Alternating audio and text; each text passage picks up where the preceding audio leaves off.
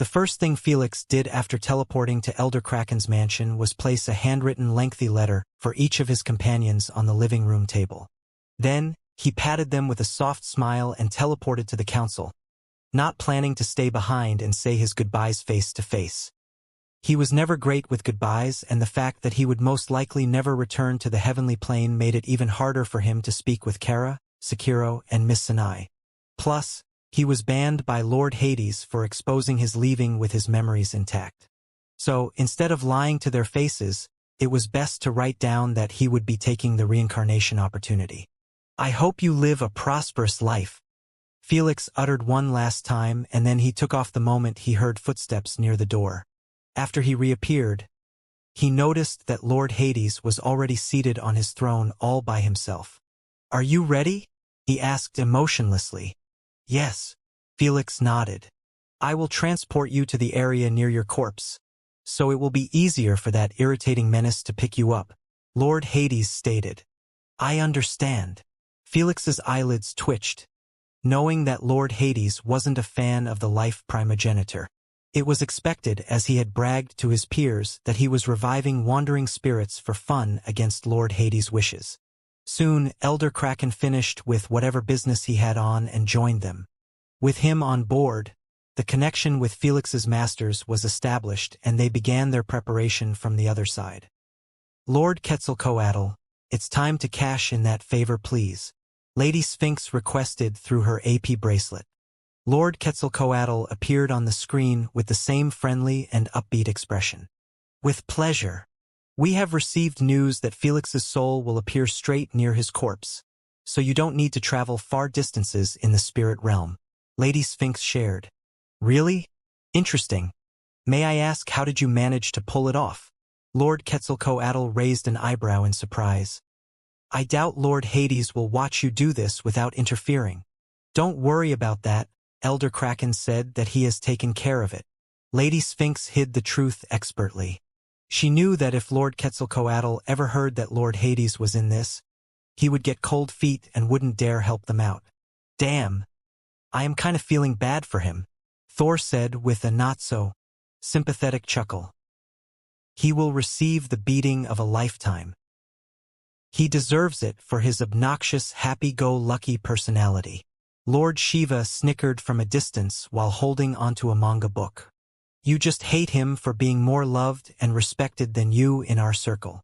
Lord Loki fired back while playing chess with Jormungandr. "Who wants your trash love and respect anyways? You can't even commit to a plan." Lord Shiva retorted calmly, clearly still irked at them for ditching him. "Whatever you say, suicidal maniac." Lord Loki muttered the last part.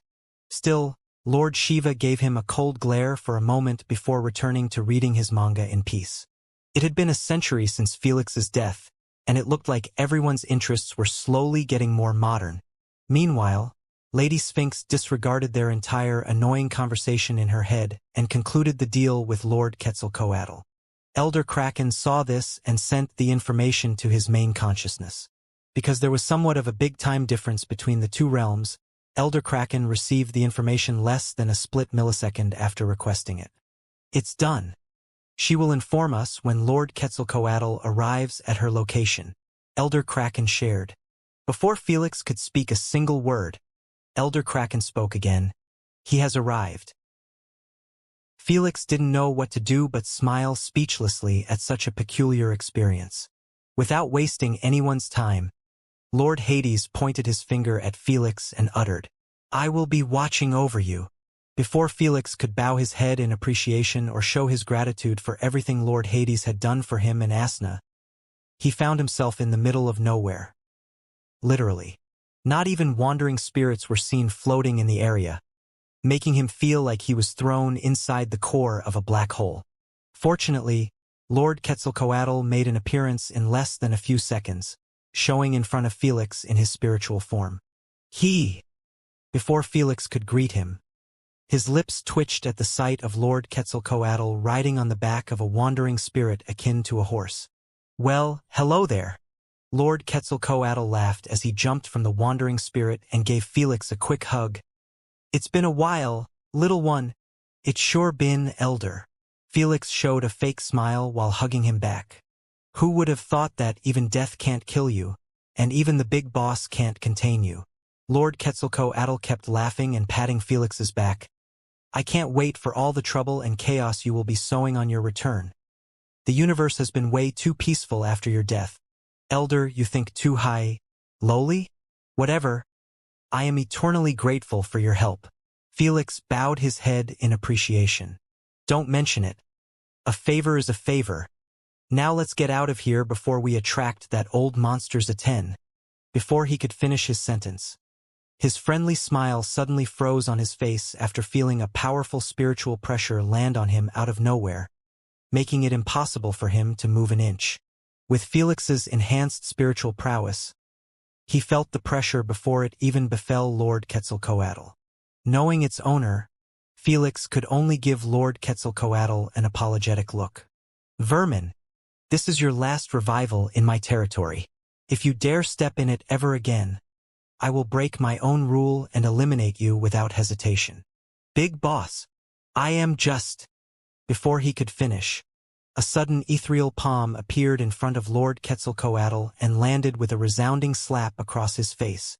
The echo of the slap reverberated through the spirit realm, a punishment delivered with a weighty gravity that only a being of Lord Hades' caliber could wield. Quetzalcoatl winced, both from the sting and the humiliation of being chastised before Felix. Zip it! You have been running amok and thinking I can't deal with you because you enter using your wisps? Lord Hades threatened emotionlessly. I can erase your soul through your wisp just as easily. Slap! Another smack resounded in Felix's ears, making him look to the other side to save a bit of Lord Quetzalcoatl's dignity. He was literally treated as a child by Lord Hades while being an elemental lord, one of the strongest beings in the universe. While Lord Quetzalcoatl had no clue what was going on with Lord Hades' aggression, Felix understood that the guardian of souls and spirits was in a weakened state, and he didn't want anyone trespassing on his territory ever again. For all he knows, Lord Quetzalcoatl could be used by the Eternal Kingdom to invade again. So, this lesson was bound to happen either now or in the future when Lord Quetzalcoatl entered the spirit realm to fool around. Now, get lost and take him with you. I don't want to see any of your faces in my territory again. With that last overbearing statement, the spiritual pressure was gone and Lord Quetzalcoatl finally was given a breather. He sharply turned to look at Felix and found him staring at the wandering spirit, appearing like he was appreciating his spiritedness. Kid. Cough. Yes, Elder? Did you know about any of this? I have no idea what you are talking about, Felix replied innocently, feigning speak ignorance. It was just us and this mindless spirit the entire time. Elder Quetzalcoatl rubbed his reddened cheeks as he narrowed his eyes at Felix, who was avoiding them at all costs. He wasn't stupid. He knew that this entire operation was weird and felt like a setup. But he had no evidence of anything, and at this moment, he didn't want to stay another second in the spirit realm. Let's get you revived. Lord Quetzalcoatl swore in his mind. Little fucker hasn't even been revived and already started troubles with me. God knows what will happen to the others. If it wasn't for Lord Hades' order to take Felix with him, he would have departed him here and left alone. Amidst the humming machinery and the ethereal glow of mystical equipment in Lady Sphinx's lab, a momentous event unfolded. Felix's lifeless body lay on a sterile table, finally released from Absolute Zero's effect. If it weren't for Fenrir keeping his ability active for the past century, Felix's body would have deteriorated a little. Just a little, since his corpse was considered a treasure on its own. Give me space. I am about to begin, Lord Quetzalcoatl requested. He was sitting in a meditation position near Felix's corpse while Lady Sphinx and Fenrir were on the other side. All right. Both of them walked away from the table with looks of intrigue and anticipation, as this was the first time they were about to witness the life domain in action. It seemed like Lord Quetzalcoatl had no idea about what happened on the other side. Otherwise, he wouldn't be this polite. It was expected, since not everyone was a great soul user like Elder Kraken, to link their main consciousness with their wisps in the spirit realm. So, he would find out about the punishment only after his wisp merged back with him. Soon, Lord Quetzalcoatl raised his hands, and a surge of vital energy emanated from his body, causing his green feathers to turn pure white. The released energy manifested as a milky white mist, filling the room with a vibrant and life-affirming aura. The atmosphere crackled with the power of his life domain, and the very air seemed to come alive. I feel like I am gaining centuries in my longevity with each breath, Fenrir commented with a wondrous look. It wasn't like he needed it, but he could imagine how mortals would literally worship Lord Quetzalcoatl as their god if he shared some of his blessings with them and made their short lives a bit longer. Whoosh! As Lord Quetzalcoatl channeled his life energy, the milky white mist coalesced into a swirling vortex of vitality around Felix's lifeless body. It danced and twirled with an otherworldly grace, its luminous tendrils reaching out like ethereal fingers. The lab equipment kept shaking and falling down the stronger the vortex got, forcing Lady Sphinx to use her sand manipulation to affix everything in its place. The instant the vortex reached its peak, Lord Quetzalcoatl bellowed, "Connect!"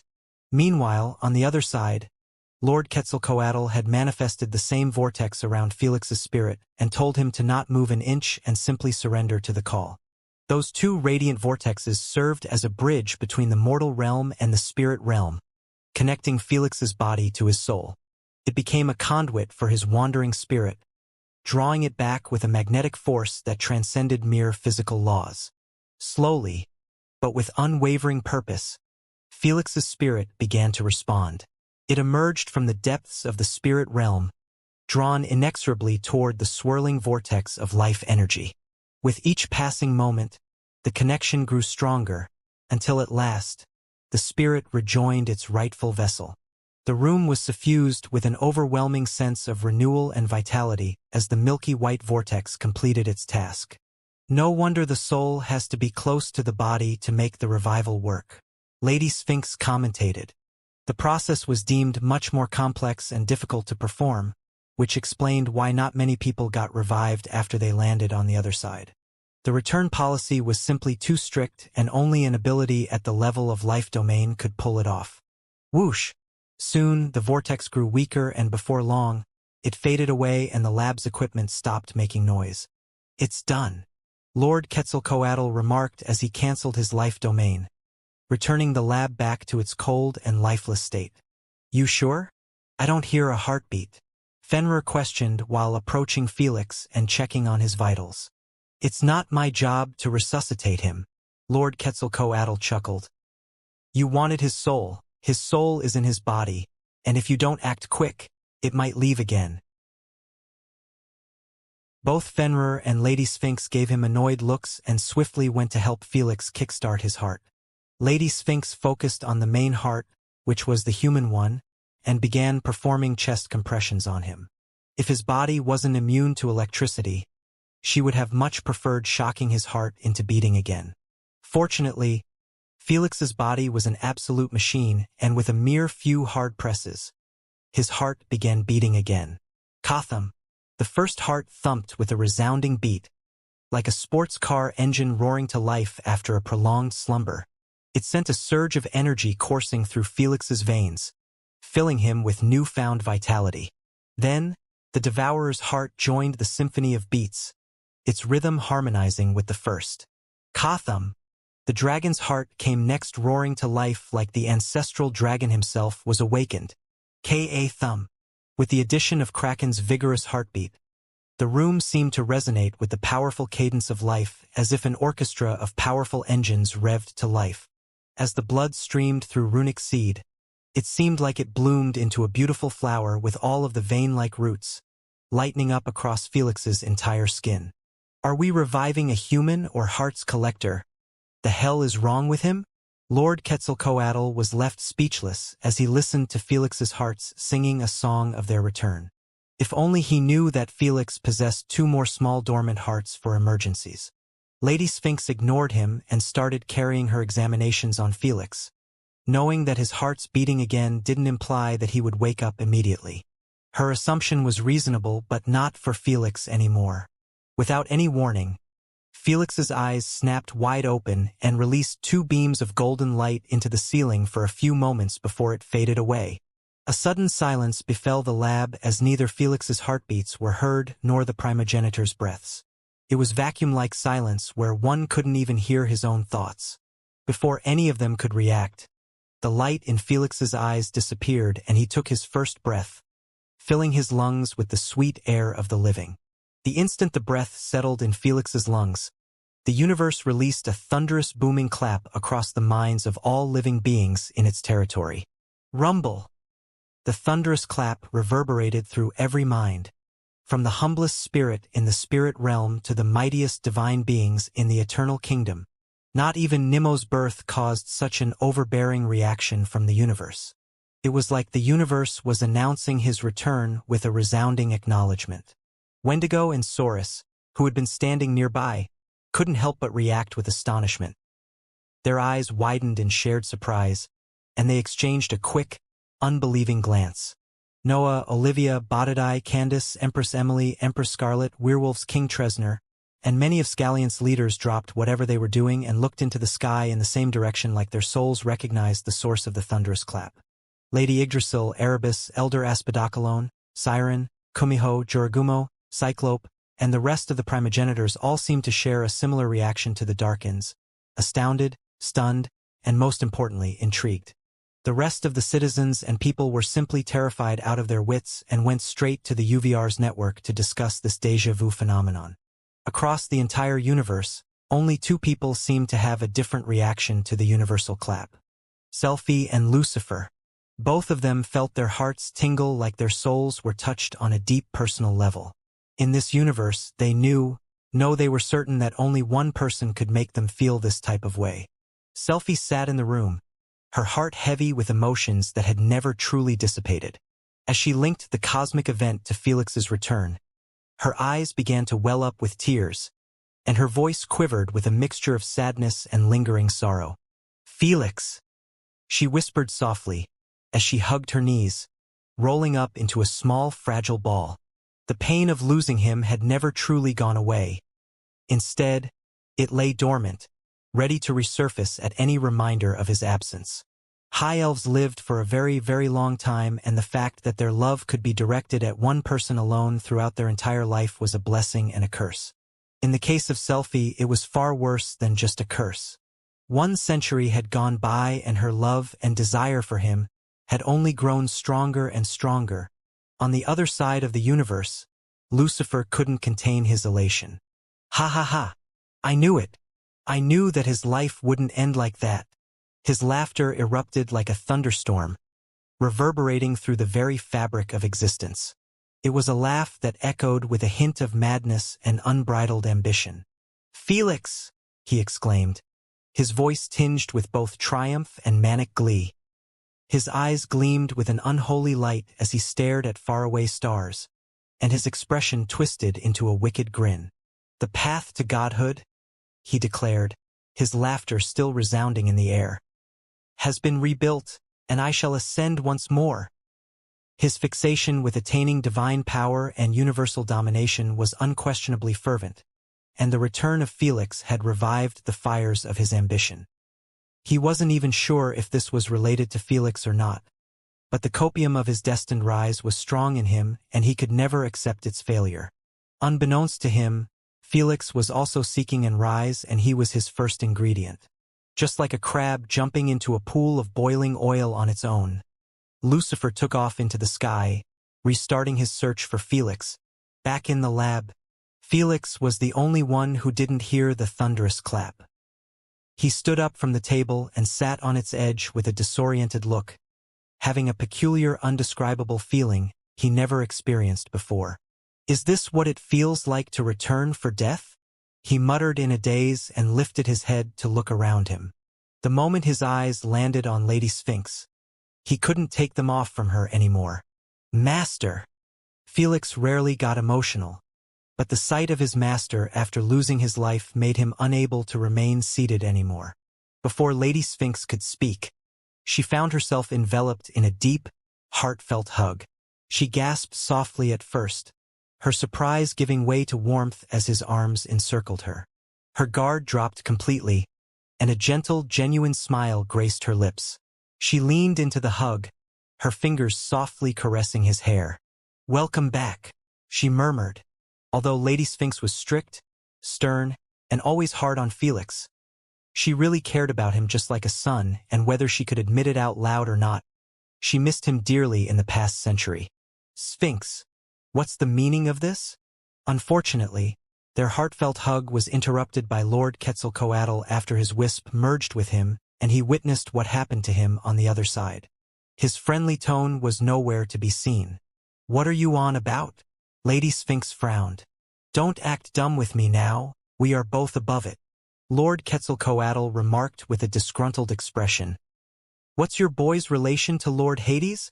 And did you guys ask for my help while knowing that Lord Hades will be on me? I came to do you a favor and you set me up like this."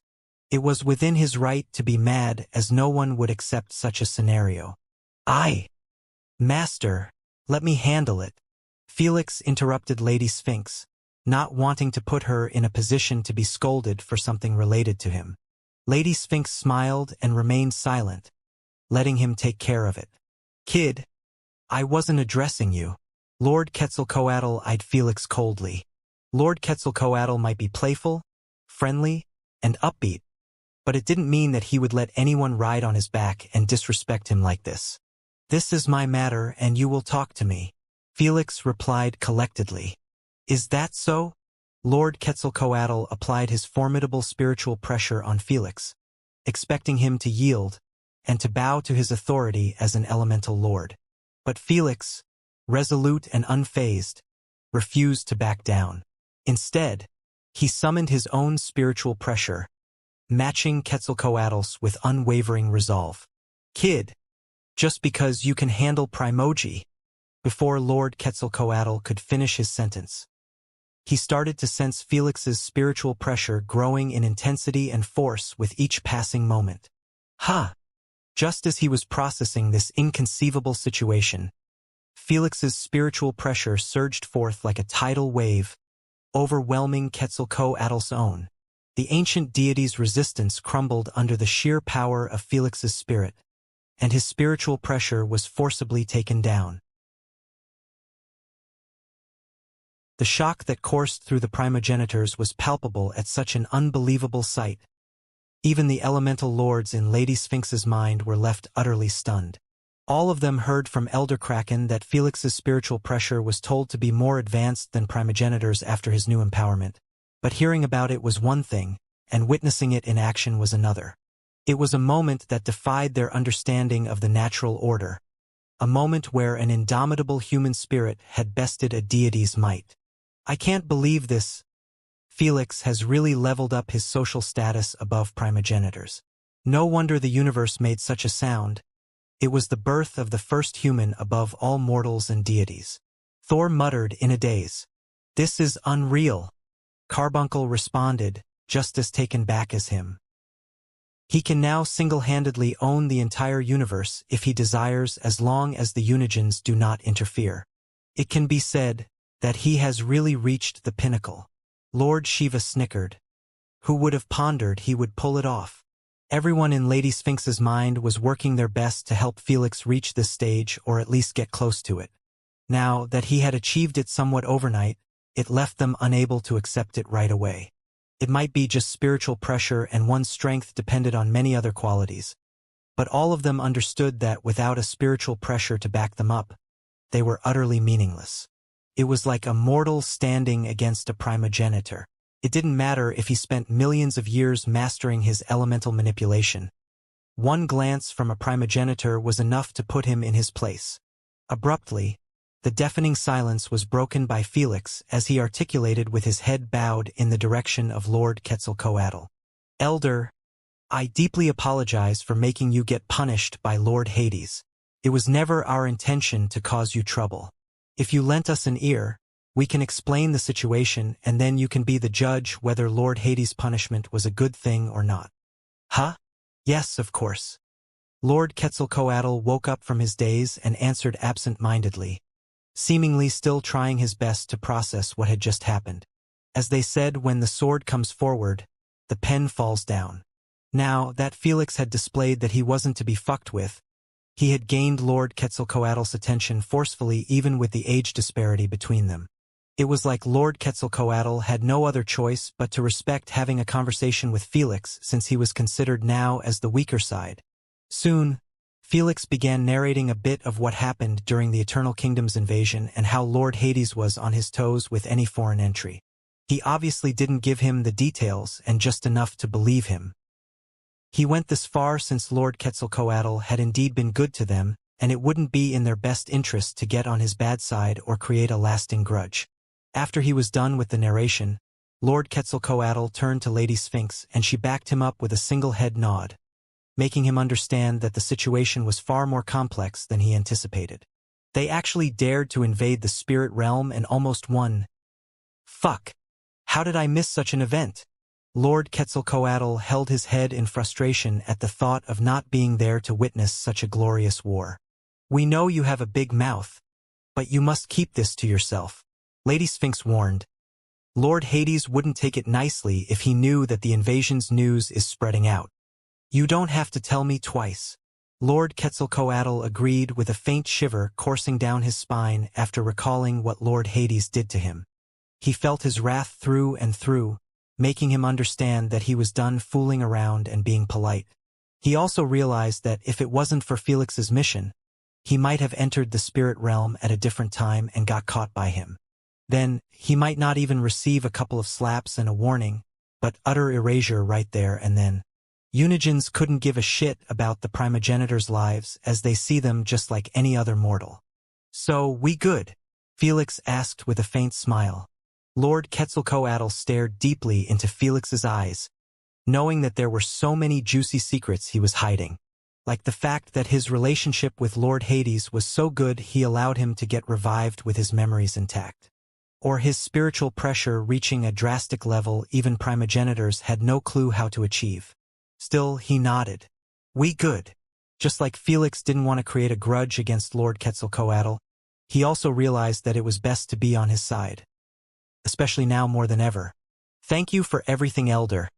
I am indebtedly grateful for your revival, and if you require anything from me, please do not hesitate to ask. Felix bowed in appreciation again. Haha. I will take you by your word. Lord Quetzalcoatl chuckled in approval and left them alone, not wanting to overstay his welcome. He didn't even bother to ask Felix about his spiritual pressure and other details, knowing that if he hadn't mentioned them, then he wasn't interested in sharing their information. You see why strength is the most important thing? Fenrir stepped forward and articulated expressionlessly. If your spiritual pressure didn't put him in his place, the conversation would have taken a much different turn. It's good, but it's not enough, Felix replied calmly, not feeling an ounce of pleasure or happiness at flexing his shoulders on Lord Quetzalcoatl. He knew what awaited him at the Eternal Kingdom, and this wasn't even enough to get him an entry past its gate. Everything will come at its rightful time. I always tell you don't rush your improvement. Lady Sphinx patted him on the head and articulated with an irritated tone. Now, take those annoying bastards back in your mind. I have had enough of them. Before Felix could reply, Lady Sphinx had already linked his soul with hers and forcefully kicked everyone into his consciousness space, uncaring about their disgruntled curses. Not cool, Sphinxy. My joint is ruined. What a tyrant. Your consciousness sucks anyways. Home sweet home. A content and peaceful smile slowly spread across Felix's face as he heard the familiar voices of his masters and tenants returning, their presence occupying his consciousness space once more. These were the voices that had guided him, mentored him, and provided him with the strength and wisdom to overcome countless challenges. As much as it was annoying to hear them speak in his mind before, it was a million times worse to be left alone with his own thoughts. Just 1 year in the heavenly plane made him appreciate their company more than anything. Welcome back, masters. Welcome back? You are the one returning from death. Thor chuckled. Get down here and give this elderly man a hug. Right away. Felix closed his eyes and immediately manifested in his consciousness space right on the surface, unlike the first time when he was thrown from the sky. When he opened his eyes, he was left speechless at the sight before him. It was as if a neighborhood had sprung into existence within the confines of his own mind. The space was bustling with activity as his masters and tenants were busy building their individual massive mansions or tiny cozy houses. One after another, these spectral abodes took shape, each reflecting the personality and preferences of its occupant. There was a cozy cottage with a tranquil garden, a grand mansion adorned with regal furnishings, and a quaint cabin nestled beneath the shade of towering trees. Each house was distinct, a reflection of the souls that now resided within them. In the center of this metaphysical neighborhood, a communal area had been established. Here, a chess table stood ready for intellectual duels. A poker table beckoned for games of chance. A pool table invited friendly competition. A royal board awaited strategists to engage in complex battles of wits, and a mini-bar with alcohol and all sorts of substances for the two abusers, Thor and Carbuncle. At the very heart of it, a circular empty table was situated with many chairs, each having a name and a logo engraved on its back. As Felix observed this bustling community of minds, he couldn't help but feel a profound sense of nostalgia and happiness, like he was truly back at home. Master! Without an ounce of hesitation, Felix appeared next to Thor and gave him his requested hug. "Ha! Even death can't keep you down. I sure have taught you well." Now, what do you mean by teaching him that?" Jormungandr interjected as he reached out and patted Felix's shoulder. "He had yet to settle, and you are already trying to steal credits." "It's not stealing credits if it's a fact," Thor scoffed. Sure. Whatever you say to boost your little ego." "Ah, how I have missed this." As his master's bickering kept getting heated over who was the best master, Felix enjoyed it akin to a classical symphony. It was like a transfer student returning home after a whole year, just to find out absolute chaos in the family between parents and siblings. The feeling of home intensifies instead of feeling annoyed like always. "Enough! You are about to bleed his ears." Carbuncle intervened and pulled Felix from amidst them. "Elder, how or why?" Before Felix could his question, Carbuncle placed a joint on his mouth and said, "Smoke one with me." "All right," Felix obliged. As they shared the joint together, passing it from one to another, Carbuncle didn't say much, but everything he had in his heart seemed to be conveyed through the joint. The others didn't ruin their moment, as they knew that Carbuncle had been waiting patiently for Felix's arrival. Felix merely smiled faintly and kept taking puff after another until the joint finished. Carbuncle flicked the joint away and said to Felix with the most sincere smile, "Meeting you has been one of the greatest moments in my life, and I am forever and eternally grateful for what you have done for me. Truly, thank you from the bottom of my heart." Before Felix could even reply, he was stunned to witness Carbuncle's body slowly turning into a fine, ethereal ash, just like the dissipating smoke of their last puff. His form seemed to merge with the very air around him, becoming one with the currents of consciousness that flowed through Felix's mind. It was a peaceful and graceful departure, a choice made by himself as he found the serenity and closure he had long sought. In the end, Felix relaxed his expressions and watched with a sense of acceptance and gratitude, knowing that Carbuncle had finally found his peace and could let go at last. "He has lingered for long enough just to express his gratitude towards you," Lady Sphinx remarked peacefully. "Now, whether his wisp merges with his main consciousness in the spirit realm or not, it can be said that he fulfilled everything he wanted in life." "I know." Felix understood that Carbuncle could never remain with them while he knew that his wife was with his main consciousness. That's because even though both of them were the same person, they were not linked together at all. This meant his main consciousness was feeling all the love and living his dream at last while he was still in the agony of loneliness. If only it was possible to share their memories and experiences, it wouldn't have mattered much to him to stay here. Alas, don't be feeling sad for him now. Jormungandr shook his head. "He is more blessed than all of us." "It's true," Thor agreed with a tint of envy. "He has achieved the true zenith of peace." While Lord Shiva, Thor, Jormungandr, and many other primogenitors were still struggling with their identity and refusing to accept their humiliating purpose in life, Carbuncle couldn't care less about any of it. He just wanted to live with his wife in peace. Nothing more. Nothing less. I sure will miss him. Felix sighed. Carbuncle was the first primogenitor to leave Felix's consciousness space after his debt was paid. Felix had a feeling that others would also leave after they reached their goals in life, which didn't make him feel excellent in the slightest. He had already lost Asna, and her missing presence in his mind was vivid in the first minutes. He really didn't want to lose the others too. At least not his masters. Rascal, you should remove those thoughts from your mind, as none of us are leaving before we see you bring down the eternal kingdom under your feet. Thor disclosed with a faint smirk. The others nodded in agreement with mixed expressions. It was clear that the moment they found out that they were born by the three rulers for the sake of entertainment, their hatred towards them had reached its peak.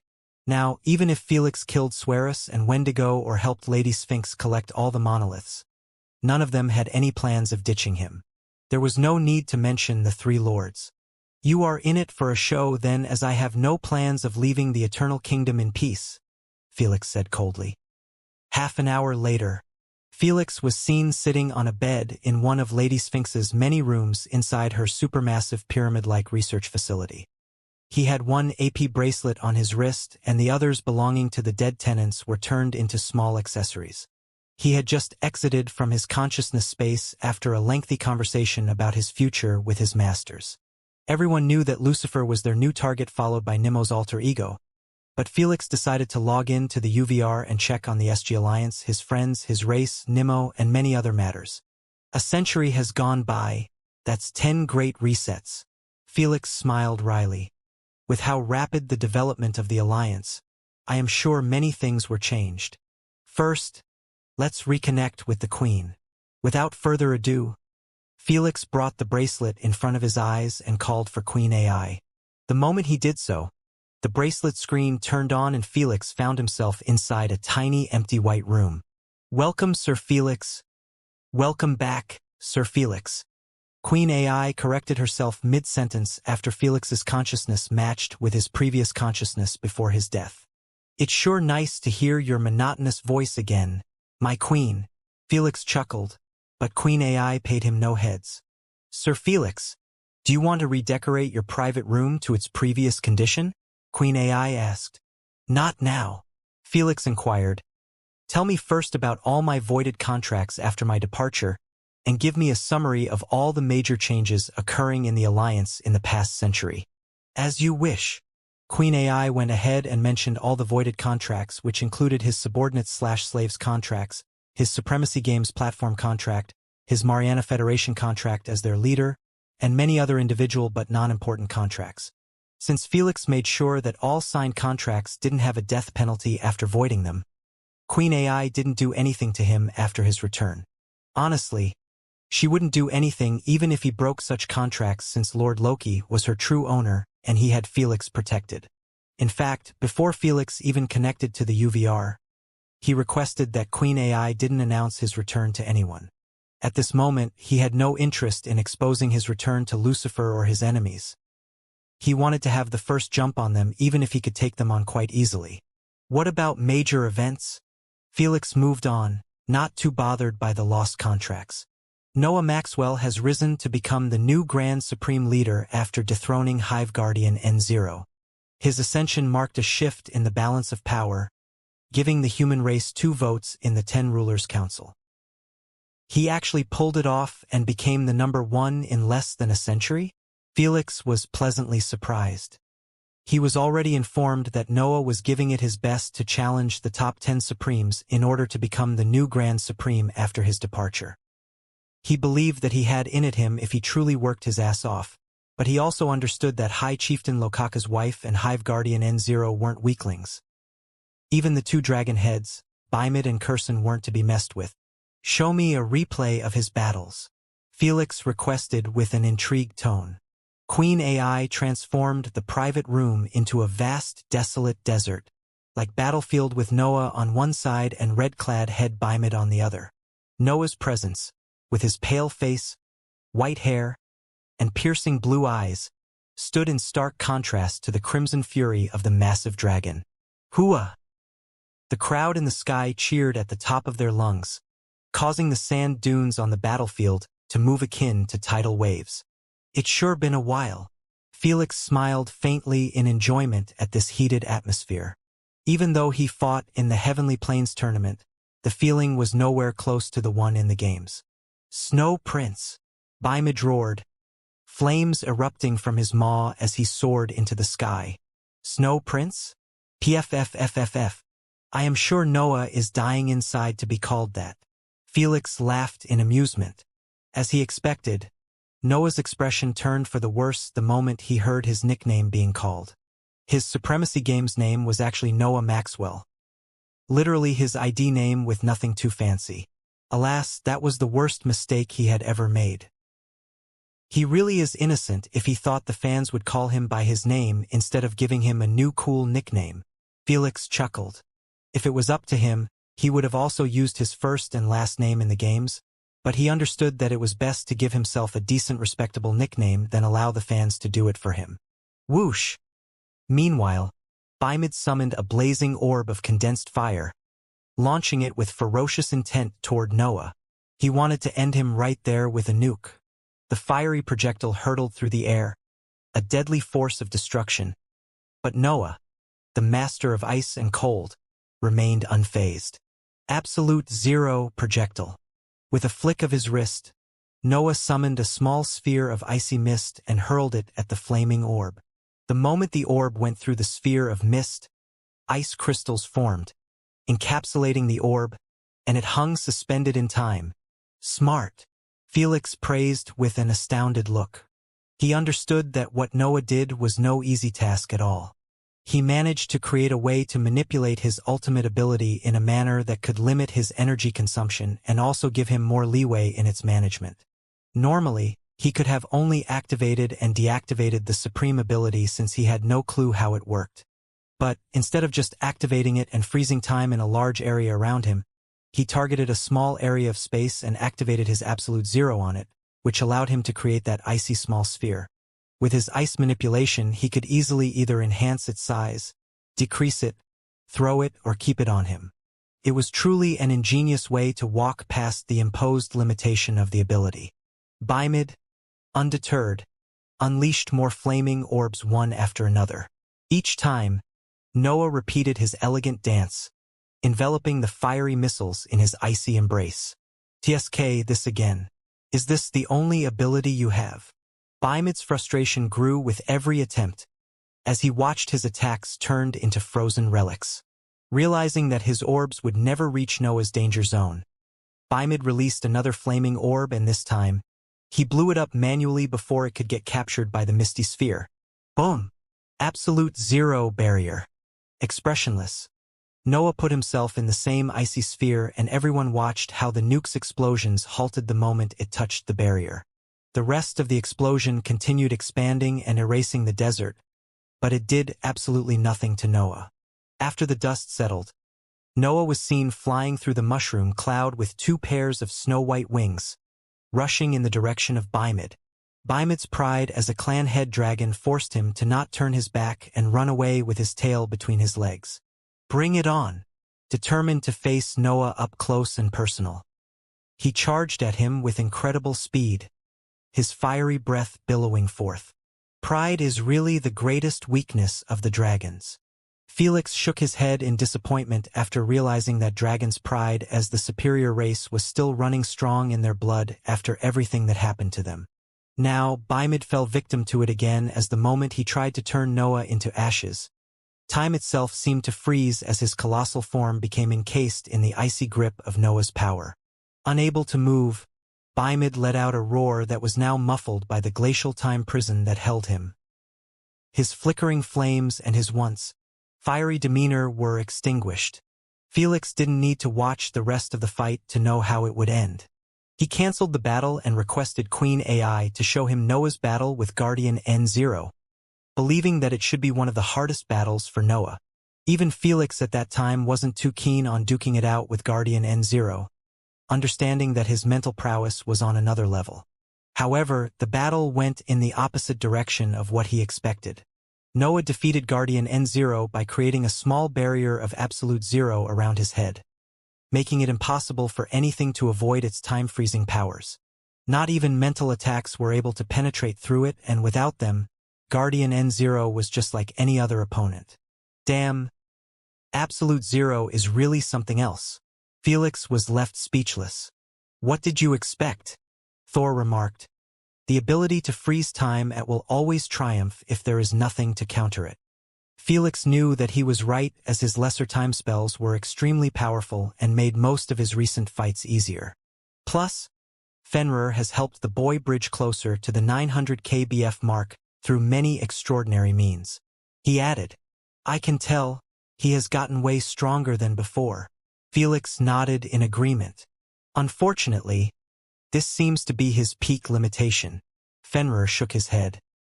It has gotten close to impossible to enhance his strength by even 100 BF. I see. Felix sighed in frustration. He understood that the last 100,000 BF was the true chasm between a mortal and a deity. Even elder dragons struggled to push past it, and he had the means to enhance his strength through eating dragons' royal gemstones. Meanwhile, Noah's werewolf system could take him only to 900,000 BF, and the rest was up to him. Unfortunately, the last 100,000 BF was harder to pull through than the entire 100,000 BF combined. If Fenrir uttered that Noah had reached his limitations, he truly meant it from the depth of his soul. Whether he finds a way to become a deity in the future or not, Noah has already achieved what many others could only dream of. Felix soon smiled with a look of pride directed at Noah. He has become the #1 strongest fighter in the SG Alliance. Even though he pulled it off only because Felix wasn't there and had eliminated the true monsters of the Alliance, it was still a mind-blowing achievement when considering that he was using a single primogenitor bloodline. I guess the mankind race and the Alliance are in good hands. Felix stretched with a look of utter relief. I can now leave my duties to him and focus completely on the Eternal Kingdom. If it were before, Felix wouldn't have minded being the Grand Supreme Leader, since it meant more control for his race and possessing the highest authority level in the Alliance. But now, the responsibilities of the post weren't a good trade-off when considering his urgent need to get stronger and enter the Eternal Kingdom. So, Noah indeed did him a massive favor, and all of his help to push his potential hadn't gone in vain. They even helped the human race become a member of the 10 rulers. However, it came at the expense of the Void Nation getting kicked out. Felix reacted after hearing about the rest of the news. When he checked how they pulled it off, he was pleasantly surprised to see that Noah and Olivia had led the team to the top of the ladder in the racial games platform. This wasn't all. With their overwhelming strength and authority, they had united the entire Milky Way galaxy under the Mariana Federation and even altered its name to the Galactical Maxwell Federation. Haha. My cute cousins are really popping off. The more Felix read, the more gleeful he got. All the investments he had put in them were paid off in the best possible manner. Felix always helped them simply because they were the closest family he had after his grandfather and would have done it without expecting any returns. But those two hadn't disappointed him and made him comprehend that he was no longer the sole person responsible for the rise and fall of the human race. They showed him that even if he was gone for decades or centuries, the human race would continue thriving under their leadership. This was everything Felix wanted. Someone to take the load off his back while he focused on much bigger matters. After a couple more minutes of being updated, Felix finally closed the holograms and revamped his entire private room for training. The rest of the news wasn't that important since the SG Alliance returned to its serene state after the demon race was conquered and the other side got integrated into their forces. Besides a few demons popping here and there, and some changes to the game platforms, nothing much of importance occurred. I wonder how they will react after they receive this. Felix chuckled after sending an email and invitation link to his friends and subordinates.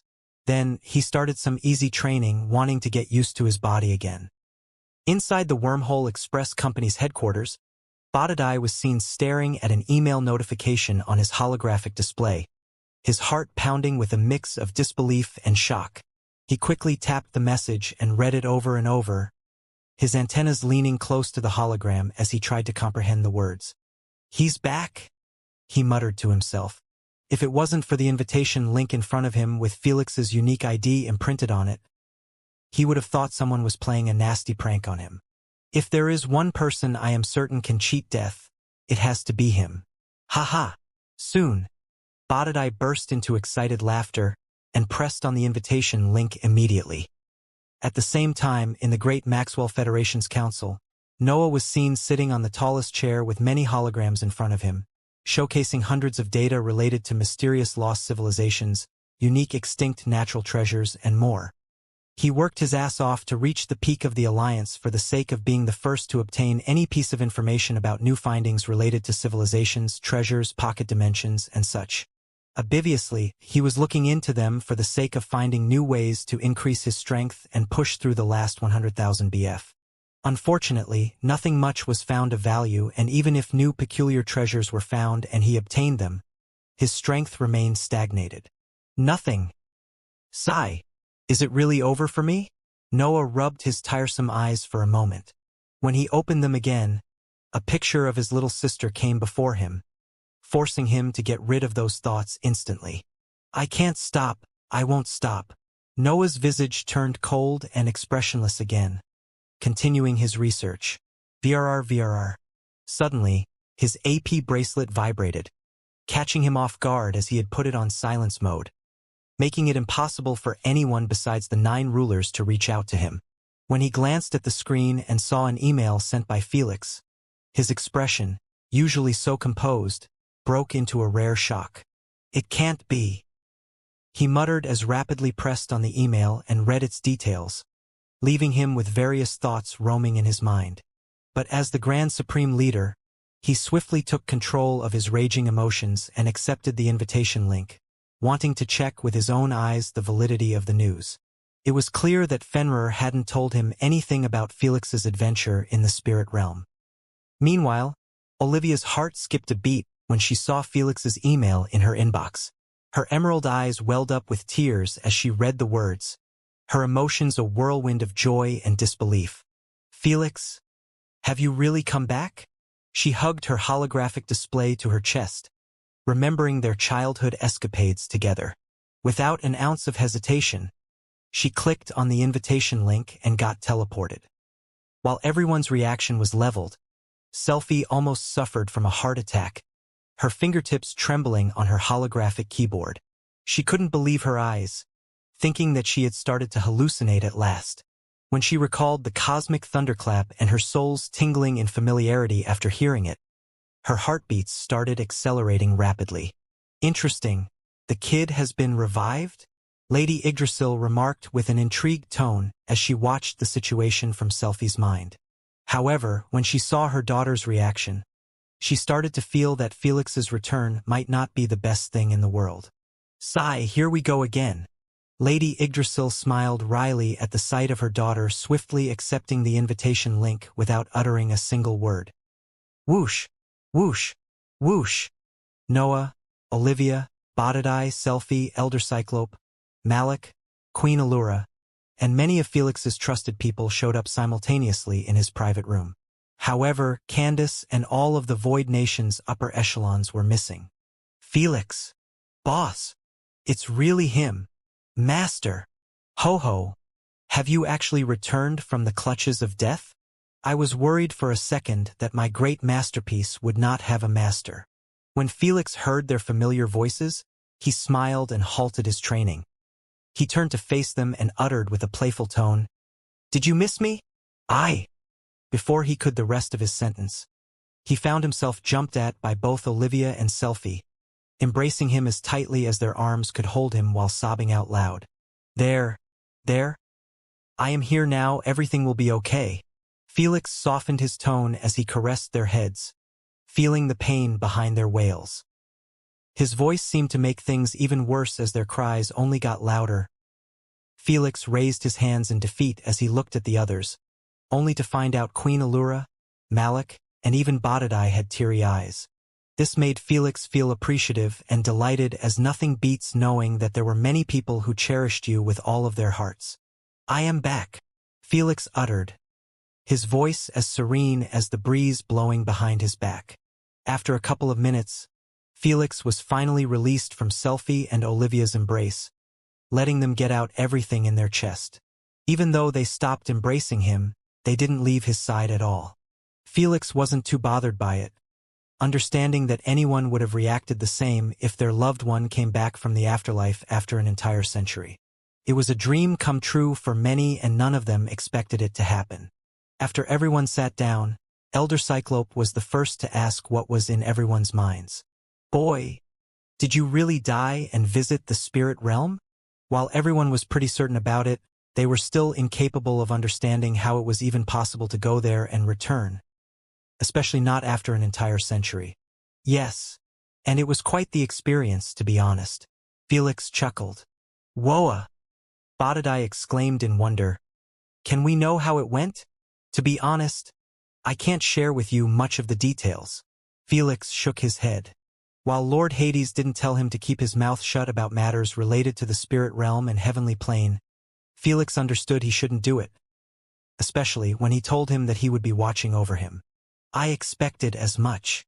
Elder Cyclope nodded. "You really can't tell us anything?" Olivia asked, her eyes still puffy and red. "All I can tell you is that your loved ones aren't suffering in the slightest," Felix said as he eyed Noah, knowing that he must be burning to ask him about his sister. Noah felt a bit of relief at the sound of that. His sister's fate had always been torturing him, as he had no clue what was happening to her there. "My apologies, Noah, but it wasn't possible to have your sister revived with me," Felix said telepathically. "You have nothing to be sorry about. Your return is already a blessing." Noah shook his head, not accepting his apology.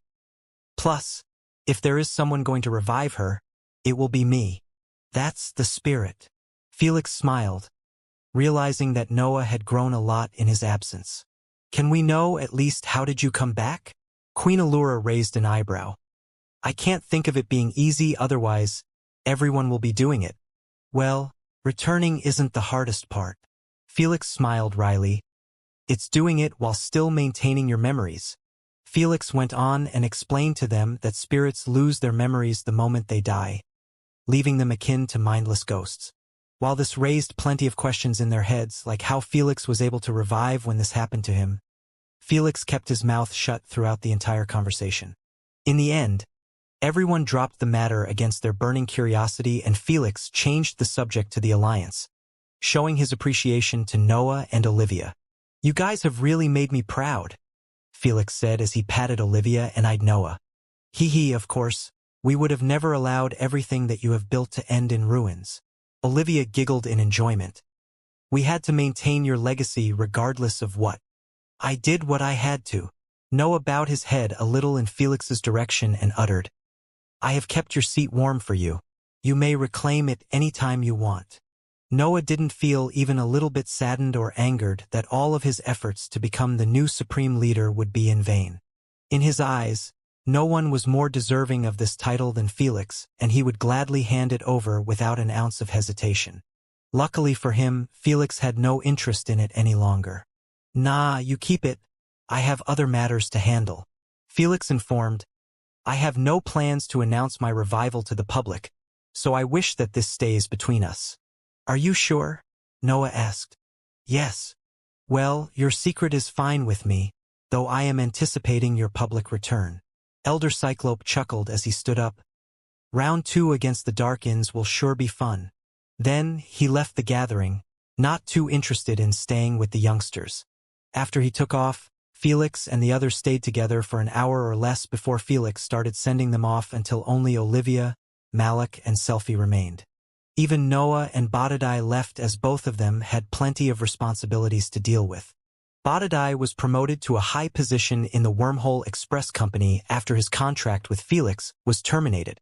Now that he returned, one could only wonder if Badadai would be Felix's exclusive delivery worm or remain in his post.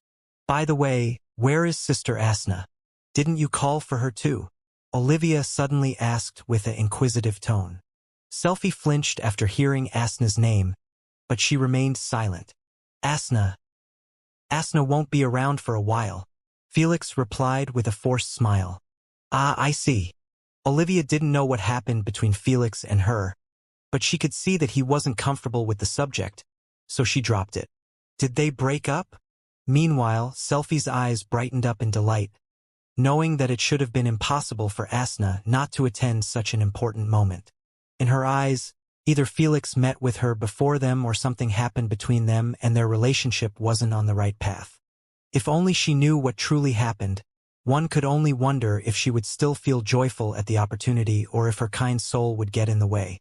Whatever it was, she also didn't press on the subject. "Have you created any other time ability in my absence?" Felix asked Selphie with a curious tone. Selphie nodded excitedly like a child who wanted to brag to their parents. "I threw myself into my runic studies after you left, and I managed to forge one lesser and one greater time spell." "Two and a greater spell at that?" Felix was startled. Mastering a pre-existing time spell was already a challenging task, but to forge a greater grade spell and even master it in less than a century. He always knew that Selphie was a unique breed when it came to a runic understanding, but she still never failed to impress him. "I can teach them to you anytime," Selphie offered happily. She used a century for those two abilities, and she had absolutely no problem with helping Felix master them in a couple of years. For his presence, she would literally do anything, and Felix began to pick up on her increased attachment to him. "I have a feeling this isn't going to end well." Felix smiled wryly, but he could do nothing about this. If even his death and 1 century of absence weren't enough to kill her emotions about him, nothing he uttered or did was going to do anything. In fact, it might make things even worse. "Elves' attachment sure is scary," Lord Loki suggested causally while chewing bubblegum. "If you are too annoyed, you can use your illusion domain to erase her intimate emotions towards you. It sure will end this chapter once and for all." Thor supported. He was Team Asna from the start, and while he was a bit of a playboy, he didn't want Felix to betray Asna's trust after everything she did to him. Staring into Selphie's gem-like, bewitching, loving eyes, Felix soon sighed in frustration within his mind. "I don't know, if I am going to do this, she has to be on board with it. I don't want to hurt her like this right after I returned from death. It's just too brutal." Felix had nothing against Selphie, as she was soft, gentle, very nice, and competent. She always treated him right and showed him the respect he deserved from day one, which was everything one could ask for. She was literally a dream girl for every man in the universe. Unfortunately, while he wanted their relationship to stay in friendship, she made it obvious that she desired more even when he had already rejected her directly. "She is the only one hurting from this." Felix smiled wryly. In the end, Felix had put Lord Loki's suggestion at the back of his mind, not wanting to start a new problem out of nothing when he had many important matters to handle.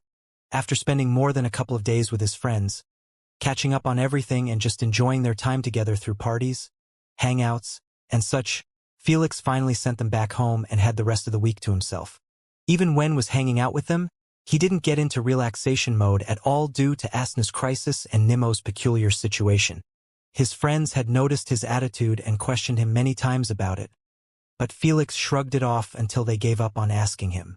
"Is there really no way of reaching out to Candace or Nemo?" Felix frowned. He was sitting on the central table with the majority of the tenants. "I have tried, but there is no presence of them." Lady Sphinx replied, "Ever since Candace's wisp disappeared from my consciousness space, we heard nothing from Nemo's side." Felix was informed that 2 decades ago, Candace and the majority of the Void Nation citizens had gone missing. The Ruiner, Miriam, Arthur, and the rest of the councilmen were also gone. They could neither be reached out through the Queen nor found in any territory across the Alliance. It was like they were snatched out of existence. "I am afraid this has to be related to Nemo, as no one has such an overbearing authority on the void creatures besides him and the Paragon." Felix didn't like this notion in the slightest. He knew that Nemo still possessed the emotional control of a child, and ever since he was declared dead, he had completely lost it. Felix thought that after his return, he could get things corrected easily. But now, he had no clue what to think anymore. He couldn't even reach out to Nemo and find out what he was doing. The void creatures' numbers have been reduced significantly and continuously over the past 2 decades. Thor narrowed his eyes. "Nemo is up to something, and we have no clue if it's good or bad." Realizing that only one person could help them at the moment, Felix requested out loud, "Lord Quaz, Is it possible that you have his location? Felix knew that Lord Cowes had a significant interest in Nimmo, and there was no way he would let him roam free without tracking him. His assumption was correct. Still, the answer he received didn't solve his problem. I lost his track a long while ago. Lord Cowes's deep cosmic voice resounded across the consciousness space. He used his laws to hinder my vision of him. He is getting smarter. I don't know if I should feel proud or worried. Felix smiled wryly. I think the best way to find him is through announcing your return. Thor suggested. If we can't locate him, we should make him reach out to us. Felix and the others agreed. But Felix didn't want to alert the Darkins and Lucifer, knowing that being in the dark gave him a tremendous advantage over them. It's best to focus on Lucifer first. Lady Sphinx shared. As long as we secure the merge, we can then deal with other matters. You're right. As much as Felix wanted to find Nimmo, he understood that Lucifer must be his #1 priority, since if he lost him or such, nothing else would matter. Dealing with him is simple. Just spread some rumors about you being spotted in some place, and if he still desires his ascension, he will definitely come by to take a look. Jormungandr suggested. Rumors and Felix coming out publicly were two different things. No one would believe such rumors since Felix was announced dead longer than a century by now. But for those desperate for him to be alive, they wouldn't hesitate to travel half the universe to check with their own eyes the rumor's legitimacy. That sounds like a plan. Felix agreed. If it was up to him, he would have rather relied on Lord Hades' assistance in locating Lucifer, as he made it obvious that he had everything under his vision. But Lord Hades hadn't responded to Felix's calls ever since his return, making him understand that this was a one-way connection between them. He would talk to him only if he had achieved the missions he had given him and needed to move up. We at least know that he is on the other side, so we can start the gossip there, Elder Kraken said. They were certain about this since Lord Quaz also had eyes across the universe, and the only blind spot he had was on the other side where the Paragon of Sin slumbers. Without further ado, Felix and his masters began putting details on their plan. On the other side of the universe, Lucifer could be seen pacing back and forth, his fiery eyes ablaze with determination and a hint of madness as he explained. I can feel it, my friends. The cosmic clap we experienced was no ordinary event. It was related to him. He has returned. Wendigo and Saurus glanced at each other for an instant before Wendigo waved his hand at his brother, seemingly telling him to handle this lunatic. Lucifer, you've always had a flair for the dramatic, but this is taking it too far. Believe me, God damn it. Lucifer grew impatient and angrier. Both of us share the same destiny. Do you think he will go and die just like that? Don't be foolish. Even if you don't trust my judgment, you should trust my mother's. Why? Did she tell you that he has returned? Wendigo leaned closer with a serious expression. No. But do you think she will create me 2 times and suffer from the universe's punishment for absolutely nothing? Lucifer's gaze did not waver as he continued to make his case. While his statements did make some sense, it was not enough to move Saurus and Wendigo. That vermin has died. I am not too delighted by not being the one killing him personally, but he is dead. Wendigo disclosed sternly. End of story. You heard him, now scram, Saurus said. You! Lucifer was livid at their nonchalant treatment, feeling like he was being taken as a lunatic for reaching out to them with such nonsense. If it wasn't for the fact he needed their help to facilitate the search and battle, he would have never put himself in such a humiliating position. Not wanting to lower his pride and beg them, Lucifer merely excused himself with a frigid look. What an absolute buffoon! Saurus chuckled in ridicule. I feel it, he said. Feel what? Does he think he and that brat share the same soul, or what? Put it to rest. Wendigo yawned.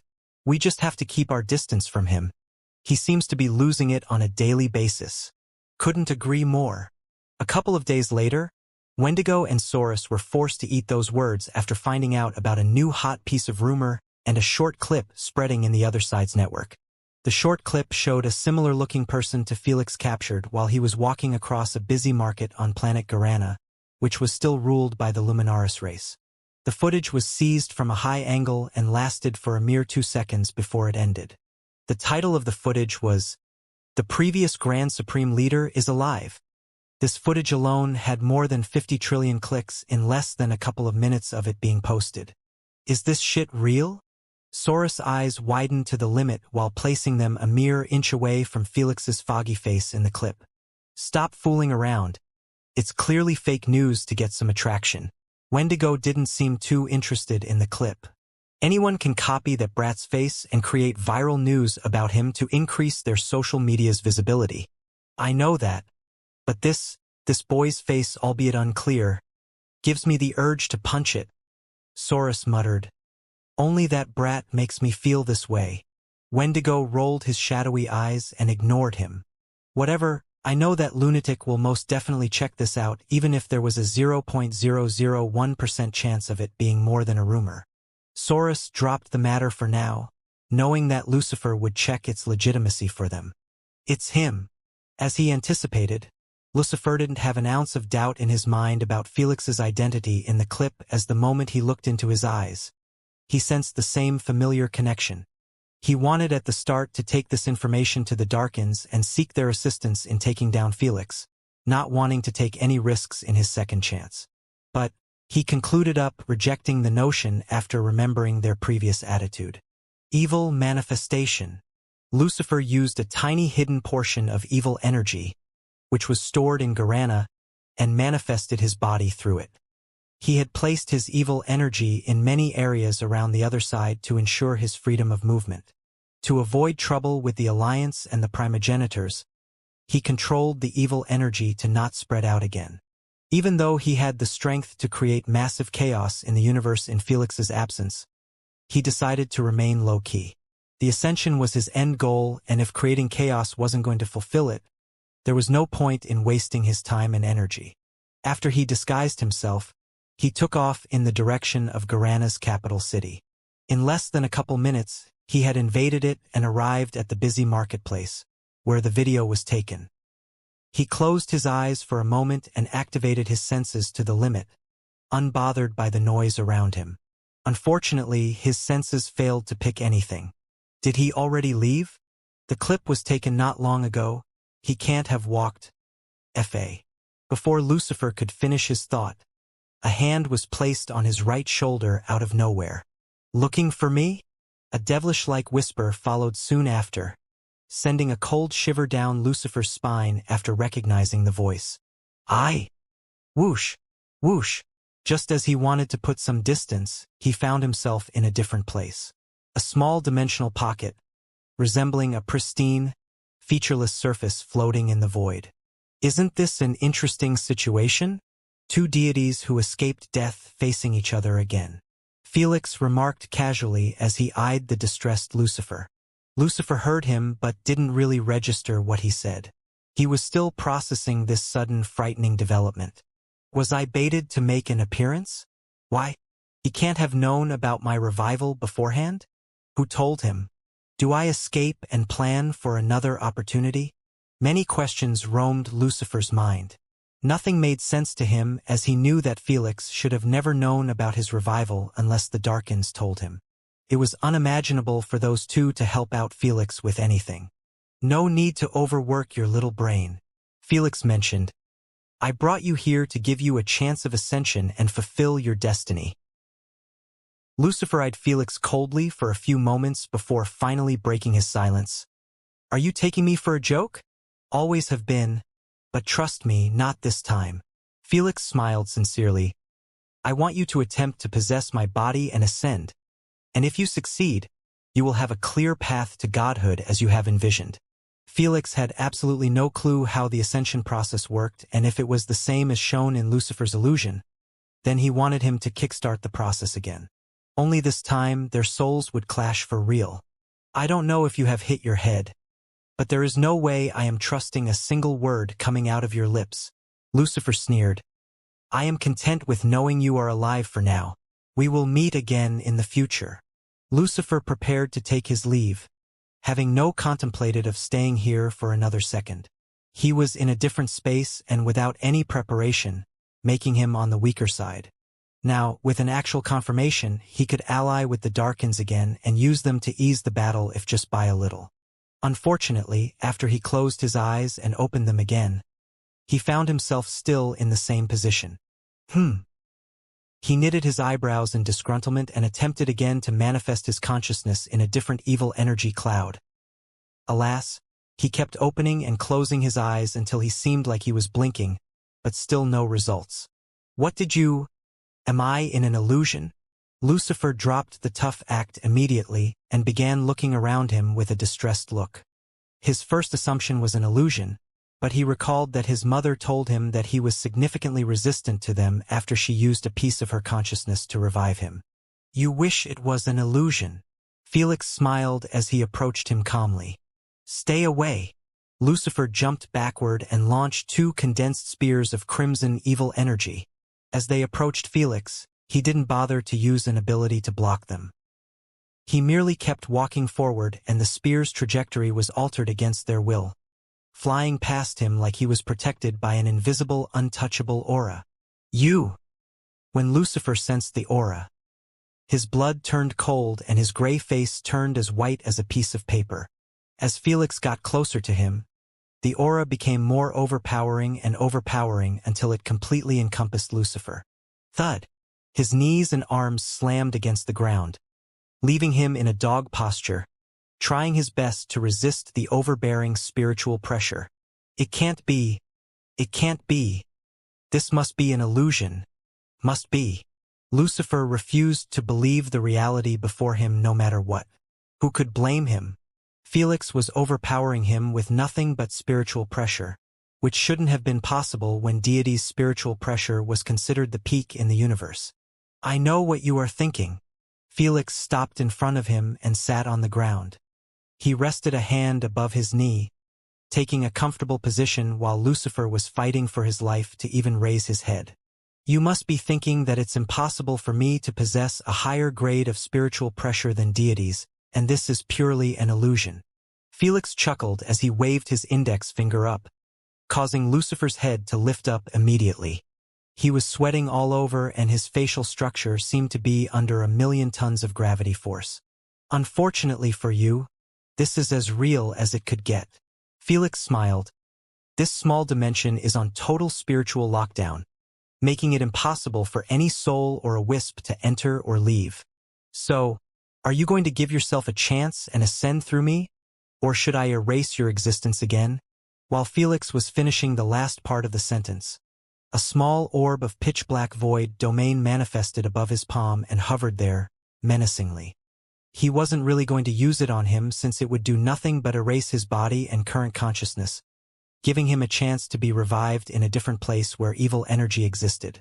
But Lucifer didn't know that. He felt his bones twitch in fear at the sight of the void domain, believing that it was the same ability used to erase him before. Mother won't revive me again if I die. I don't know why he wanted me to possess his body, but I have no choice but to accept. Lucifer knew that his fate was no longer in his hands.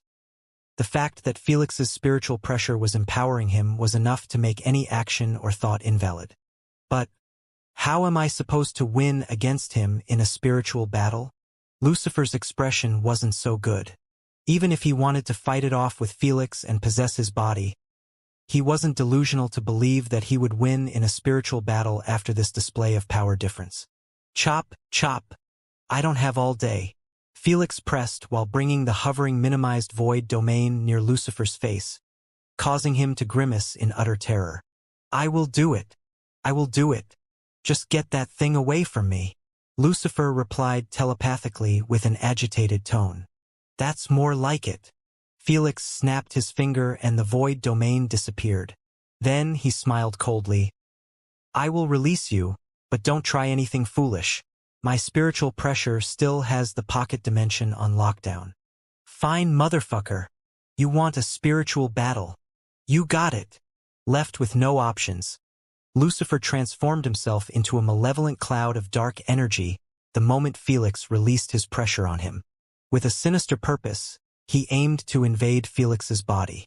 As Lucifer descended upon Felix, his dark cloud seeped into every pore, engulfing him in its suffocating embrace until it disappeared completely. Felix had everything in control as the moment Lucifer attempted to be silly. He could easily freeze him with his spiritual pressure. Luckily, Lucifer was smarter than that and actually stuck with the plan, having his consciousness manifest in Felix's consciousness space. What the fuck? However, the moment he opened his eyes, his soul almost escaped from his body in utter fright at the baffling scene before him. In the center of the consciousness space, there stood Felix, resolute and poised, surrounded by 8 powerful and imposing figures. All of them radiated an aura of a deity, signifying their status as primogenitors, masters of their respective domains. Lucifer's initial shock and fright were palpable. He had expected to find a solitary mind to subdue, not a gathering of such formidable entities. To make matters worse, they were seated in luxurious chairs arranged like spectators at a grand event and held a range of refreshments, from popcorn to glasses of alcohol, as if they were here for an evening of entertainment. Thor regarded Lucifer with a faint grin, his eyes gleaming with anticipation. Meanwhile, Lady Sphinx reclined comfortably in her chair with a note in hand, seemingly wanting to study the upcoming ascension process. "Don't pay them any attention and let's begin," Felix said casually. Don't pay them attention? If looks could kill, Felix would have already dropped dead. How could Lucifer ignore the existence of 8 primogenitors staring at him like he was a clown in a freak show? To make matters worse, he understood that the moment he showed a chance of winning against Felix somehow, they would all collapse on him. In other words, "I am done for." Despair dominated Lucifer's visage, feeling absolutely hopeless. He didn't even bother to attempt the ascension anymore, knowing that the only reason he was still alive was because of it. As he expected, Felix got irritated after he noticed that Lucifer wasn't planning to make a move. "What are you waiting for? I am done playing your game." Lucifer sat down on the ground with a resolved expression. "If you want to kill me, get it over with." He wanted to maintain the last bit of dignity, not for his sake, but for the sake of his mother. "Stop being childish and let's do this," Felix remarked. "Childish? Fuck you." Lucifer twisted his head to the side, acting like a pouting girlfriend. Felix twisted to look at his masters for advice, and they shrugged their shoulders. The ascension process wasn't simple in the slightest, and Felix didn't dare make a move before fully understanding what he was getting into. For example, was he required to just merge souls? Or he had to eliminate Lucifer's consciousness and then take over his soul? Or worse, take possession of his evil energy while keeping his consciousness alive within him? There were so many methods, and unless Lucifer made the first move, he wouldn't know which one to choose. Lord Hades hadn't fully told him the details, which meant this situation was also new to him. So, Felix decided to switch his way of handling things. "I have given you a chance to die a graceful death, and you spat on my face." Felix narrowed his eyes coldly as he walked in the direction of Lucifer. "I should have gone with violence from the start." He was no longer willing to wait for cooperation. Instead, he intended to extract information by any means necessary. "Do your best," Lucifer sneered coldly. He had no clue why Felix was adamant about his ascension, and he had no plans of sharing the method with him even if he went through the most gruesome torture. "Don't worry, I will give you my best." Felix used his spiritual pressure to lift Lucifer's body into the air and extended his limbs far apart until they were on the verge of being torn. Still, Lucifer didn't release a single groan. In fact, he was showing a taunting smile, like no matter what Felix did to him wouldn't affect him much. He wasn't acting like this for no reason. As the incarnation of evil energy, pain was nothing more than a normal sensation to him. "Let's see if you will keep the tough act after this." Felix showed him a gentle smile while manifesting a pitch-black flame on top of his finger. Lucifer raised an eyebrow in surprise, as he had never seen before a black flame. Not even Unigens recognized the black flames. Don't even mention him. That's right. Felix had employed his illusion domain to recreate a similar flame to the black celestial flames with the same effects. "You have no clue how much effort it took me to recreate this." Felix spoke as he released the tiny black flame at Lucifer. "Be honored." You are the first person to experience a copy of celestial black flames. The instant the black flame touched Lucifer, it spread out akin to wildfires across his entire body until he mirrored a flaming torch. A. Lucifer's anguished cries echoed through the consciousness space, a heart-wrenching symphony of torment that was loud enough it caused small waves to emerge on the consciousness ocean. Once proud and defiant demeanor had crumbled, replaced by the sheer agony inflicted upon him. The celestial black flames that licked at his form consumed not only his physical essence but also his very soul. It was potent enough to cause even unigens to feel the pain. As Felix watched Lucifer wiggle and scream until his vocal cords were about to snap, he rubbed his chin thoughtfully. The pain seems similar to that of Duke Humphrey, but it still feels like something crucial is missing. Memories of his time spent with Duke Humphrey during his last months in the heavenly plane soon came back to him. A month ago in the heavenly plane. Please, please, I will do anything. Af. Please, I beg you. Let me SHSS. I am trying to study here. Above an imposing memorial platform that dominated the city square with its colossal size, Duke Humphrey was seen chained in a star shape to two metallic pillars. Black flames danced around him, their ethereal tendrils wrapping his form in an unrelenting embrace. Despite the agony that coursed through his being, Duke Humphrey's cries and pleas were silenced by a sound cancellation bubble that enveloped the pillars. This entire sight was Felix's idea to punish Duke Humphrey, while also warning everyone else about the consequences of betraying the spirit realm. Sob, sob, Godfather. Save me. Someone save me. Seated nearby, Felix was immersed in his work, appearing unperturbed by the screams and begs of his captive companion. He had gotten used to it by now, as he had been spending almost a couple hours every day around him to study the celestial black flames. I have twisted into a wisp, lost my celestial energy, and still, the black flames are burning, Felix muttered. Lord Hades uttered that it shouldn't be possible with white flames as they need celestial energy to keep burning. So, what's the deal with this? I know the answer. Just free me. Arg. And, I will tell yo. Felix rolled his eyes at his inability to finish a single sentence and replied, Even the black flames don't believe your bullshit. Just be quiet and let me study. With the portal to the eternal kingdom sealed, Asna's core couldn't absorb celestial energy, even if it wanted, leaving Felix without an ounce of energy to study. The only thing left was this bizarre, ever-burning black flames, and he knew that copying its effects would help him in the long run. So, he spent months and months studying the black flames until he could reproduce a decent copy. Alas, he wasn't too satisfied with the results. Is my lack of understanding of the celestial energy the reason? He thought out loud as he stared at the burning Lucifer whose screams engulfed the entire consciousness space. If you had brought back some of that celestial energy, I could have run some experiments on it and figured it out. Lady Sphinx shared. She was quite fascinated by the celestial black flames after hearing that they could burn forever without needing any connection with the owner. I don't know what you guys are on about. Isn't it working just fine? Thor asked with a confused tone as he listened to Lucifer's cries keep intensifying.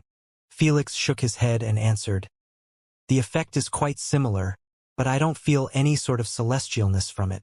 It feels like a man-made product, and I know that the illusion domain can copy anything in reality to perfection. So, if I truly managed to copy the real celestial black flames, I would know it straight away. Well, you can figure it out later on. I think the demon is ready to cooperate, Jormungandr said while pointing his finger at Lucifer. He had screamed so loud and hard before, his voice was barely audible now. Still, Felix and the others managed to read what he was mouthing in silence. I will do it. That's the spirit. Felix released Lucifer from the torture with a snap of a finger, causing him to drop into the ocean and remain lying on its peaceful surface without a single twitch. His face was absolutely drained out of color, like he had just survived a trip to the 9th level of hell. Now, let's start all over. Felix crouched next to him and asked, Shall we begin the ascension process? Lucifer nodded his head a little, having no energy to speak or fight back. The black flames had burned his soul to an absolute crisp, and he could not muster an ounce of energy to even stand up. Don't even mention fighting against Felix in the merge. Is this really my destiny, Mother? Lucifer murmured with hazy eyes. Answer me. How was I ever supposed to win against him and ascend? You always knew everything. Was this in your vision as well? Doubts began to appear in Lucifer's mind about his mother's true motives. Ever since she created him, she always told him that he was destined to be the demon god and rule over the universe and its realms. All he had to do was possess his twin soulmate's body, and the universe would be his own. But, in both battles against Felix, he recognized that he wasn't even close to his strength. There was such a clear disparity between them that he doubted if he ever had a chance at all. Even the illusion resistance was deemed futile against the celestial black flames due to the pain of being in a different realm. So, how could this be his true destiny? Is this how my life was always supposed to end? Lucifer glanced at Felix from the side and thought to himself. Was my destiny to merge with him and get erased, allowing him to ascend? Mother, answer me. As much as Lucifer was somewhat of a lunatic, he wasn't an idiot in the slightest. He realized that his mother was never on his side and everything she spewed at him was pure utter bullshit. In his mind, if she was on his side, she could have done much more to prepare him against Felix. After all, she was the paragon of sins, and there was no way she would send him to his damnation unprepared unless she wanted it to happen. If this is how death shall come, then I will gladly make sure none of us win anything from this. In a last-ditch effort to thwart Felix's plan of ascension and to spite his mother's, Lucifer summoned all the dark, malevolent power he could muster. His eyes burned with an unholy fire as he channeled his spiritual prowess into one final move, one final action. Soul implosion. A surge of chaotic energy emanated from Lucifer's form, and his very essence seemed to tremble with the malefic force he was about to unleash. Whoosh! Whoosh! The peaceful consciousness ocean was no more as waves raged back and forth in response to this insane gathering of spiritual energy. No! Felix yelled with a livid expression as he tried his absolute best to void Lucifer's attempt at self-imploding his soul. Alas, it was too late. The moment someone made a decision to implode his soul, it was close to impossible to stop them since they were the sole owners of their souls. This was the reason Felix managed to pull off soul implosion against Asna before she could completely merge with his soul. Lord Hades might be able to stop it, but he had no powers to take actions outside of the spirit realm with his current weakened state. Ignore him and reinforce your soul. Thor yelled at Felix in anger, understanding that Felix was merely wasting his energy on the inevitable when his own soul was in danger. No! Felix ignored him and kept channeling everything he had to keep Lucifer's soul intact against his own will. How could he watch his only method to rescue Asna evaporate right in front of him? In his eyes, what's the point of living if the one he loved the most wasn't by his side? Ha ha ha! It's hopeless.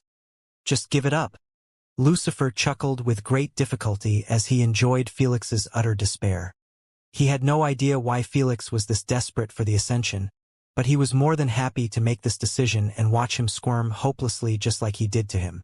Crack! Crack! Crack! Meanwhile, inside Lucifer's consciousness space, the soul barrier kept shattering rapidly even when Felix's spiritual pressure was trying its best to maintain its form. While this was happening, at the depth of the void realm on the other side, a pair of pink eyes snapped open and glanced in the direction of Lucifer and Felix.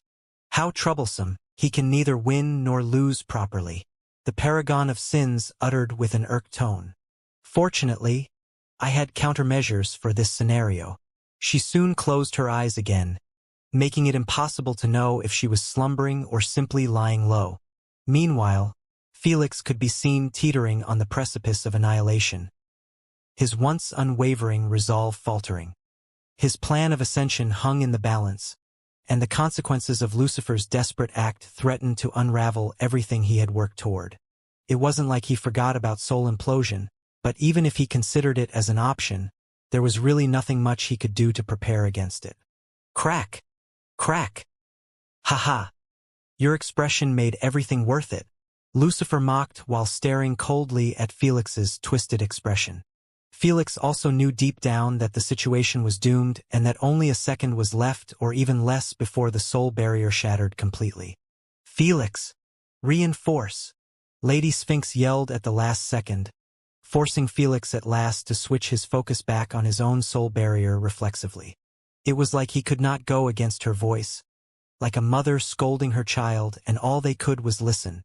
When the primogenitors saw this, only then did they sigh in relief and anticipated for the explosion. It wasn't like they weren't using their own spiritual prowess to defend Felix's soul barrier.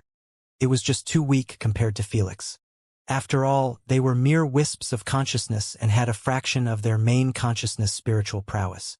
However, they anticipated and waited, yet nothing happened. Ha ha. Ha ha.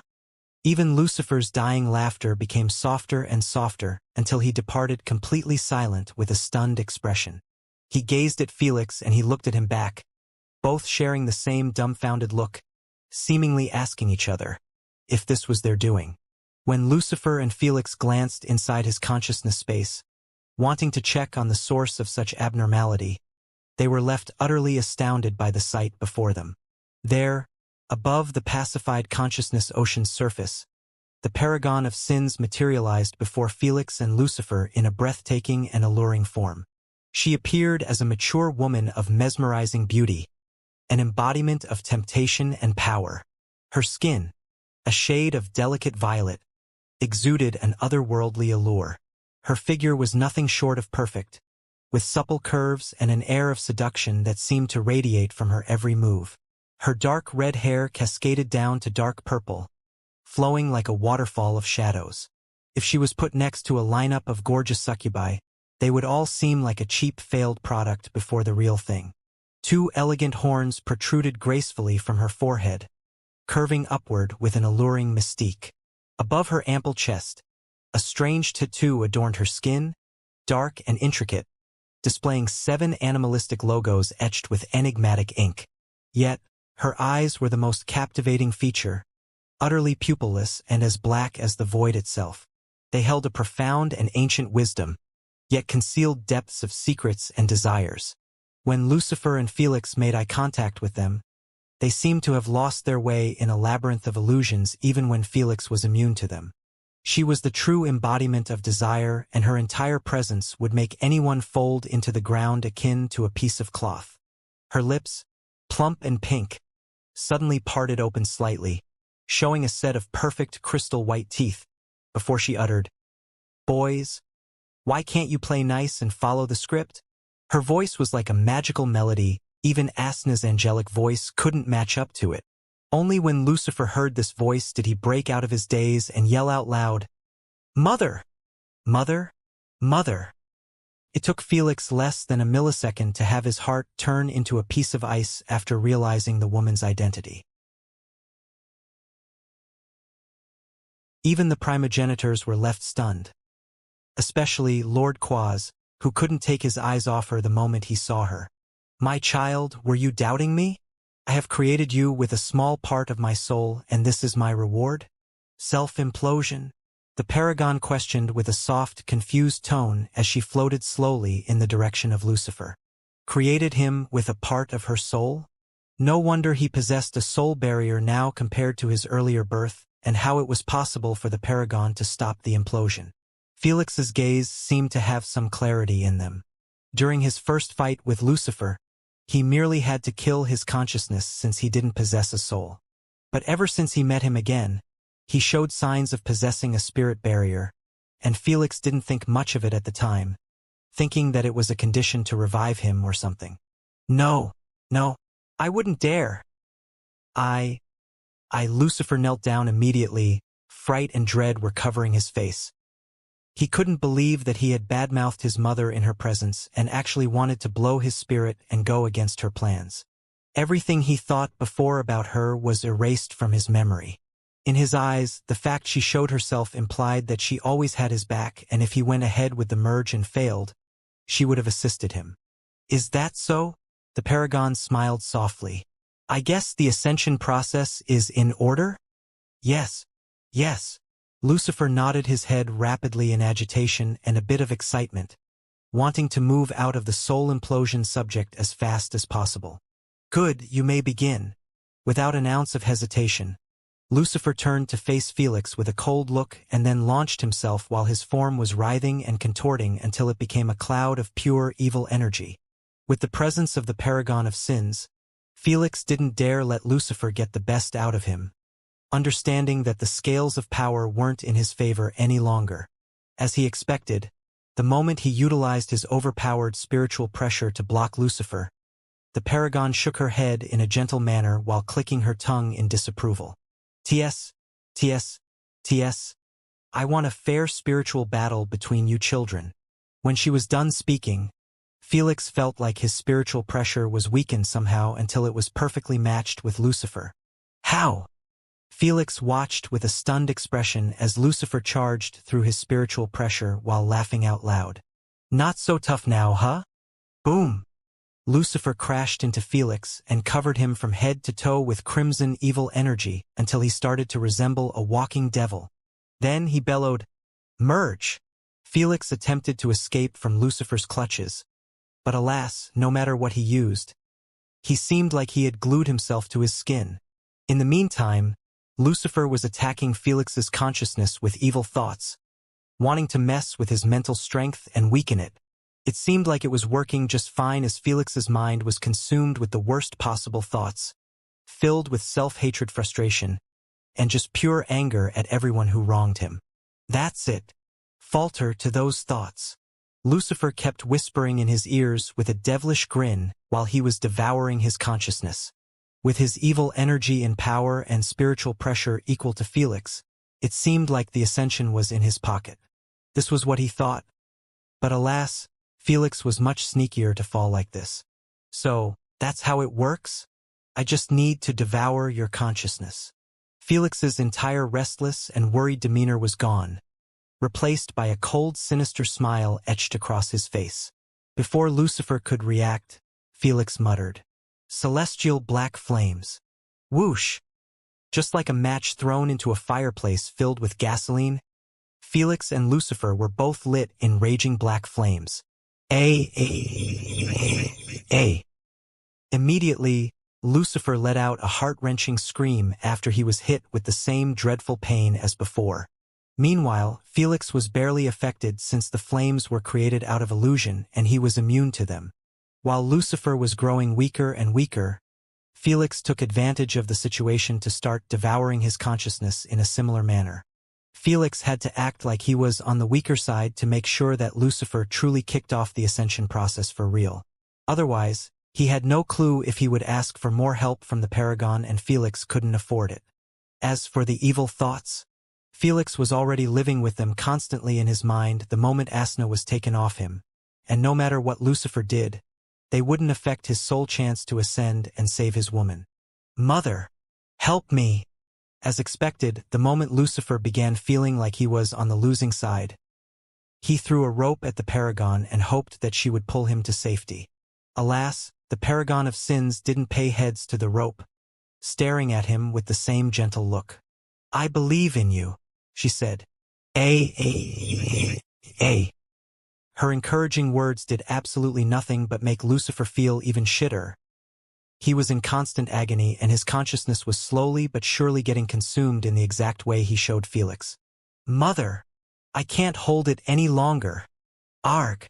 Lucifer kept screaming while his blurred eyes focused on his mother. She seemed gentle like a spring breeze, but her smile was absolutely devoid of any emotions. Fighting. She cheered like a teenage girl with her fists in the air, seemingly taking this entire life and death situation as a joke. "Mother!" This image shattered Lucifer's heart into pieces yet again.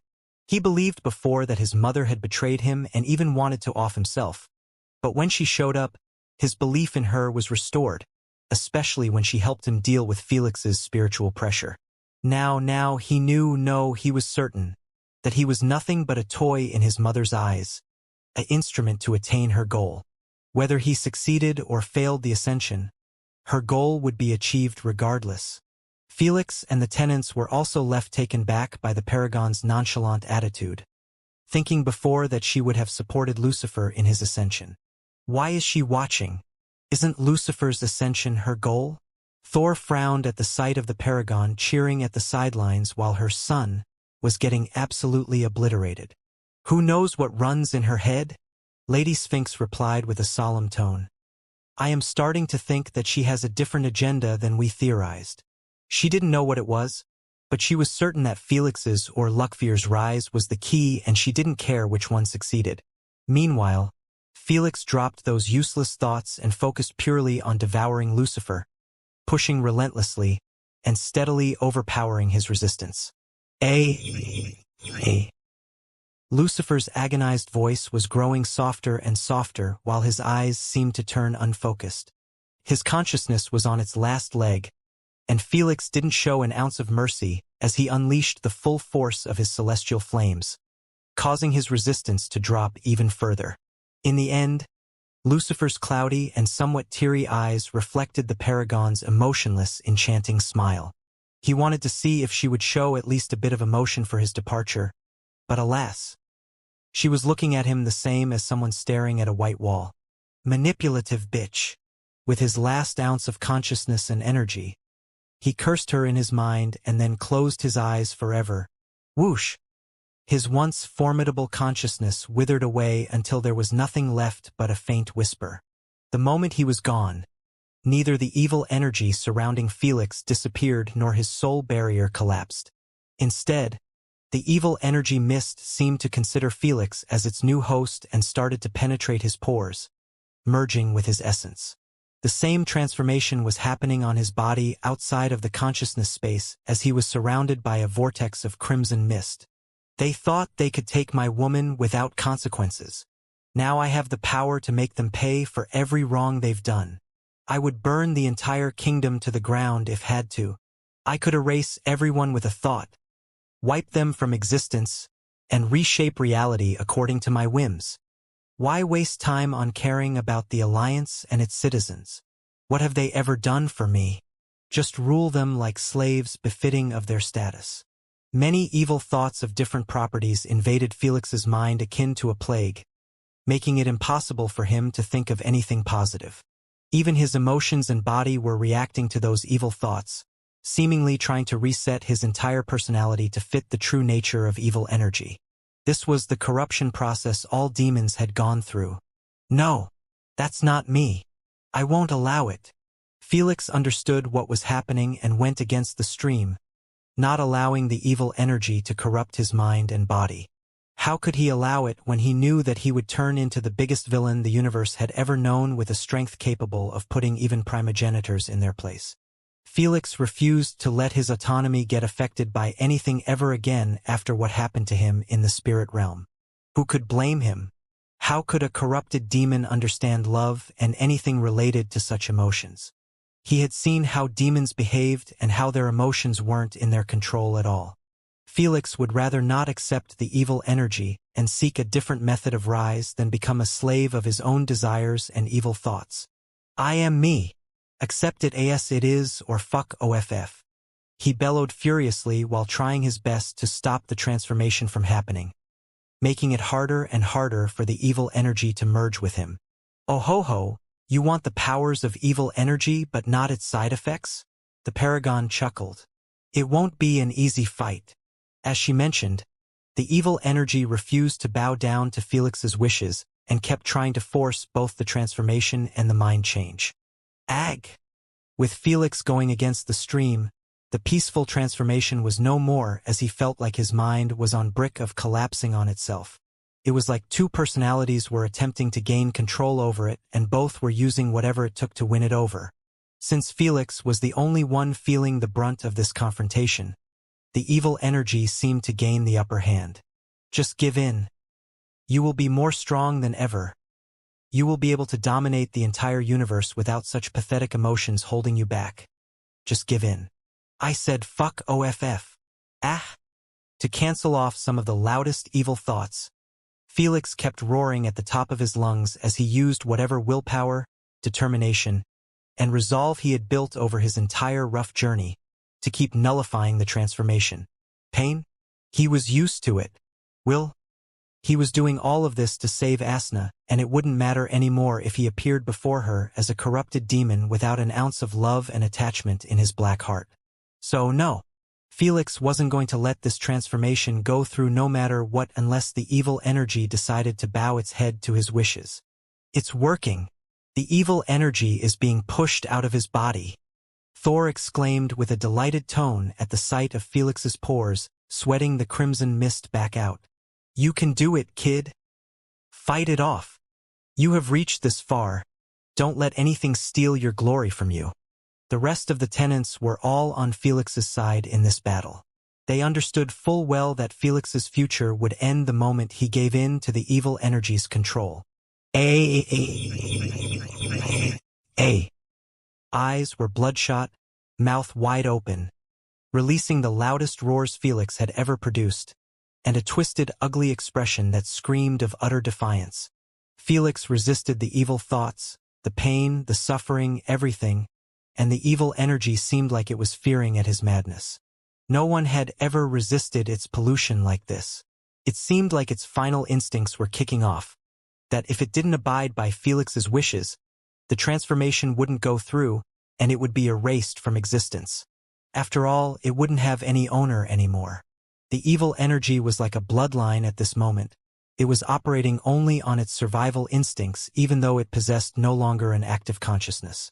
When someone or something operating on instinct has either the choice of death or getting his way, they always choose survival. And so, the rampaging evil thoughts began to diminish slowly but surely until Felix's mind was completely free of them. That's what I thought, Felix remarked coldly and stopped resisting the transformation, allowing the merge to continue. This time, the evil energy was well behaved. Not bad at all. The paragon showed a faint, pleased smile, which was divine enough to cause empires to fall under her grace. Felix didn't even hear her as his body was undergoing a true transformation resembling that of replacing a bloodline. In less than a couple of minutes, the crimson vortex seemed to die down, leaving behind a scattering cloud around Felix, showing only his silhouette. Felix neither passed out nor felt any type of weakness after the transformation was completed. Instead, he felt more alive than ever. With a single step forward, Felix emerged from the crimson mist with a completely different appearance, indicating the momentous changes within him. His once colorful hair had regained its deep crimson hue, cascading down his back in long, flowing waves. Crimson mist seemed to be released at the edges, making it seem like his hair was made out of red clouds. His eyes, once pale and blue, had turned a brilliant shade of golden, gleaming with celestial intensity. Yet, perhaps the most striking transformation was the return of his demonic horns and skin color. His horns jutted proudly from his forehead, appearing more demonic and frightening than Lord Shiva's horns, while his skin took a slightly darker, more vibrant tone. With every step he took, the green ground beneath him seemed to get sapped out of its life like he was the Grim Reaper walking in his flesh. So, this is the rise he always blabbered about? I barely feel a difference in my physical strength. Felix sneered coldly while eyeing his dark, pointy demonic nails. As expected, this is merely the first ingredient and the true ascension is far, far off. Felix expected that he would get at least some enhancement to his strength, but he ended up disappointed. If you want to get your strength improved, you only need to devour purities from powerful beings. Suddenly, the paragon of sins appeared in front of Felix and whispered in his ears as she leaned forward. Like Yggdrasil and Quetzalcoatl, her voice and smell were so alluring that even Felix with his mastery over his desires couldn't help but feel his lust awakening like nothing before. Whoosh! He swiftly jumped back, putting some distance between them, not liking the feeling one bit. What's your deal? He asked a question that summed up his entire relationship with the Paragon of Sins. It was clear to him that his story had begun with the Paragon of Sins long before he was even born, since the demon's existence was traced back more than 10 million years. His entire race wasn't even born yet. Don't even mention him. With a single step forward in the air, the Paragon appeared in front of Felix again. But this time he was unable to get away from her. Crack, crack. I don't have much time. So how about we have some fun instead? The paragon smiled charmingly as she glanced at the soul barrier starting to crack again.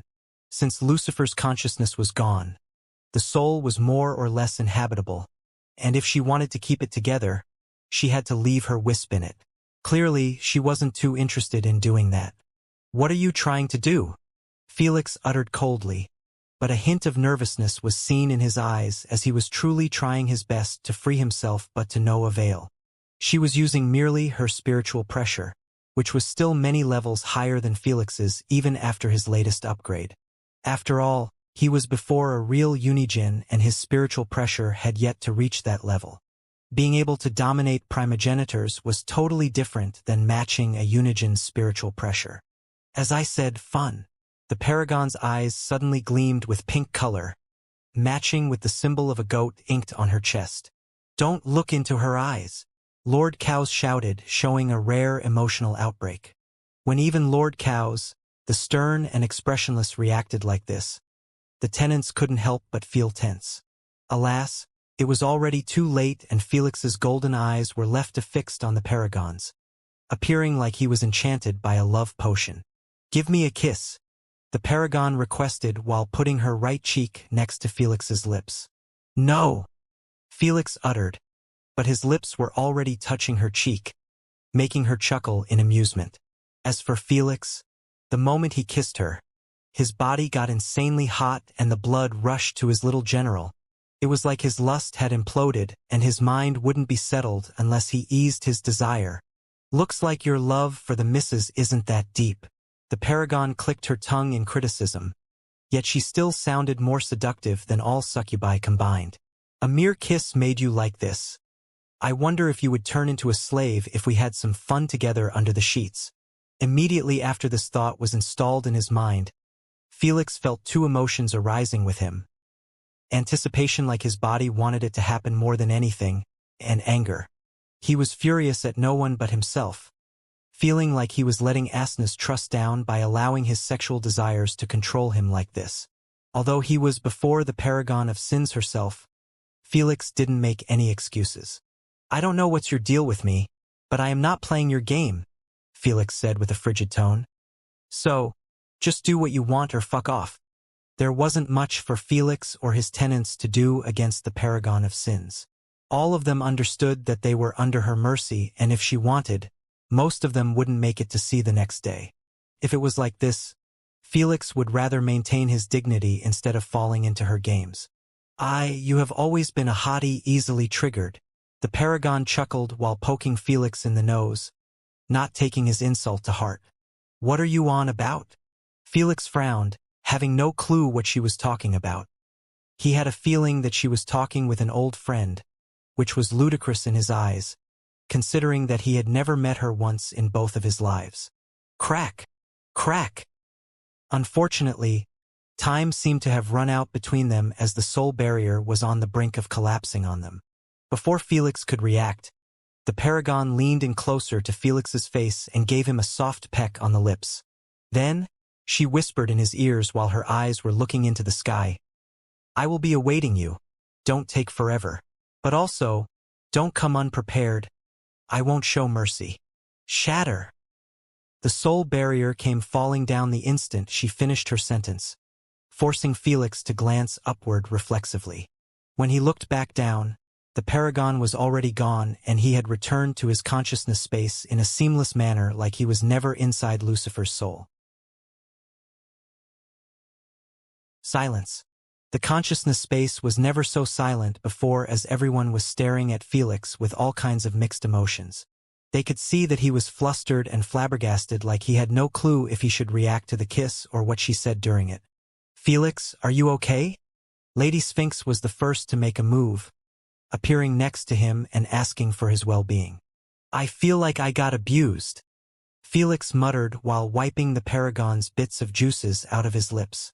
You should feel glad you came out of this with an unwanted kiss, Lord Quaz interjected coldly. That calculating vixen could have ruined you if she wanted. Felix knew that he was right. The paragon had kissed him after removing her lust laws on him, which made him feel like he had been kissed by a goddess. While anyone would kill to be in his spot, he didn't feel an ounce of joy or excitement from the kiss. The same couldn't be said if she still had her law activated and Felix dreaded the thought of what would have happened. Sounds like your history with her is quite deep. Thor tried to take advantage of the situation to get some answers from him. Is it possible to know about it? It might help us in the future. Everyone's ears perked up in intrigue, even the other lords. Alas, Lord Quaz gave them the same emotionless look and broke into a misty fog, leaving them hanging. TSK. She must have broken his feelings or something. Thor clicked his tongue. After everyone witnessed the Paragon's playful and nonchalant charming behavior, they firmly believed that Lord Quaz and her shared a romantic history between them, which ended badly for his side. She is way too dangerous and unpredictable. Jormungandr knitted his eyebrows. He is right. Felix had gotten lucky with just a kiss. I doubt she would have killed me. Felix replied with an annoyed tone. She just wanted to mess with me before she left. True, we should also take anything she uttered with a grain of salt. Lady Sphinx advised. We don't know if she was trying to bewilder you or she really meant everything she said. Lady Sphinx was speaking about the Paragon statements where she made it sound like she shared a relationship with Felix in the past. In reality, she could have uttered it to play with Felix's mind. There is only one person who can help us find the truth.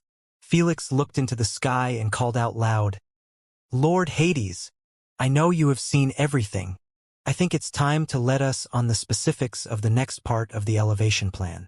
Immediately after, a spectral mirror manifested in front of them and its surface began to ripple, like a stone thrown into a still pond. Slowly, the ripples coalesced into a swirling vortex of dark, ethereal mist. From within the depths of the mirror, a pair of piercing, otherworldly eyes emerged. Lord Hades' presence loomed large, even within the confined space of the mirror, causing all the tenants to show respectful and solemn expressions. Before the primogenitors could greet him, Lord Hades' voice rumbled, deep and commanding as if it echoed from the depths of the underworld. I have no clue what's going in her mind and don't bother asking me about it. As for the next part, you will need to devour the false Unigen's core. As you have just witnessed, the 7 sins laws are too powerful against mortals with desires. If you attempted to devour the false Unigen's core, you would end up dead without knowing how. Seeing that Lord Hades wasn't wasting time with empty talks, Felix dropped the subject related to the Paragon of Sins. I require your guidance then. Felix narrowed his eyes. How is it possible to gain immunity or at least a decent resistance against the 7 sins? After what the Paragon of Sins put him through, Felix had absolutely no interest in taking down Nemo's alter ego without proper preparation. That's for you to solve, Lord Hades remarked calmly before shutting down the mirror, not staying for even half a minute straight. He didn't even give Felix a chance to ask him about the Paragon's statement of waiting for Felix's arrival like she was certain he would come to find her later. While Felix had absolutely no thought of ever getting close to that vixen, he was slightly concerned that his path of ascension would end up with dealing with her again. Well, he didn't help much, but it's understandable. Lady Sphinx disclosed, this is new grounds we are treading on and he doesn't want to give you bad advice. Lord Hades only led the way if he was somewhat certain about the results. In the case of Lucifer, he connected the dots and understood that there was a high possibility of Felix merging successfully with the evil energy and becoming its new owner. However, he refrained from telling Felix about the exact method since he also was ignorant about it. In other words, he would merely keep giving Felix an outline of the plan, and it was up to him to fill in the details and deal with its challenges. I think our best chance is Nemo, Thor mentioned. While he isn't as powerful as his alter ego or knows much about his abilities, I think it's possible to take advantage of his immunities. How so? Felix raised an eyebrow. I don't know.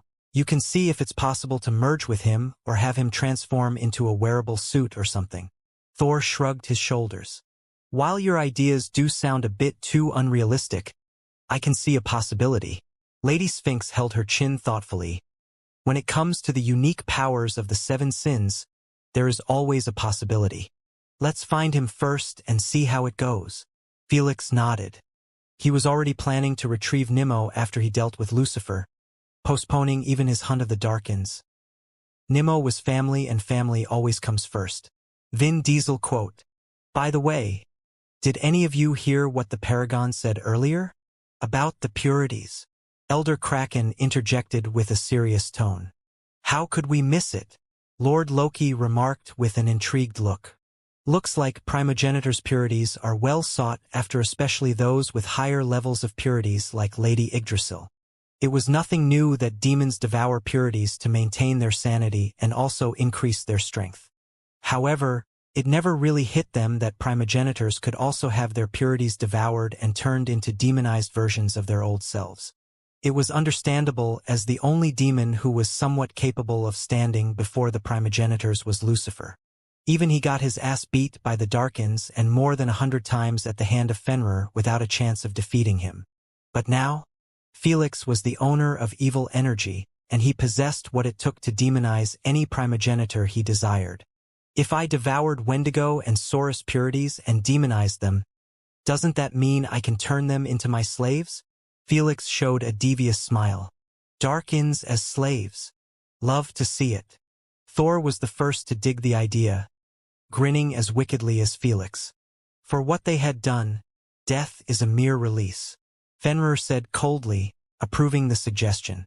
It was far, far more humiliating and cruel to turn the Darkins into demonized slaves than just killing them. Felix was certain that they wouldn't be able to betray him, since not a single demon could be disloyal to the personification of evil energy. Even the proud black and green dragon heads knelt before Lucifer after demonization. Let them enjoy their freedom for now. Felix hadn't made a decision yet and didn't want to waste his time on them at the moment.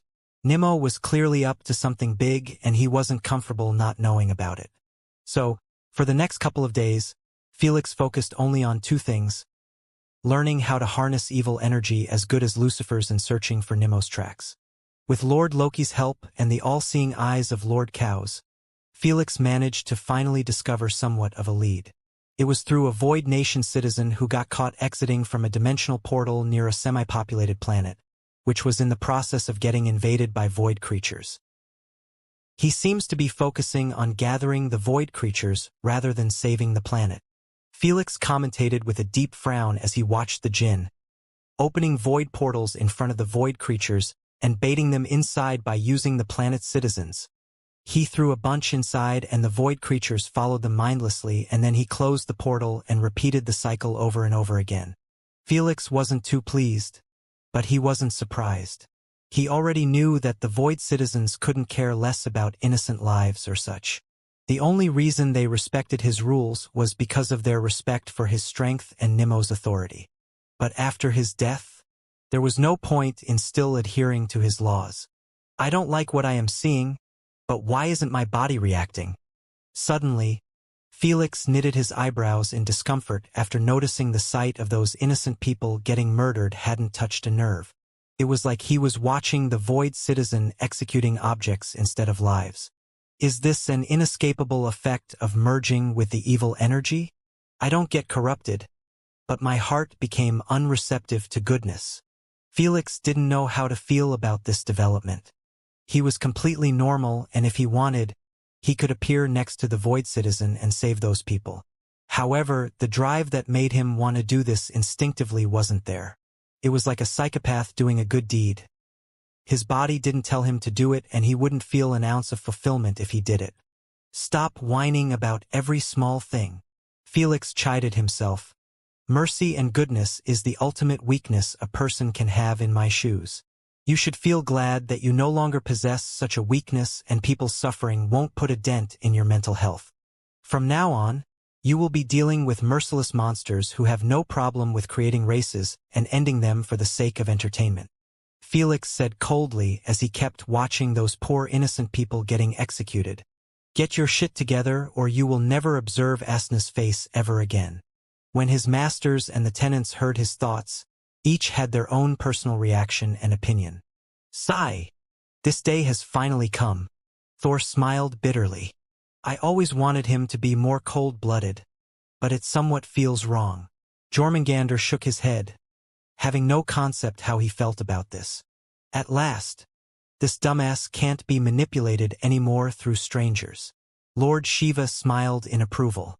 Yet, all of them kept it to themselves, understanding that the path ahead would only get more brutal and tougher, and Felix losing his good heart was the best way to keep his sanity intact.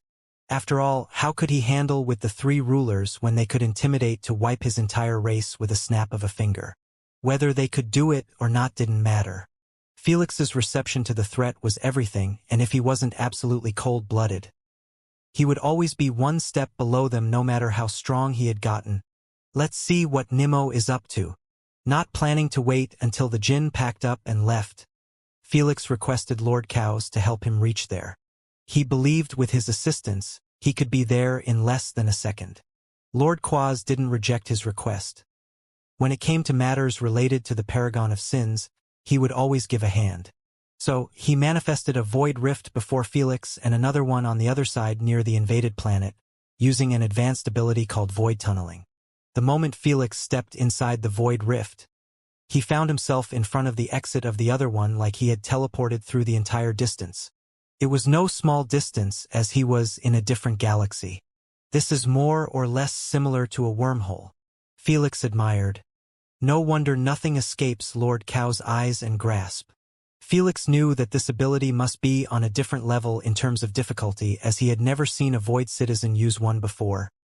Even Nimmo hadn't unlocked it before.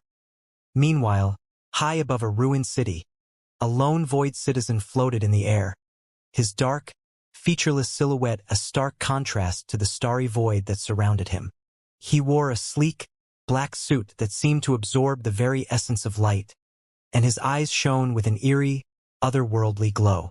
Beneath him, the planet's surface was in turmoil.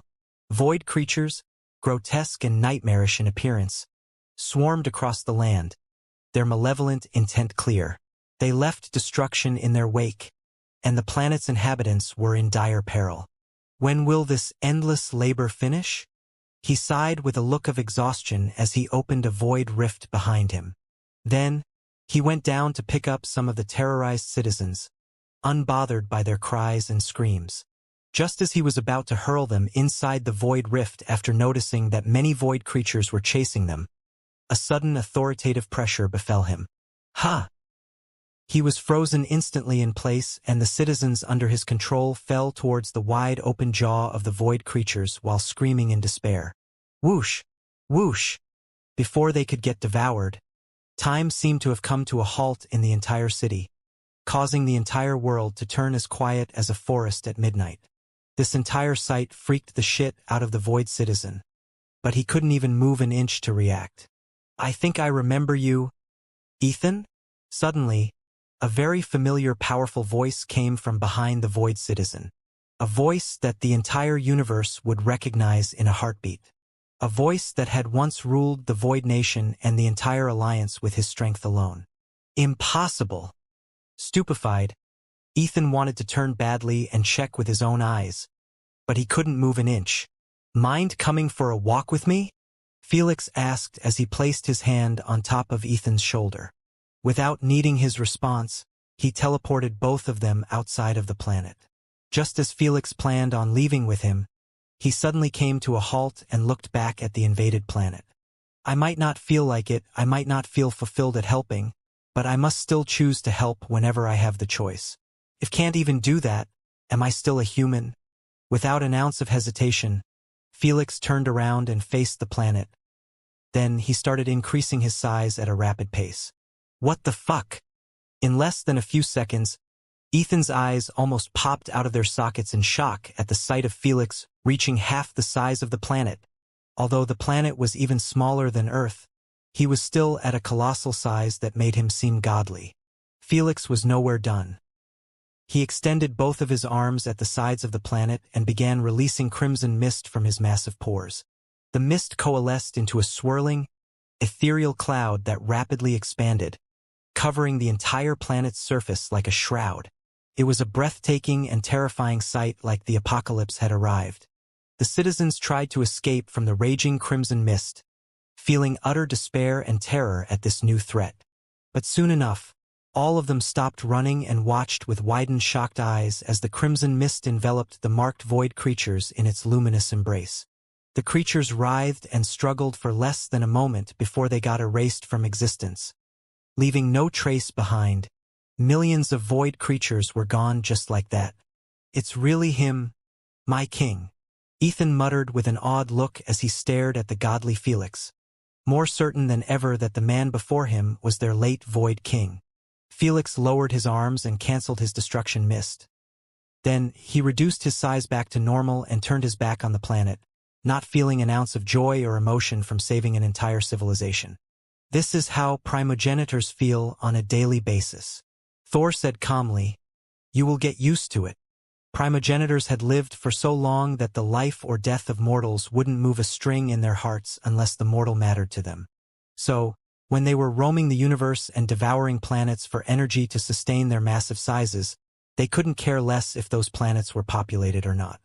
With time, life loses its value, and Felix was slowly treading on this path whether he liked it or not. "Let's go." Felix lifted Ethan by his collar and disappeared through the cosmos, having no idea that the citizens on the world were kowtowing for their savior, whoever it was. Inside Felix's eternal Nautilus spaceship, Ethan could be seen kneeling before Felix with an excited expression inside the cockpit. "My king, I can't believe you are back. This is the greatest." "Enough," Felix interrupted and said. "I want to know what's Nimmo doing, and why has my country disappeared from the face of the universe?" Of course. Ethan lifted his head and began narrating with a bothered voice. "Ever since your death was announced, the Void Nation has been on a steady decline. However, we were all fine with it, knowing that we can always rise back up after things steadied. But then, something seemed to have snapped inside our god's head," Ethan reported with a worried tone. "We have no hint what happened to him, but he has ordered everyone to start bringing empty creatures to him. Since we can't reject his orders, we have been working tirelessly by either creating empty creatures through the Wrath creators or collecting them like I was doing. This has been going on for decades now." "How many void creatures are in his ownership now?" Felix asked with a deep frown. "Candace and the councilman know the exact number. All I know is an estimated number." "What's that?" Ethan thought about it for a moment before reporting. "I believe we are close to reaching 50 billion empty creatures." Forget Felix. Even the tenants were left in utter disbelief at such a staggering cataclysmic number. What is he planning to do with such a massive army? Raid the universe? Felix didn't know what to think. Just a couple million void creatures were enough to devour a planet. 100 million could literally own one of the top 30 races in the Alliance. 50 billion? Felix doubted the Alliance could handle such an army if it was released at once across the entire universe. "No one really knows our god's thoughts besides Candace," Ethan soon added. "Though, I have witnessed the gathering of those void creatures, and it didn't seem like they were prepared for a war." "What do you mean?" Felix asked. "This might be weird to say, but our god has created a massive statue of you from them." "A statue?" "Everyone believes that this is his way of honoring your death after finally accepting it," Ethan said with a wry smile. "I see." Felix remained silent, deep in his thoughts about this peculiar situation. He didn't think that Nimmo would go as far as to create an honorary statue for him. It didn't sound like him at all. "Do you think?" Lady Sphinx suddenly interjected. "Knowing him, it's more plausible than this," Felix replied, knowing that they reached the same theory. "There is only one way to find out."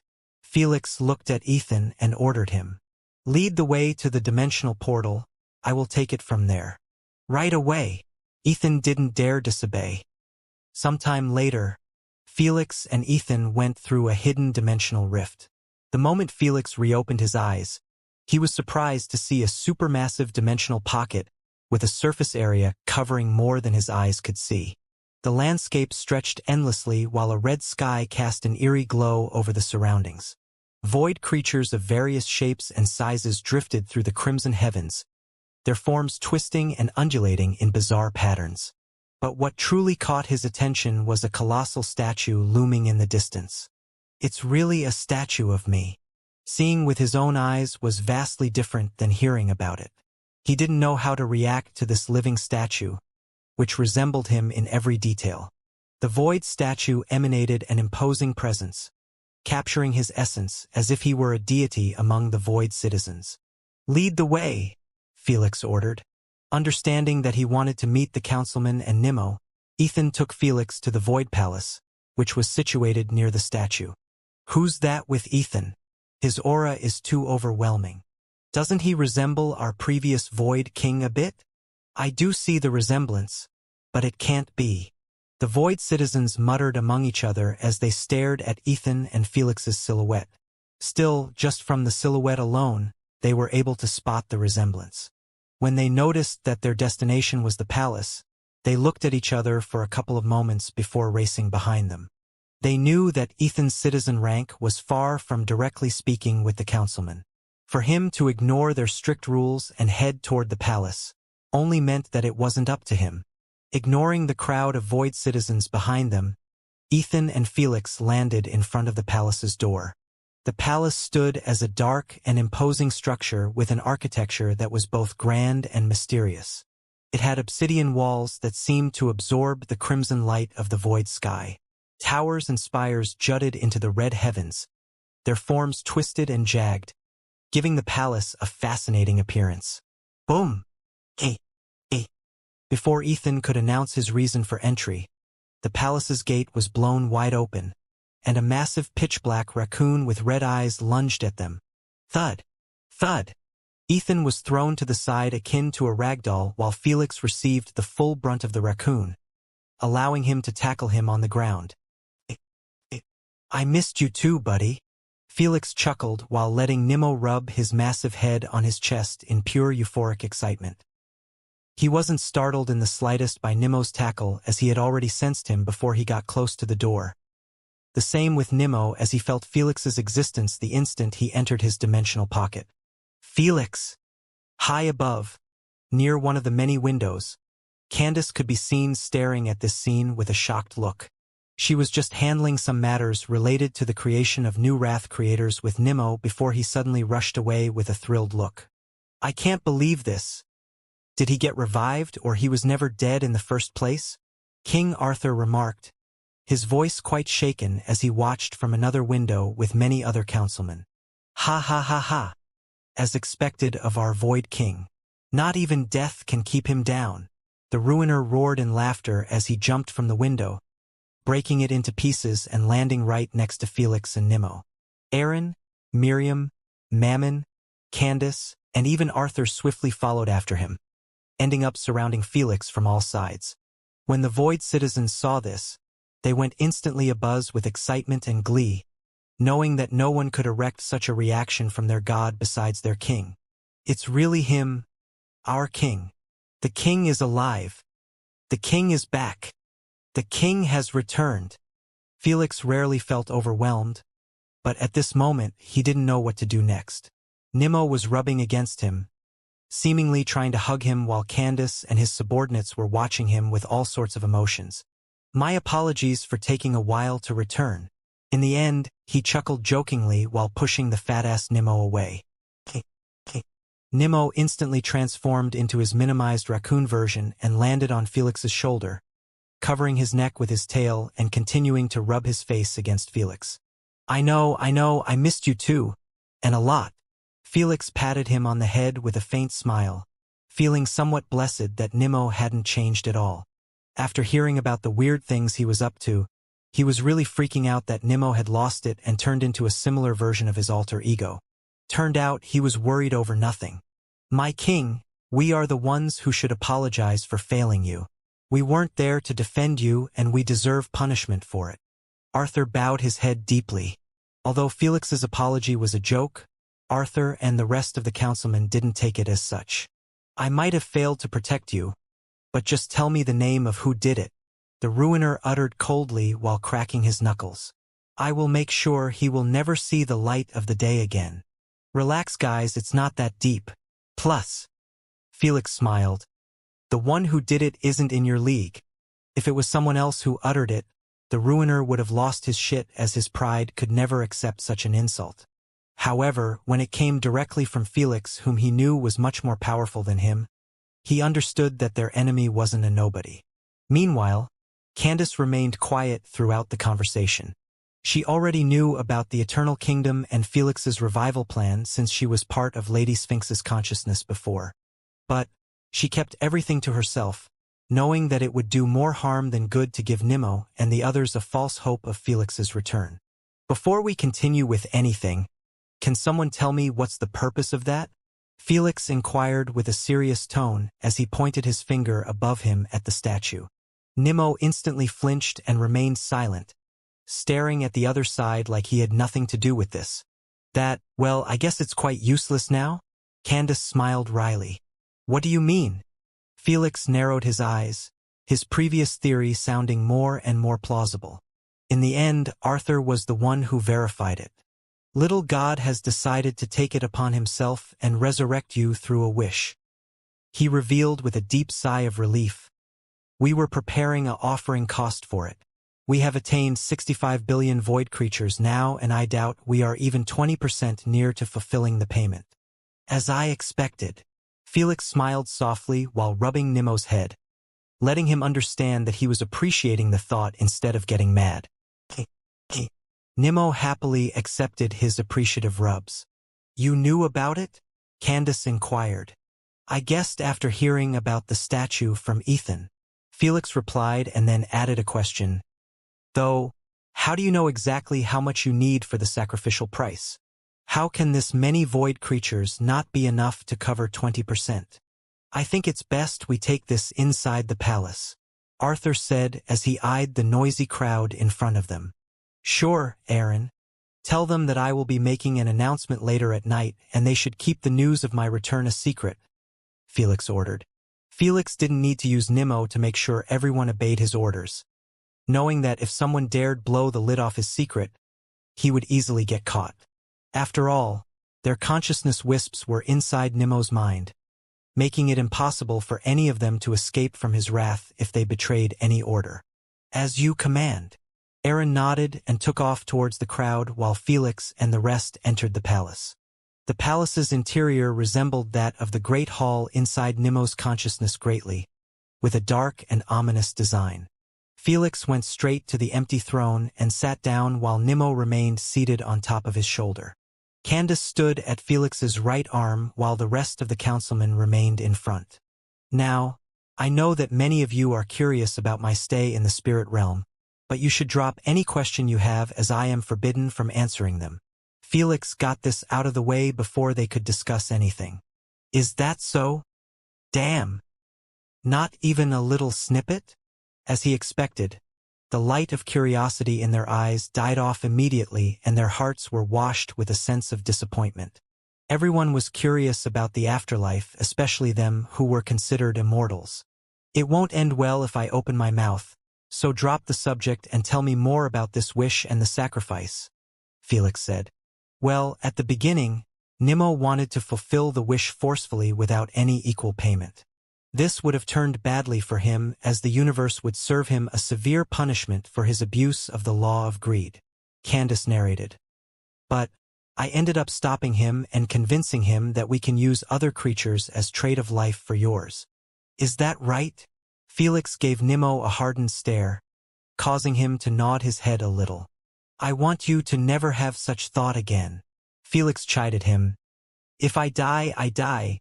Don't try to sacrifice your life for mine. Am I understood? Nimmo whimpered softly, clearly upset about getting told off. While it pained Felix to scold him, especially when he had only his interest in mind, he knew that he had to be stern. The last thing he wanted was for Nimmo to sacrifice himself for his well-being. He couldn't handle knowing that both of his closest loved ones ended up slumbering for eternity because of him. It would be a far crueler fate than death. But, don't worry, I will soon be strong enough that you won't need to have such thoughts in your mind again. Felix comforted with a cold tone. You have my word. This made Nimmo happy again. He only cared about Felix's well-being and being alive with him, nothing more, nothing less. Please continue. At first Nimmo planned to sacrifice all creatures, whether intelligent or not, but I convinced him that if you heard about this, you wouldn't be pleased with him. Candace chuckled at Nimmo's annoyed look, not too pleased with her snitching at his father. Good work. Felix praised her while giving Nimmo a side glance. He knew that it wasn't for Candace's relationship with Nimmo being so close. He wouldn't bother listening to her at all and do as he pleased. Even if it meant massacring the entire universe for the sake of reviving Felix, he would go for it. In the end, we have decided to use the void creatures as a sacrifice. Miriam continued from here with her seductive, melodious voice. They are easy to make with our wrathful creator's armies, and there are plenty of them across the universe. Unfortunately, because their life's value is so poor compared to yours in the eyes of the universe, the price was way too steep. Arthur shook his head. We even had to invest more than 20 billion void creatures at the start to create this untrackable dimensional pocket and keep our operations under wraps. I am more surprised that it's even possible to use void creatures as a price. Felix remarked. Isn't this highly abusable by the paragon of sins, Nimmo and the Jinn? Felix felt that it was weird that the universe accepted the void creatures as a reasonable payment when the paragons themselves were capable of creating an infinite number of void creatures. It was like a bank printing money and using said money to buy whatever it wanted without any repercussions. The government clearly wouldn't allow this, and so should the universe in this scenario. Well, we also had such thoughts back in the day, and we came to the simple conclusion that the universe has already punished the paragon when it created our race. Even if she was punished for it, our race was still considered as an actual race within the ecosystem, and so, we have lives and worth in the eyes of the universe. Mammon shared with a calm tone. As the greatest Jinn alive, he was more knowledgeable about this subject than any other void citizen. That makes sense. Felix nodded in understanding before adding, the universe is operating on a set of frigid rules in white and black. It doesn't do well with matters in gray. So many loopholes emerge where its rules can be overlooked or even abused. This was the perfect example of why the universe required an active consciousness to reason on such matters and deliver appropriate punishments. Unfortunately, there was no such thing, and the cunning and powerful like the Unigens and the three rulers had the option to abuse the rules. If it's like this, I think I found the best way to acquire Sin's immunities. Lady Sphinx remarked. You aren't thinking of using those void creatures to wish for the immunities? Thor raised an eyebrow in surprise. When Felix heard them, his eyes slightly lit up. He knew that the greed laws had no limitation on what wish one could ask as long as the appropriate price was paid. If so, why not wish for him to have Sin immunities and utilize those void creatures as the payment? It was the perfect method. Mind I ask, there are more than 60 billion void creatures collected. Do you think they are enough to wish for at least a couple of Sin's immunities? Felix wondered out loud, catching the councilman and Candace by surprise. Sin's immunities? Mammon thought about it for a moment and answered without asking Felix about his motives. I think it's enough for 2 immunities, maybe even 3? So many, Felix exclaimed. Even though he uttered that he could obtain a couple of them, he didn't believe it. In his eyes, he would be over the moon if those void creatures could be traded for a single immunity. It's not really, Mammon clarified. Immunities are pretty widespread and there are plenty of ways to acquire them, even for commoners. So, in the eyes of the universe, the price for wishing for them is nowhere close to reviving someone even if those were 7 Sin's immunities we are talking about. In other words, worth was decided based on the challenge of achieving something and its accessibility in the universe. Sin's immunities were difficult to obtain, but they were possessed by thousands of void citizens, which underplayed their values. If it wasn't for the challenge of getting them high, the 60 billion void creatures would be enough for 7 Sins and still, there would be leftovers. You handed me the biggest present possible at the best moment. Felix rubbed Nimmo's belly with a gleeful smile, making Nimmo giggle in enjoyment. He had no clue that the past decades of slaving the void citizens had saved Felix a lot of time and trouble. All he cared about was getting them belly rubs, and this time, he earned them. Mind I ask why you want to have immunities to sins? Candace tilted her head in confusion. Felix thought about it for a moment whether to bring them into the plan or not. While they were his subordinates, they were mostly loyal to Nimmo, and if he told them that he was planning to become the new paragon of sins, he didn't know how they would take it. I will be needing their assistance, and I can't have them working wholeheartedly without knowing the truth. In the end, he decided to fill them in. At this moment, there is no need to know my ultimate goal, but I can tell you this. Felix looked at them with a stern expression and disclosed, I am aiming to become the new paragon of sins after devouring Nimmo's alter ego. I need those immunities to survive my battle against him. As expected, everyone was left stunned and befuddled at his bold goal. Becoming a paragon of sins? They didn't even know if that was possible in the first place. Yet Felix said it with such conviction that their brain wires tangled with each other. They had no clue if they should consider what he said as a joke or a serious matter. Only Nimmo seemed quite excited and eager for Felix to achieve his goal, even when he heard that he was planning to devour his alter ego. In Nimmo's little world, there weren't many complications. He hated his alter ego and he loved Felix. As for his title being taken away by Felix, he didn't even know his duties or understand them yet, since his awakened version was the one imprisoned. I know this is heavy to take, but I am dead serious. To make his claims more believable, Felix snapped his finger and a crimson misty ball emerged on top of his palm, releasing an ungodly amount of corrupting evil aura. Evil energy. Wait, how? Did you become a demon? How am I not sensing any corruption from you? All of them recognized it immediately and stared back at Felix with shocked expressions, having no clue how he managed to obtain it when he didn't release an ounce of corruption from him. Even though they noticed Felix's new appearance, they didn't think that he had become a demon simply because of the lack of corruption aura around him. I found a way to devour Lucifer and take away his control of evil energy, Felix clarified calmly while turning the crimson sphere into many shapes. You can consider me as the new lord of demons and anything related to evil energy. Wasn't Lucifer killed by you before? How can you devour him then? This is too much to take. Candace shook her head and sat next to him, feeling a bit fuzzy. Seeing that their bewilderment only grew stronger and stronger, Felix exhaled deeply and decided to narrate everything that happened, while omitting details related to the spirit realm and Asna. This made his story seem filled with holes, but they understood that he was merely retaining information from them instead of making stuff up. In the end, the conclusion was Felix needed to become the new paragon of sins to enter the eternal kingdom. Why? He didn't tell them. Still, they were at last on the same page concerning his goal. A mortal becoming a deity is already an achievement that should have been spoken for generations to come. But now, you are aiming to turn into a literal god. You are crazy. The ruiner laughed out loud. And I fucking love it. I am in. Indeed, this does sound too ludicrous, but if there is one person capable of pulling it off, it has to be you. Arthur commentated with a solemn tone. He was the most rational and cunning of them. While this goal seemed a bit impossible to achieve, he understood that he had nothing to lose and everything to gain from supporting Felix all the way. If they failed, so be it. Nothing much would change whether he died during the battle or not. But if he succeeded, he would be one of the closest subordinates to the paragon of sins himself. There was no point in waiting for Nimmo to grow and help them get stronger when Felix could do a much better job at it. Mammon, Miriam, and Candace all thought the same. Your support and devotion are highly appreciated.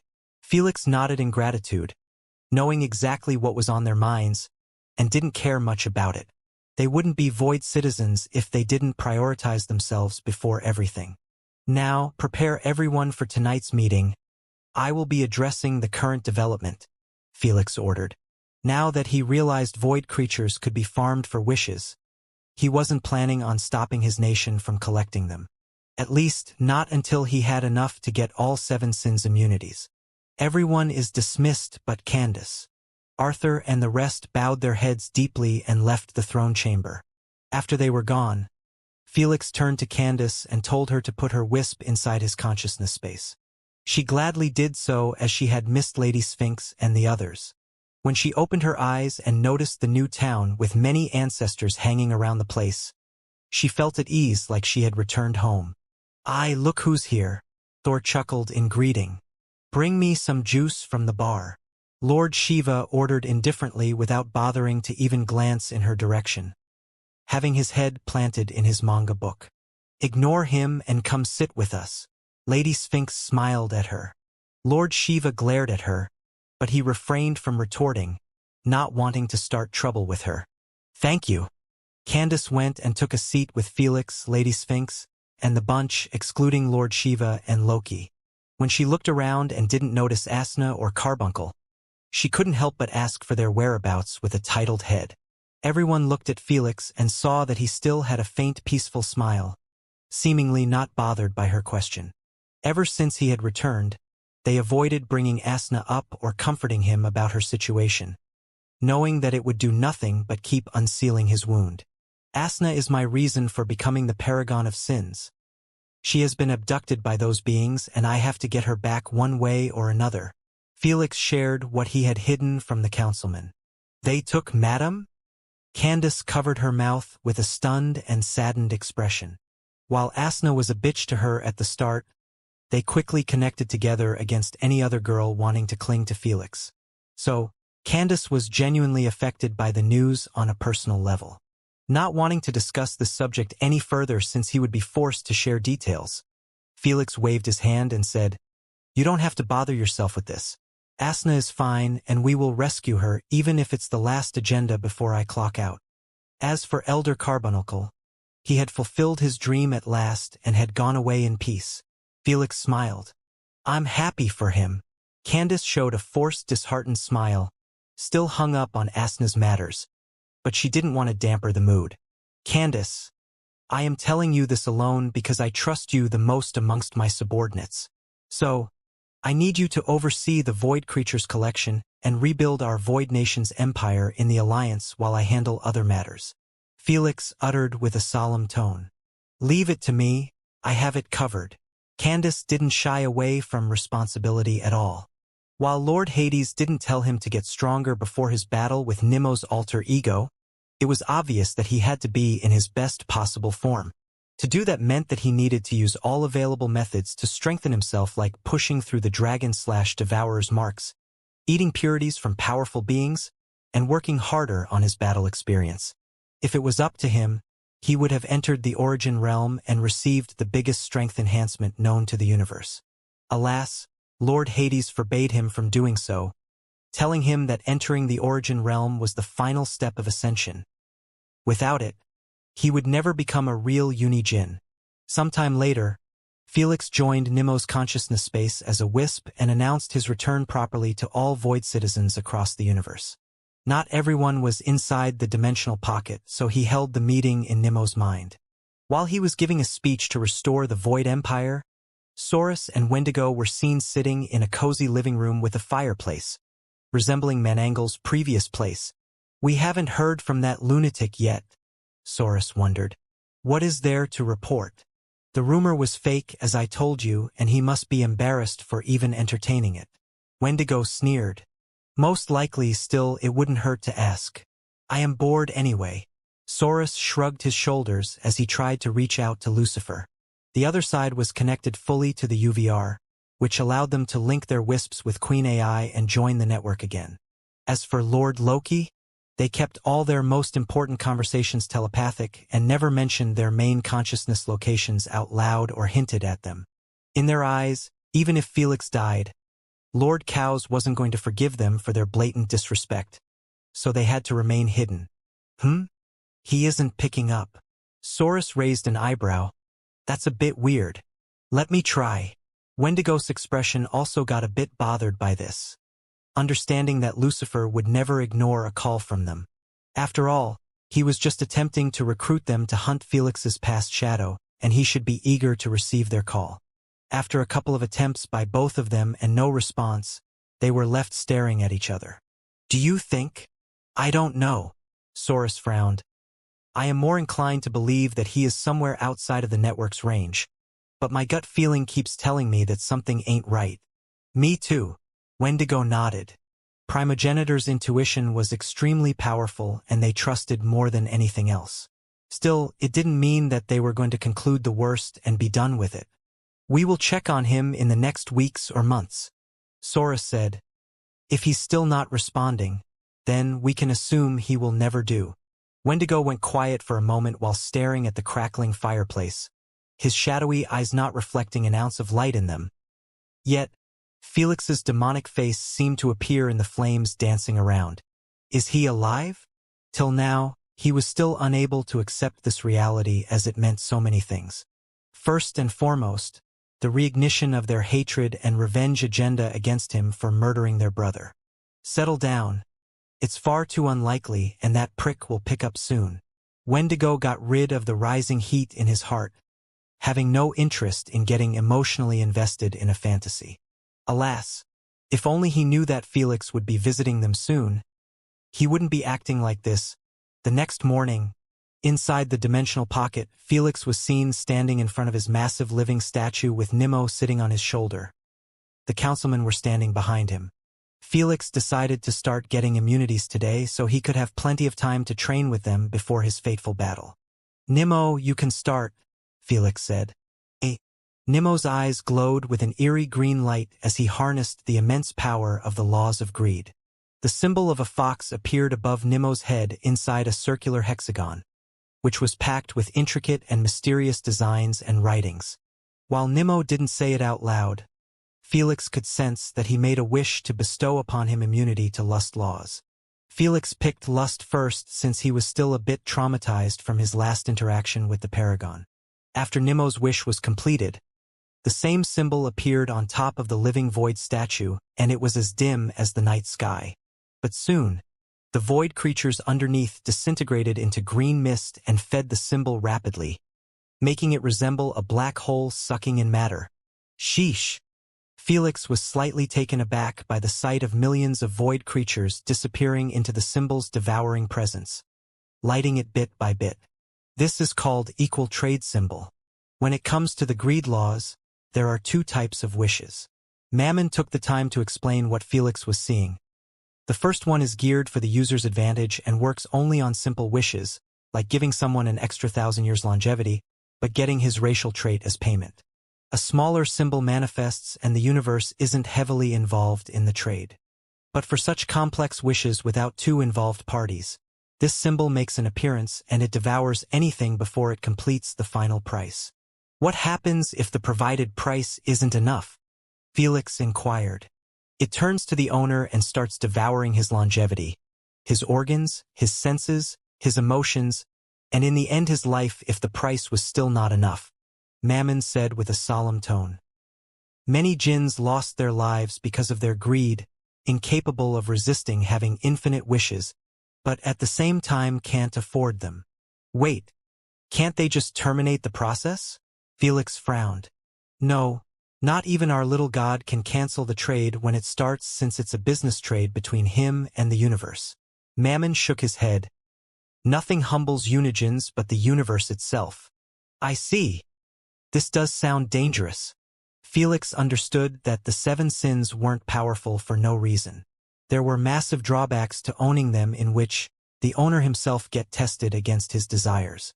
Just because one possessed immunity to those sins, it didn't mean that he would be incapable of falling under their effect. It only meant that others couldn't use his desires against him. But he could still screw himself up. In the case of our little god and the Paragon, since they can't die, the most severe punishment is slumber for a very, very long period.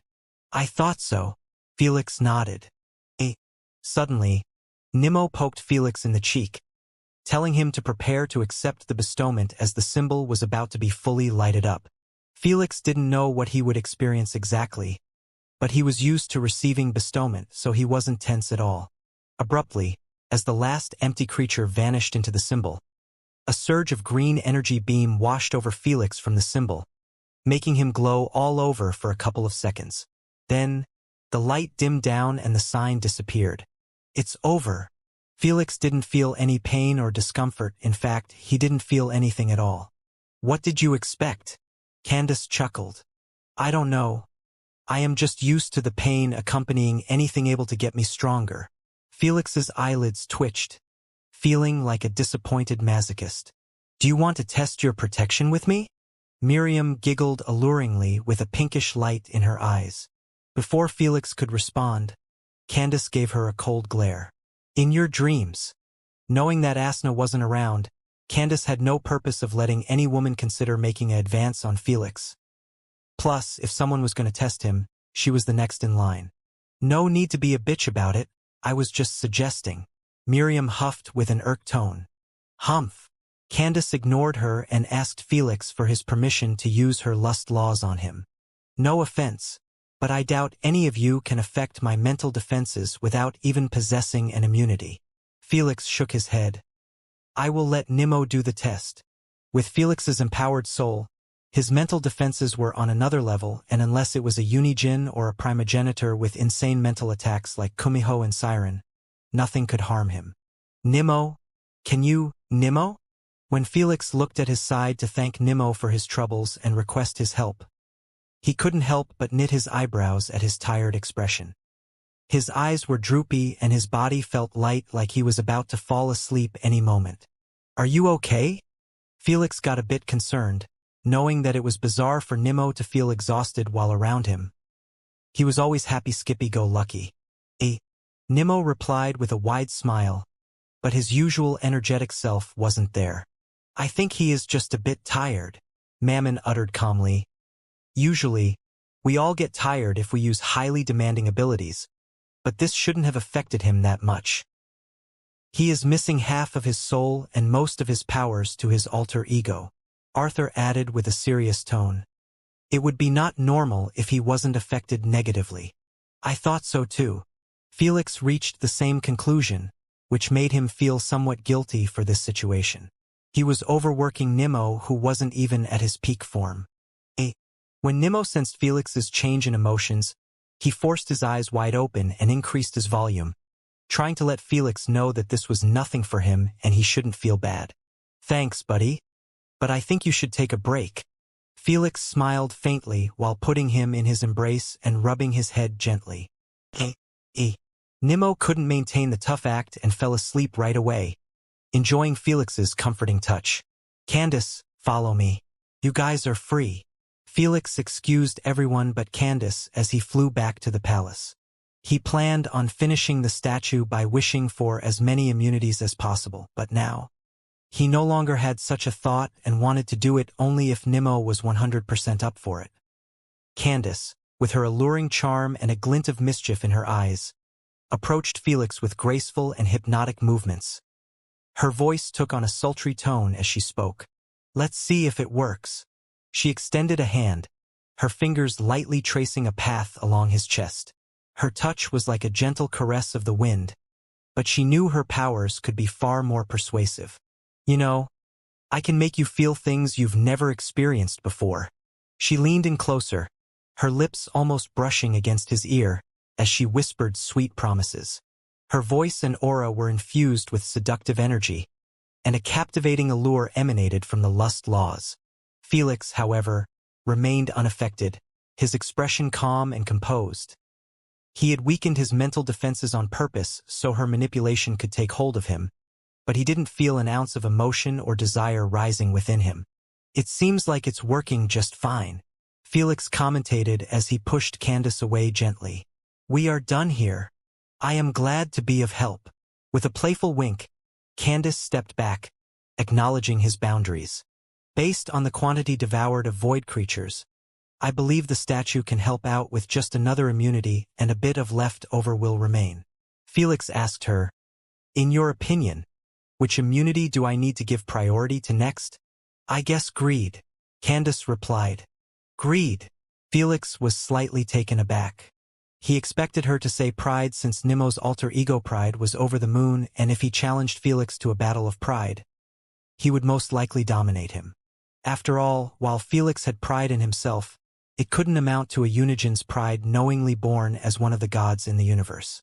Candace clarified with a solemn tone. All Sin's abilities are extremely dangerous in battles, but greed is on another level since just like you used a wish to get immunities, Nemo's alter ego can wish to remove them from you.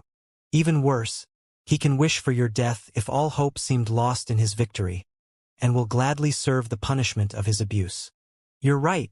That does sound impossible to beat, Felix confirmed with a deep tone. Felix understood that if got immune to greed laws, he would be immune to anyone using greed laws' effects on him, but if he was the one initiating it, it would work just fine. Though I have to leave it last. I can't accept wishes from Nemo if I get the immunity second. That's true. By the way, will it be cheaper to extract immunities from Wrath creators, the Dreamers, and the World Eaters than to wish for them straight off the universe? Felix proposed. Felix realized that it would take him centuries, if not more, if he used only voidlings to get all the immunities. After all, the void creatures' numbers in the universe would get fewer and fewer with their constant hunting. Also, the wrathful creators had a limit to the number they could bear each day. If there was any different method to reduce the period, he would take it right away. Massively, Candace replied.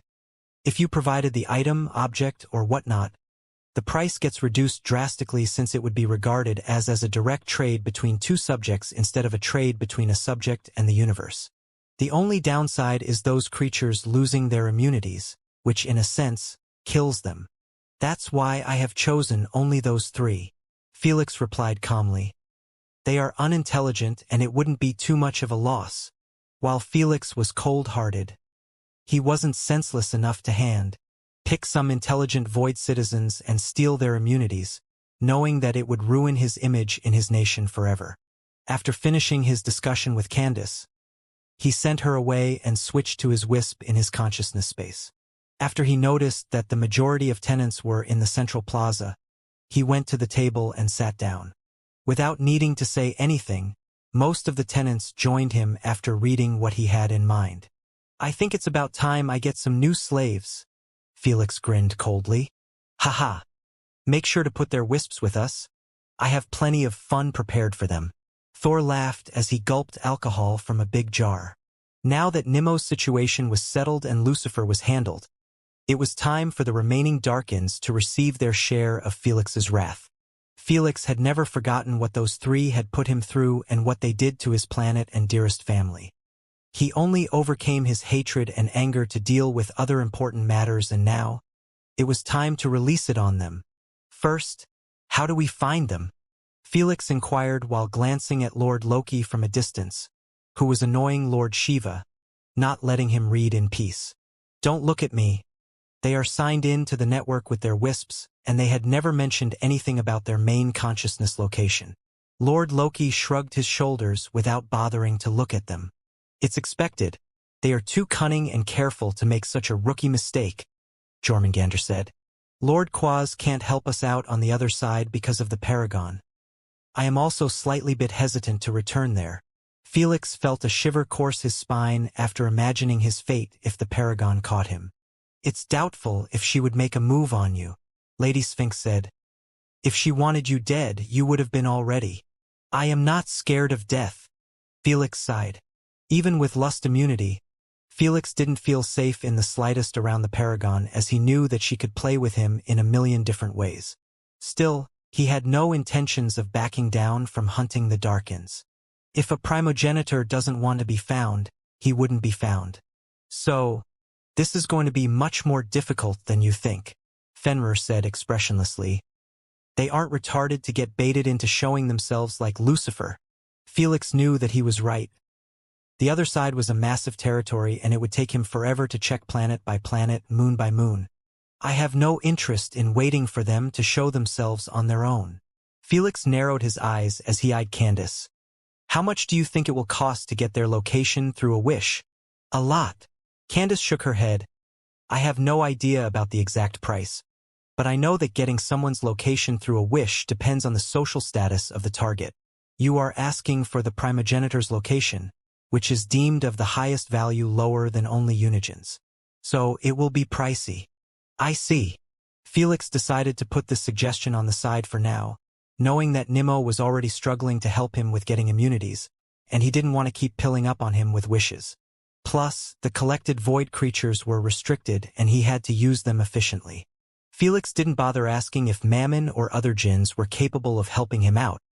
He was already told that the wish's price increases higher based on the weakness of the user. If Mammon wished for those immunities for Felix, the price could even double since his greed laws weren't as good as Nemo's. So, Felix had to rely on Nemo for complex wishes. How do we lure them out of their hiding? Felix murmured while holding his chin, running multiple scenarios in his mind to find out the best method. You can impersonate yourself as Lucifer and set up a meeting with them. Lord Loki shared casually. They have hanging out with each other lately. Everyone turned to look at him with surprised expressions. How long did you know about this? When did you plan to tell us? Lady Sphinx asked with a stern voice. Cough, for a while now. Lord Loki scratched his cheek sheepishly after realizing that he was keeping some key information to himself. We always told you to tell us anything new related to them and you didn't bother to share such intel? Thor got irritated. How lazy can you get? I am overseeing the entire UVR. You might see me like this, but I am a busy person. Although he said this with such conviction, no one believed him when he was wasting his time teasing Lord Shiva. They knew that he just didn't care as much and was just here to have some fun. Forget it. Just give us the details. Jormungandr requested. Lord Loki narrated what he was allowed to hear during the short meetings between Lucifer and the Darkins, which made everyone conclude that those three had a short-term alliance to take down Felix before his death. When they heard that Lucifer had approached them when Felix first released the rumor, all of them reached the same idea. We can lure them out or at least give us their location if we played our cards right, Thor said. With Queen AI and illusion, we can make a lie become a truth, Felix smirked. His mind is already in the process of creating the blueprint of their strategy. The next morning, Sweris and Wendigo's AP bracelets went off at the same time while they were having a nice breakfast with tea and dessert. When they peeked at the ID, both of them looked at each other for a moment before Wendigo nodded at his partner. About damn time you come back online. Saurus picked up the call with a grunt. On the other side of the call, Lucifer appeared in his blood and flesh. Felix's impersonate was so perfect. There wasn't an ounce of difference between him and the real thing. Wendigo and Saurus didn't seem suspicious of anything since Felix had called with Lucifer's real ID. With Queen AI's help, it wasn't hard to pull it off. I am not in the mood for jokes. Listen, the rumors were fucking true. I've been ambushed by that bastard, and he's taken me into a dimensional pocket. Felix's words were laced with agitation and tension, plus a little of Lucifer's known madness. Are you messing with us? Wendigo and Saurus fixed their postures immediately after hearing of Felix's return, sounding solemn and frigid. Watch what happened for yourselves. I know you won't believe me no matter what I say. Felix forwarded a recording from Lucifer's perspective when he took him inside the dimensional pocket. He got the recording from Queen AI database, and usually this would be impossible, but with Lord Loki's supreme authority, everything was accessible. It's him. Fuck me. Don't tell me he got revived? Saurus and Wendigo lost their cool the moment they saw Felix in the recording. Since it was a real recording, they knew that was Felix and nothing could tell them otherwise. They had been interacting with Felix so many times, they would never fail to recognize him. I don't know if he got revived or he never died in the first place and was training in isolation. Whatever happened, he returned much stronger, Felix uttered with an agitated tone. Just watch and you will understand. Naturally, Felix had modified the recording to not show what went down there, not wanting to scare them into hiding forever. He relied on his illusion domain to mix in lies with truths, showing them somewhat of a decent battle between parties before it turned into a one-sided beatdown of Lucifer. Wendigo and Saurus were left with knitted eyebrows, watching in silence how Felix used his Cosmos Breaker to split the dimensional pocket into two, before teleporting next to Lucifer and using time spells to lock him down in place. Just as he cast Totality Collapse and was about to devour Lucifer, it was shown that the recording ended. I was forced to relocate my consciousness to another part of evil energy to escape. Lucifer wiped his sweaty forehead. 1 second later and I would have been erased. He has indeed improved immensely and gotten dangerously fearsome. Saurus nodded with a stern expression, realizing that his confidence in taking down Felix was starting to wane. From having utter confidence to smash Felix into a paste with a look to fearing for his life. Saurus didn't enjoy this turn of events in the slightest. What took you so long to contact us? Wendigo frowned. The battle in the video didn't seem to last for even a couple of minutes. What are you talking about? I have just gotten out of the dimensional pocket and reached out to you first. Felix shared with a bewildered look while glancing at his bracelet. Before they could reply, his eyes widened a little bit before exclaiming, "It's been already a couple of days. The dimensional pocket must be operating on a different time zone." Must be. It also explains you not being connected to the network. Saurus nodded in approval. It wasn't bizarre for a dimensional pocket to have a different time speed than the universe. It was a common occurrence if the difference was small, like minutes or hours even. While days' difference was a bit rarer, it was nothing to raise alarms about. Forget about that. Tell me now. Do you still want to sit this one out? I am going after him with your help or without, even if my chances are slim to take him down. Felix smoothly returned to the main subject. While the data given to him by Lord Loki wasn't a lot, it was still enough to lead the conversation to his desired goal. It's best not to continue talking here, Wendigo said coldly while eyeing the ceiling. Meet us at our usual spot. Before Felix could respond, the call was cut off. Wendigo and Saurus looked at each other and continued this discussion telepathically. What do you think? I don't know, I always had a small feeling that cockroach won't disappear like that. With Lord Loki in his pocket, he can fake his death and get away from the contracts easily, allowing him a chance to train in peace away from everyone. Saurus replied. He also had a favor from Lord Osiris, so he could have told him to confirm his death to anyone asking. I think so too. Wendigo nodded. While it's hard to believe that Lord Osiris lied to us, I am more inclined to believe in this than him being allowed to revive with his memories intact. That's just pure bullshit, and Lord Hades would never allow it. Any intelligent primogenitor with their kind of information would believe the same. Unless Felix came forward and confirmed it with legit evidence, no one would believe his revival story. Still, they weren't easily convinced about the whole situation no matter how much evidence was shown to them. In their eyes, the only way to confirm everything 100% was by meeting with Lucifer in the real world with their consciousness wisps. On the other side, Felix grouped up with the tenants in his consciousness space. Well, that went all right, I guess, Thor remarked. I think they bought it 90%, Jormungandr said. Still, they are cunning, and they set up the meeting to check on your evil energy and soul uniqueness. Everything can lie but the soul. Lady Sphinx nodded. With Wendigo being one of the best mentalists in the universe, he is extremely sensitive to souls and will recognize yours at first glance. Felix knew that this was a much bigger issue than the place of the meeting. Since their wisps were connected to the UVR, Lord Loki must have seen their usual meeting place many times before. But when it came to the soul, it was extremely difficult to fake Lucifer's soul uniqueness. Can't you use illusion domain to pull it off? Candace wondered. I would have, but I will need a copy of Lucifer's soul and time to work it out. Felix said with a solemn tone. I have neither at the moment. Felix knew that being late to the meeting by even an hour was more suspicious than anything else, since they knew that Lucifer could move across the entire universe freely with his strategically placed evil energies. So, the moment Felix received the location from Lord Loki, he already made his move through Lord Cow's tunneling ability, putting him closer to the place. While he was continuing the rest of the journey on his own, his mind was working overtime to find the best method to convince the Darkins of Lucifer's identity. Alas, no matter how much he tried, it just seemed impossible unless Wendigo failed to notice the soul differences. If Felix utilized his spiritual pressure to hide his eyes from prying on his soul, it would give him away too, since his spiritual pressure was much more powerful than theirs. The only reason he wasn't worried about it was because he could hide it with his illusion domain. Unfortunately, Felix didn't have much time to think things through, and in a couple of minutes, he arrived at the location with his disguise on.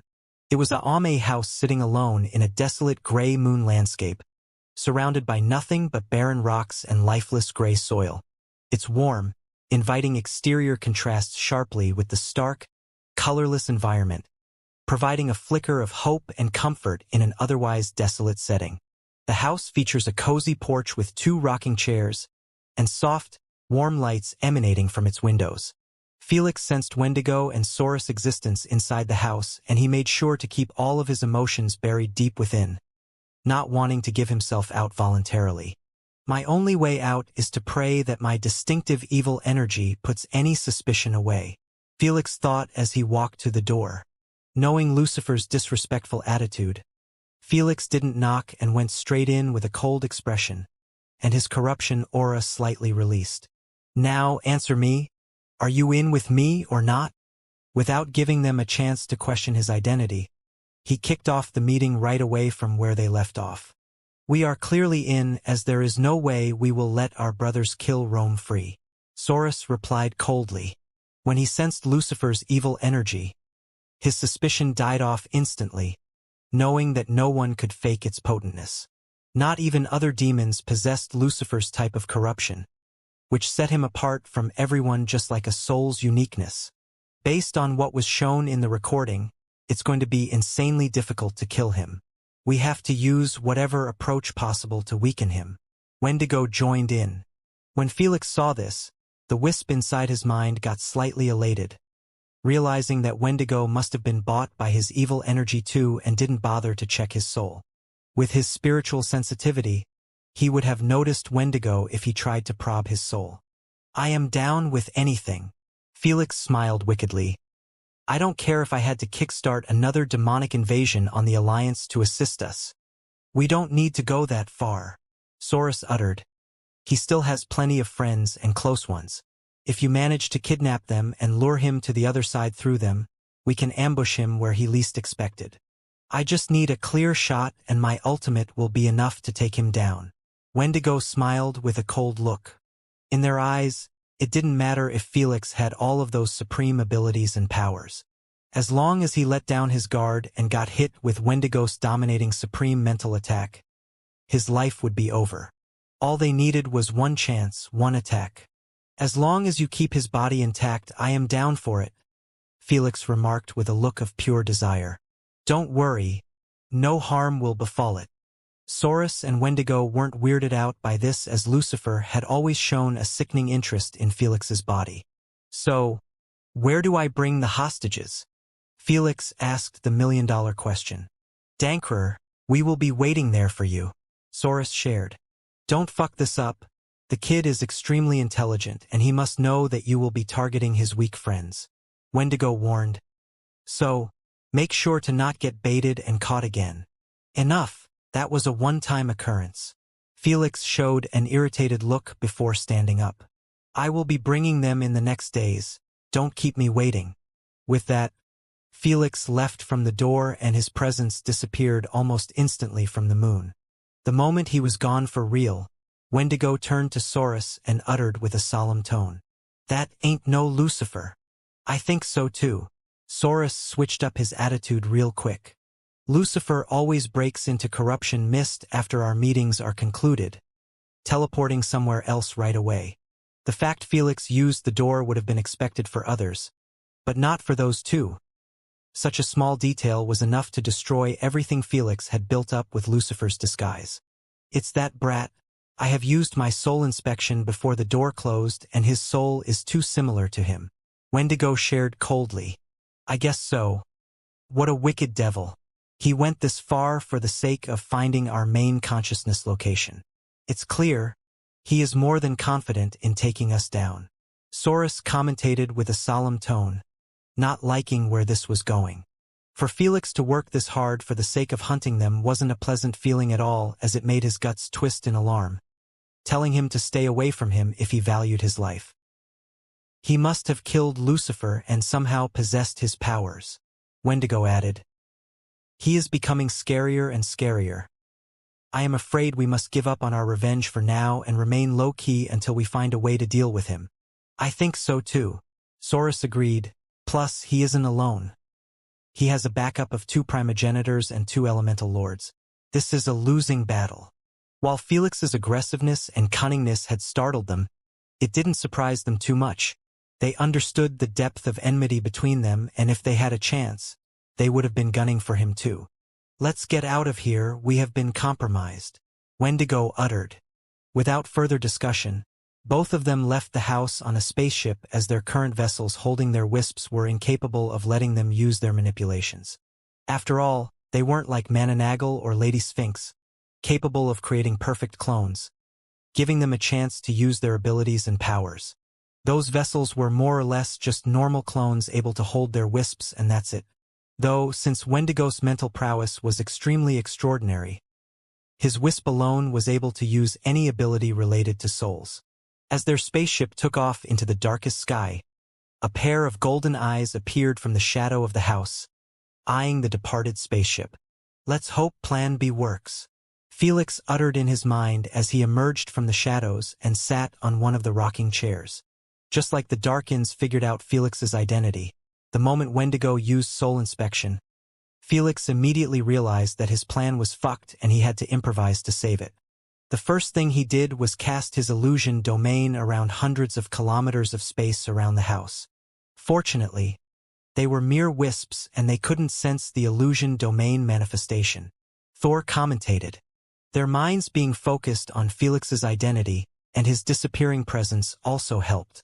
Jormungandr added, it was clear that the Darkins believed that Felix had gone after he thought that his plan to bait them out had succeeded. After all, they had no clue that Felix's spiritual prowess was even above Wendigo's, which allowed him to sense his soul inspection and give them away. Even if Felix told them about it, they wouldn't believe it since it meant his spiritual pressure was enough to bully them. This was something all primogenitors wouldn't accept even if they were beaten to death. I have switched the time to 1 in a million and made the illusion domain seem infinite. So, even if they wanted to transform the current information into their main consciousness, it would take forever. Felix said, but this merely helps with buying some time. I have to invade their memories and dig the location. If you don't know where to look, it's going to take a long while, Lady Sphinx said. All of them knew that this was a serious problem. While the wisps were under the time differences manipulation, the same couldn't be said about their main consciousness. So, if they tried to reach out to their wisps and realized that something was weird about the time, they would immediately get rid of them to protect themselves. I don't have much of a choice. This is a race against time and I have to go all out. Without wasting a single second, Felix swiftly manifested more than 1,000 copies of himself, each with a unique wisp operating it. All of his army clones possessed a screen in front of them. It displayed millions upon millions of smaller screens with videos on them. These were Saurus and Wendigo's memories. Even if he wasn't near them, he could easily access them since they were locked in his illusion domain. In it, he was more of a god. If it was up to him, he would have tortured them and extracted the data forcefully. But he knew that primogenitor's pain tolerance was on another level, and even if he utilized celestial black flames, they wouldn't snitch on their main consciousness right away. After all, it meant exposing themselves to a dangerous ambush, and they would never put themselves in such a position. Felix couldn't risk betting on their pain tolerance when he barely had half a minute or even less if their mains were bored and decided to check on their wisps. Begin! With a silent mental command, the legion of Felix clones began sifting through the memories of Wendigo and Saurus, probing deep into their thoughts, searching for any hint, any clue that would reveal their hidden location. All of their expressions were deadly serious, and their golden eyes glowed with an intensity that matched the gravity of the mission at hand. Not this, not this, not this. Felix was also working his utmost best, knowing that his elemental and mental energy wasn't going to sustain such a massive army of clones. He had 20 seconds at best before exhaustion washed over him, and he had to make the best of it, as his legion was going through a century's worth of memories with great details. Not wanting to skip a single moment, a single scene, a ripple of realization washed over one of the clones. Its eyes widened as it uncovered the vital piece of information they had been desperately seeking. He had found it in Saurus memories in the first years after Felix's death became widely known. They're located in the abandoned lunar outpost, Sector 7B, Near Star System 2B67, the clone reported, its tone echoing the relief that surged through Felix as he received the critical information. The data is a bit obsolete and they could have potentially moved out. Felix stood up abruptly with a frigid look. But I don't have the luxury to complain. With a position pinpointed, Felix swiftly cancelled his clones and even the illusion domain. Then, he requested Lord Quaz to link him with the location exactly. Lord Quaz helped him out again, knowing that all of this was going to reflect on his own end goal too. Fortunately, he was different than other primogenitors, and with just his wisp alone, he could manipulate void energy as long as it was in the void realm to create abilities from a distance. Without an ounce of hesitation, Felix jumped into the void portal and exited near the deserted lunar post. It was nestled on the desolate brown surface of a rugged moon. Its exterior bore the scars of time and neglect, painting a stark picture against the barren lunar landscape. Yet, Felix showed the widest devilish grin in his life after his senses picked up two powerful and overbearing auras in the depth of the lunar post. I found you. A couple of seconds earlier, within the lunar post, Wendigo and Saurus had established a temporary sanctuary for themselves, far removed from the watchful eyes of others. They sat in a meditative position, several meters apart, each engrossed in their training routines. The interior of the lunar post was minimalistic, bearing the hallmarks of a functional yet Spartan living space. Gray metal walls surrounded them, stark and utilitarian, devoid of decoration or embellishment. Dim, sterile lighting cast an unyielding pallor over the room, accentuating the desolate atmosphere of the moon's surface beyond. It was clear that Wendigo and Saurus spent most of their time using their wisps while leaving their main consciousness chilling here. Suddenly, both of their eyelids were snapped wide open, and they turned to each other with solemn expressions after their focus was switched back here and brought with it everything that occurred to their wisps. Do you? Yes. The fucker must have never left and placed our wisps in an illusion domain, Wendigo remarked. His voice sounded livid but also a bit surprised. With the time difference being 1 in a million, it was easy to figure it out after returning to their main consciousness. What surprised Wendigo the most was the fact that Felix found out about them knowing his disguise. He was sure that no one would be capable to pick up on his soul inspection as he had perfected the skill. Not even elemental lords would know if he was peering into their souls.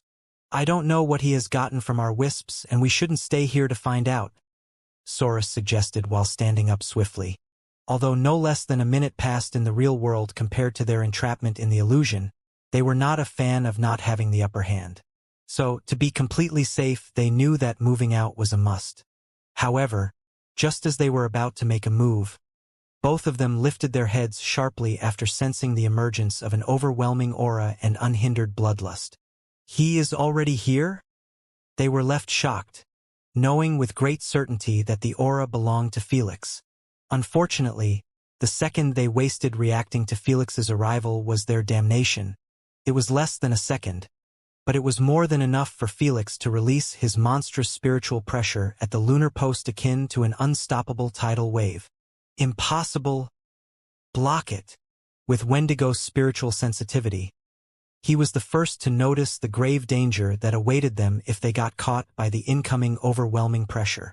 Knowing that it was already too late to escape from its clutches, both of them were forced to hold their grounds and join their powers, combining their spiritual pressure in a desperate attempt to block it. Whoosh! Whoosh! The tension in the chamber intensified, causing the very air to vibrate with their conflicting auras. But Felix's might was unmatched, and his sheer determination to overpower them was evident. With a surge of his will, his spiritual pressure shattered the feeble barrier formed by Saurus and Wendigo's combined efforts. Boom! The lunar post quaked as the shockwave from the clash of spiritual forces reverberated through its walls. Metal groaned, and lights flickered in response to the immense pressure. Ultimately, Felix's dominance prevailed. Saurus and Wendigo, their resistance shattered, found themselves frozen in place, unable to move or escape his grasp. The chamber fell into an eerie silence, broken only by the sound of their labored breaths. Impossible, impossible, Impossible. This must be another illusion. Saurus kept repeating in his mind with a freaked-out look while trying his best to free himself. Alas, spiritual pressure lockdown made it impossible for anyone to even cast an ability, as it was the same as putting a chain on the soul. With the soul being forced to stay in place, nothing else could move. Cree, cree. With a sudden and dramatic entrance, Felix pushed the broken rusty gate open, letting out a series of eerie, creaking noises, echoing through the chamber. The dim lunar light filtered in, casting elongated shadows across the room's gray metal walls. With a faint but peaceful smile on his face, Felix stepped into the chamber. He was resting his cosmos breaker on his shoulder, putting a hint of menace to his serene appearance. "It's been a while, gentlemen," he greeted. Wendigo and Saurus turned their frigid but tense eyes toward Felix. There was an unspoken stiffness in the air as they locked eyes with their unexpected visitor, knowing that this scenario wasn't going to end well for them. Felix's voice, laced with ridicule, cut through the tension like a blade. "You thought you could hide from me, but there is no escaping my reach. You had your fun while I was gone, and it's time to collect the debt you owe me. You aren't him, you can't be," Saurus uttered telepathically, his voice growing louder with each statement. "It's impossible for anyone to have a stronger spiritual pressure than primogenitors besides being a uni-jinn. So, who are you?" Even when Wendigo had confirmed Felix's identity through his soul, Saurus refused to believe that his spiritual pressure was surpassed. He could believe such a miracle if it occurred to the elemental lords, but not to Felix. Never. He could never believe it. "Stop coping. You are making an embarrassment of yourself." Felix smiled at Wendigo. "You should learn a thing or two from your partner here." Wendigo remained silent, but the looks he was giving Felix were enough to kill. Unlike his brother, he didn't question Felix's identity, even if this situation was simply too inconceivable. "Get it over with and finish us," Wendigo remarked calmly, not wanting to give Felix the satisfaction of seeing them beg or struggle. He understood that it was futile to struggle against someone while caught in his spiritual pressure. It was a literal death sentence even for primogenitors. "Finish you? Oh no, no, no." Felix shook his finger close to their faces, causing their already seething hearts to burn furiously at such humiliation. Unbothered, Felix brought a chair in front of them and sat down. He placed one leg above the other and said with the most diabolical tone, "I have readied way too many arrangements for this specific day, and I am planning to take my sweet time with each one of them. You think we will sit by and let you torture us?" Saurus sneered. "I would rather blow my soul." While spiritual pressure could chain the soul, the command to blow it up was always available for the owner. "If that was an option, your brother wouldn't have died in my hands, and you know it," Felix replied with a faint smile, seemingly unbothered by their threat. Saurus felt shivers course on his spine as he gazed around him, realizing that they must have already been placed in an illusion domain. Still fighting against his self-perseverance instincts, Saurus gave the order to implode his soul. Alas, seconds went by and nothing happened. His consciousness ocean remained as peaceful as ever. "Just like I told your past partner in crime, in my illusion domain you can consider me as a god. As your god, I am in control of your life and death." Felix leaned in and patted them both on the shoulders. "So, prepare to spend some quality time with me." "Oh, I almost forgot." Felix showed a similar sinister smile to the one he showed Mananangle before saying, "Welcome to your personal hell." Saurus and Wendigo could already sense dread creeping up on them at the thought of being held down inside an illusion domain. They had never experienced it before, but they understood that if even their unkillable brother was finished off through it, their lives weren't going to be any better. "Stay tough if it's just pain, then we can eat whatever is thrown at us," Wendigo stated coldly. "We have been through so much to end up crumbling here." Saurus sneered as he stared directly into Felix's eyes. "Don't worry, I won't give him the satisfaction of breaking me." Unlike Mananangle, Saurus and Wendigo didn't have any love for anyone in their lives, which meant the most excruciating pain in their eyes would be physically related. They were molded by pain for billions of years to end up getting scared off by some measly torture. Even if it lasted for millions or billions of years, they were more than ready for it. Such cute, defiant looks. I hope you can maintain them. It won't be fun otherwise. Felix chuckled while freeing them from his spiritual pressure, not needing it anymore to keep them tightened up. The instant those two felt his spiritual pressure was uplifted, they used their strongest escape abilities. Wendigo tried to transfer into a different place where darkness existed while Saurus attempted to release his black hole and consume all matter. Alas, I can't use my manipulation. Sigh. Their abilities were locked up, and it really didn't come as much of a surprise, knowing that Felix wouldn't be foolish enough to release them without having countermeasures. The sooner you accept your fate, the easier it will be for all of us, Felix said while snapping his finger, creating two standard chairs and forcing them to sit on them. They tried to resist his control and stand up, but just like they were pushed by the hand of a god, their butts refused to move. In the end, they could only give Felix the most deathly glare possible without wasting their time in escape anymore. That's more like it. Now let's have some fun. With a sinister chuckle, Felix set off the entire chamber in inky black celestial flames that flickered with otherworldly intensity. The flames danced around Saurus and Wendigo without touching them, coming so close to their skin, yet not making contact. "What's this?" Saurus asked with a deep frown. He didn't sense any sort of heat from the flames, which made him confused about its origin. "This will be your companion for the next eons to come." Felix sighed in disappointment. "Your partner was in luck, landing in my hands when I didn't have my celestial flames." Albeit his torture could be said to have broken him mentally, this would have been checked the physical box too. Hearing speak like this made the Darkins' hearts skip a beat a little. They had never seen such dark flames before, and with Felix's hyping it up like this, it left too much room for imagination. "TSK, what does it do? Burn our bodies and souls?" Wendigo mocked. "Kid, you think too lowly of primogenitors if you thought we haven't trained our soul's pain tolerance. Give it your best. Let's see if you can harm us more than that cruel bitch Kumaho." Saurus laughed it off, wanting to get into Felix's nerves. It was obvious that the Darkins seemed to have some confrontation with Kumiho during the Primogenitor's era, where conflicts were raging wild amongst them.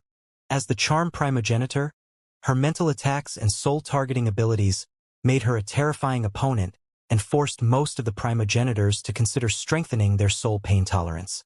Unfortunately for them, the celestial black flames were nowhere near Kumiho's level.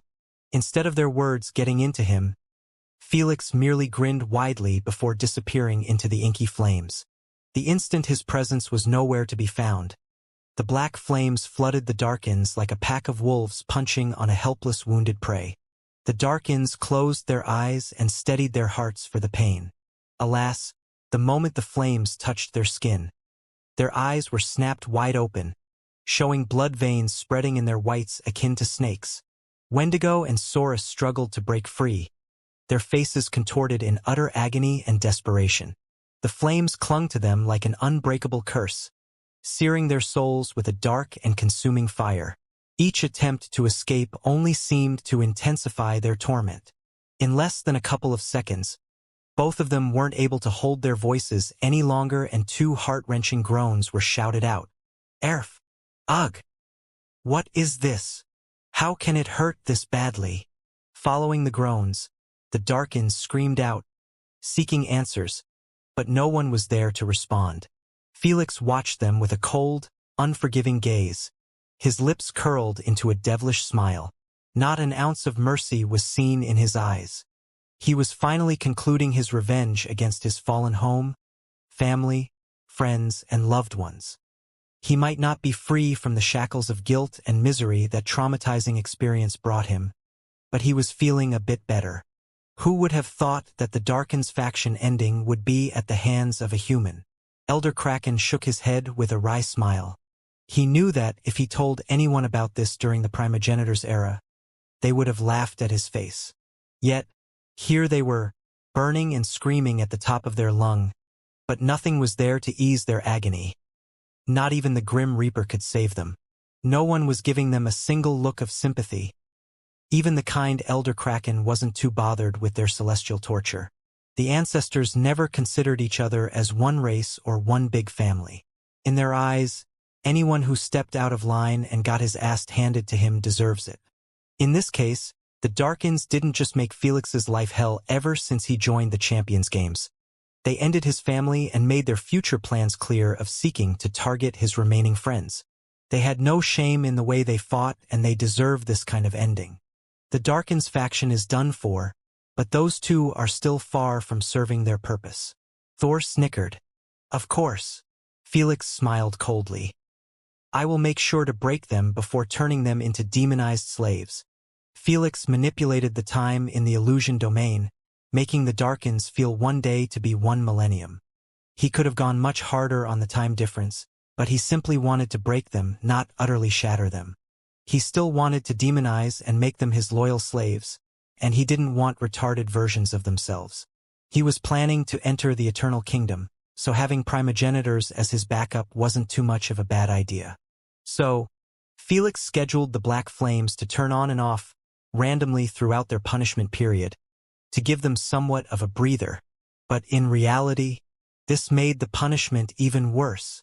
What's more fucked up than giving a tortured prisoner some rest and leaving him to his mind, knowing that any moment of the day, another round of punishment would begin?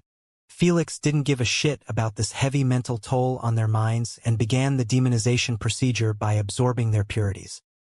He extended both of his hands in front of their ugly, twisted faces and started pushing his corruption mist into them.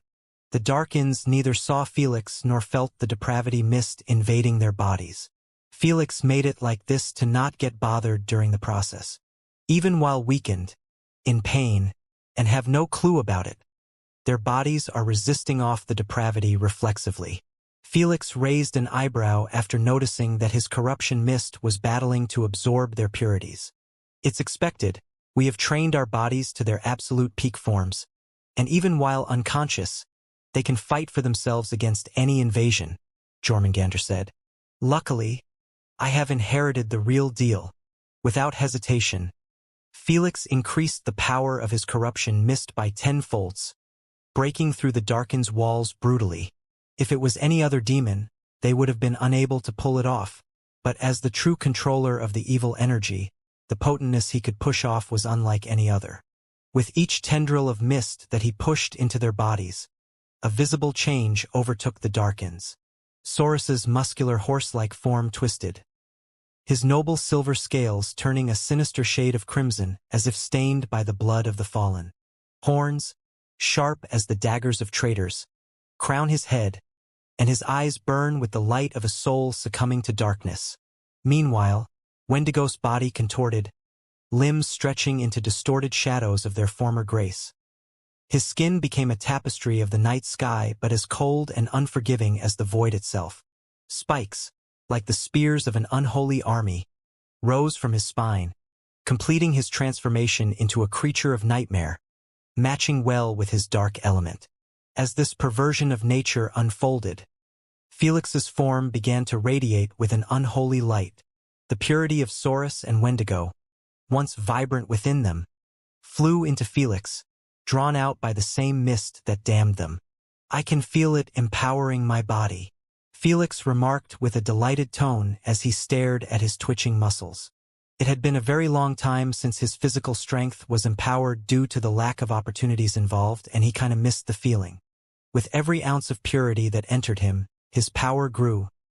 His stature became more imposing, and his eyes glowed with a light that was not his own.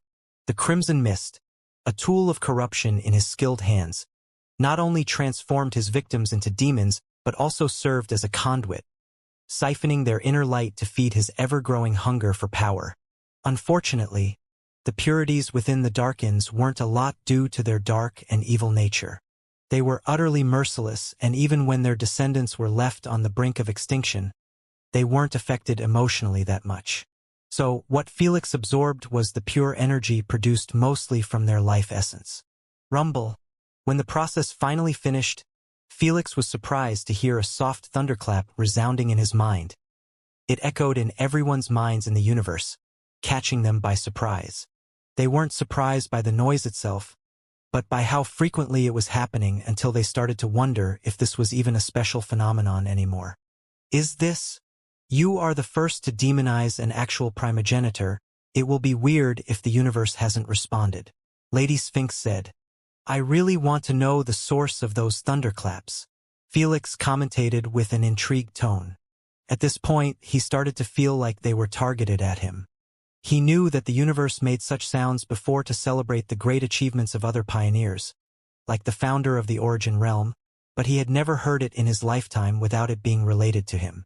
Even the thunderclap of Nemo's birth was because of him. It's best to drop it. Everyone tried to figure it out and failed. Lady Sphinx shook her head. Just think of it as a universal celebration. Even though Felix had a feeling that there was a much deeper reason than that, he decided to drop it for now, focusing on what matters. Will you look at that? Felix smiled widely. Who would have thought those buffoons will help me get stronger by at least 100,000 BF?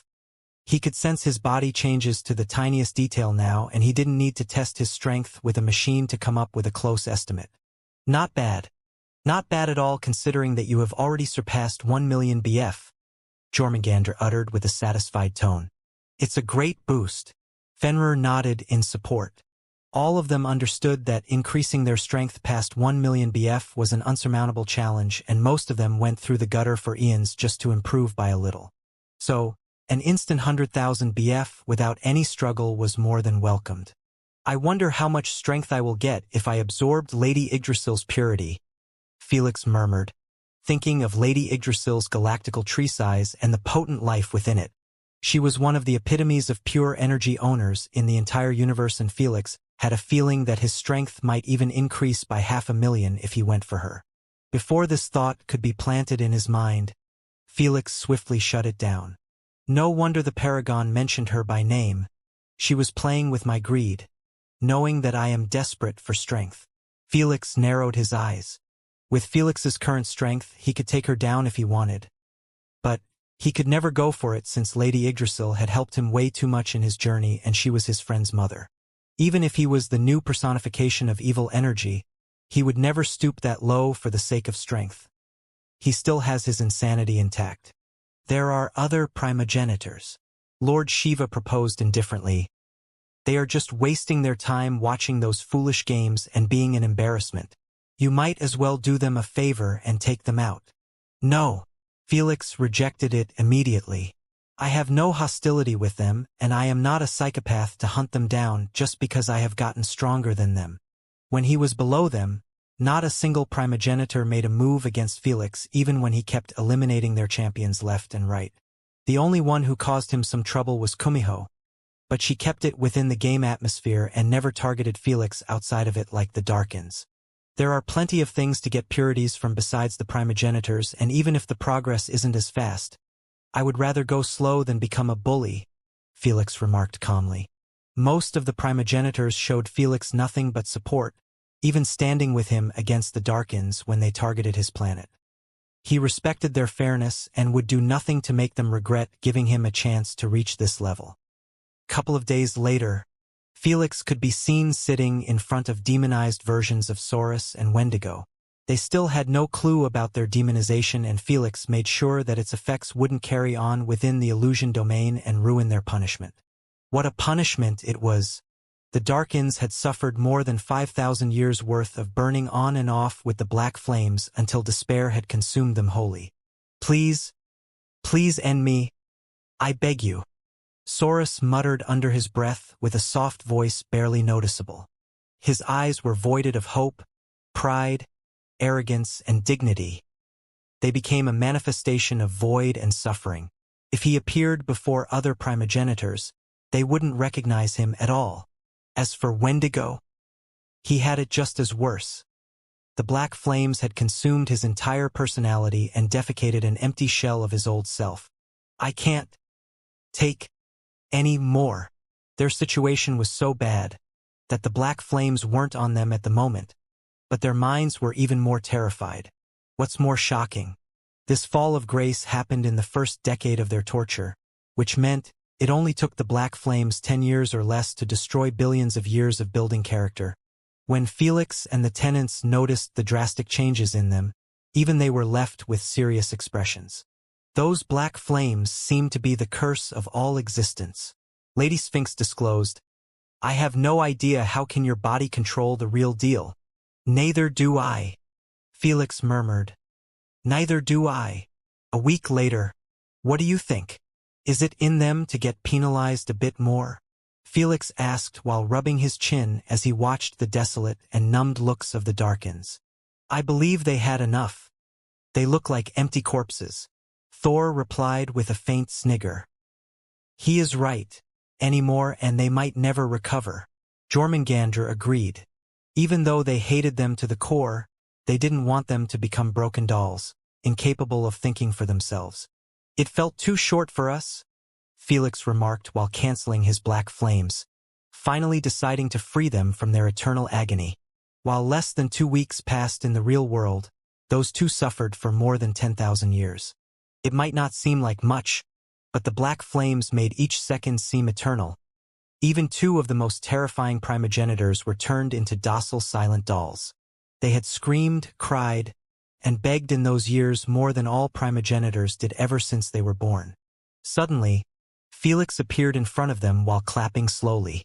"Congratulations! You have survived your punishment." When they heard what he said, they lifted their heads and stared at him with deadpan looks. Not an ounce of life was seen in their eyes. They lowered their heads again and remained silent. They might have gone through hell, but they still maintained a high level of rationality. It told them that Felix was merely here to give them false hope before shattering it to pieces to laugh at them. God knows they would have done the same. Nothing hurt more than having their hope devoured by those black flames. "Smart of you to not believe me, but I am not joking," Felix disclosed calmly. "I have demonized you and planned to make you my loyal servants. While you can't betray me even if you wanted, I still want to ask your opinion on the matter. Do you want to become my servants or burn here for eternity?" Before Felix could finish the rest of his sentence, the Darkins yelled with a husky voice simultaneously, "Servants! Damn! You could have acted like you struggled with the decision for a bit." Felix was left speechless. Saurus didn't care at all about his pride or reputation. He looked at Felix like he was his god and bellowed emotionally, "Servant, slave, demon, I will do and be anything you want to never get touched by those flames again. So, please, please, don't burn me anymore. Please." He was so emotional that only tears were left from falling to showcase his deep turmoil state. This was a primogenitor, a god in the eyes of mortals, who was treated with great respect and worship. Dynasties were built around him, empires fell because of him, and many races and species were conceived with his bloodline. Yet here he was on the verge of sobbing. "I am starting to get inquisitive about how it feels to be under those black flames," Lord Shiva remarked coldly. "Are they really that deadly, or are those two simply lost the will of a primogenitor? Likewise, I have to get a taste of it. This is honestly madness." Fenrir nodded. Those two had the most pride in their identities as primogenitors, and none of them could have imagined there would be a day where they would witness a peer reach this state. "I will do anything. Trust me, anything." Wendigo kept it short, but his words were just as bold. "It's good that I have you on the same page." Felix smiled while snapping his finger, canceling the illusion domain and allowing them at last to feel the changes occurring within their bodies after demonization. "What the? I feel different, like this isn't my body anymore." It came as no surprise that both of them weren't a fan of the changes or the coursing evil energy within their veins. While almost all demons wouldn't feel the deep controlling nature of evil energy, primogenitors had great intuition. They immediately realized that evil energy had taken ownership of their bodies like a parasite. While they were given the illusion of free will, they understood deep down that the instant a thought of betrayal came into their minds, the evil energy would retake control over them and make them pay a steep price. Yet the worst part? Immediately after they lifted their heads and looked at Felix in the eyes, a sudden, overwhelming feeling of worship flooded their soul. It was like they were staring at the most important person in their lives, even more important than their own lives. No matter how they tried to resist the feeling, it was utterly useless. "Let's test out your obedience," Felix ordered coldly. "Kowtow before me." Before they could even consider the thought in their minds, both of their knees buckled and they landed on the ground with a heavy thud. Their arms followed suit and then their foreheads, smacking into the metallic floor. The entire sequence happened in less than a second, like their bodies and minds didn't have a single thought of rejecting Felix's order. While on the ground, Wendigo and Saurus glanced at each other. They could see the desolation and hopelessness in their eyes, which made them both understand. No, except that from now on, this was their life. As much as they hated the thought of it, the memory of getting burned by the celestial black flames was still too fresh in their minds, sending shivers course down their spine each time they recalled the pain. It was so horrible that both of them immediately dropped those thoughts of resistance and called out loud with a tone of reverence, "We greet the master!" "Oh ho ho, not bad." This painted a wide smile on Felix's face. He understood that they would always actively try to please him, even when they abhor the thought, just to keep those black flames away. "I guess this is the ending of the Darkins?" Jormungandr shook his head with a wry smile. "To see them calling Felix master is truly an image I have never thought would be possible. I knew his capability was always frightening, but I never thought of such a possibility." Jormungandr was more than happy for Felix, but this situation also made him realize that he was truly surpassed by Felix even when he was at his peak form.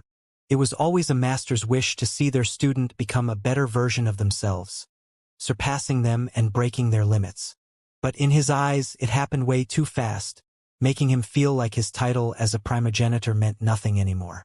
How could it mean anything when two primogenitors were kneeling before Felix? So, in his eyes, this wasn't just the ending of the Darkins, but also of the primogenitor's supremacy in the universe. A new supreme being was born today, and through the inner sadness, he was more than joyful to know he was his master and had a hand in his journey. On the other side, "Haha, that's because you lack my foresight," Thor laughed in enjoyment. "Ever since I accepted him as my student, I always foresaw the day when he would make the Darkins kneel before him. After all, he is my student." "Motherfucker!" Jormungandr's eyelids twitched, knowing that he screwed up by giving Thor an opening to reclaim the best teacher status. Just as he was about to retort, Lord Shiva proposed from the sidelines with a serious voice.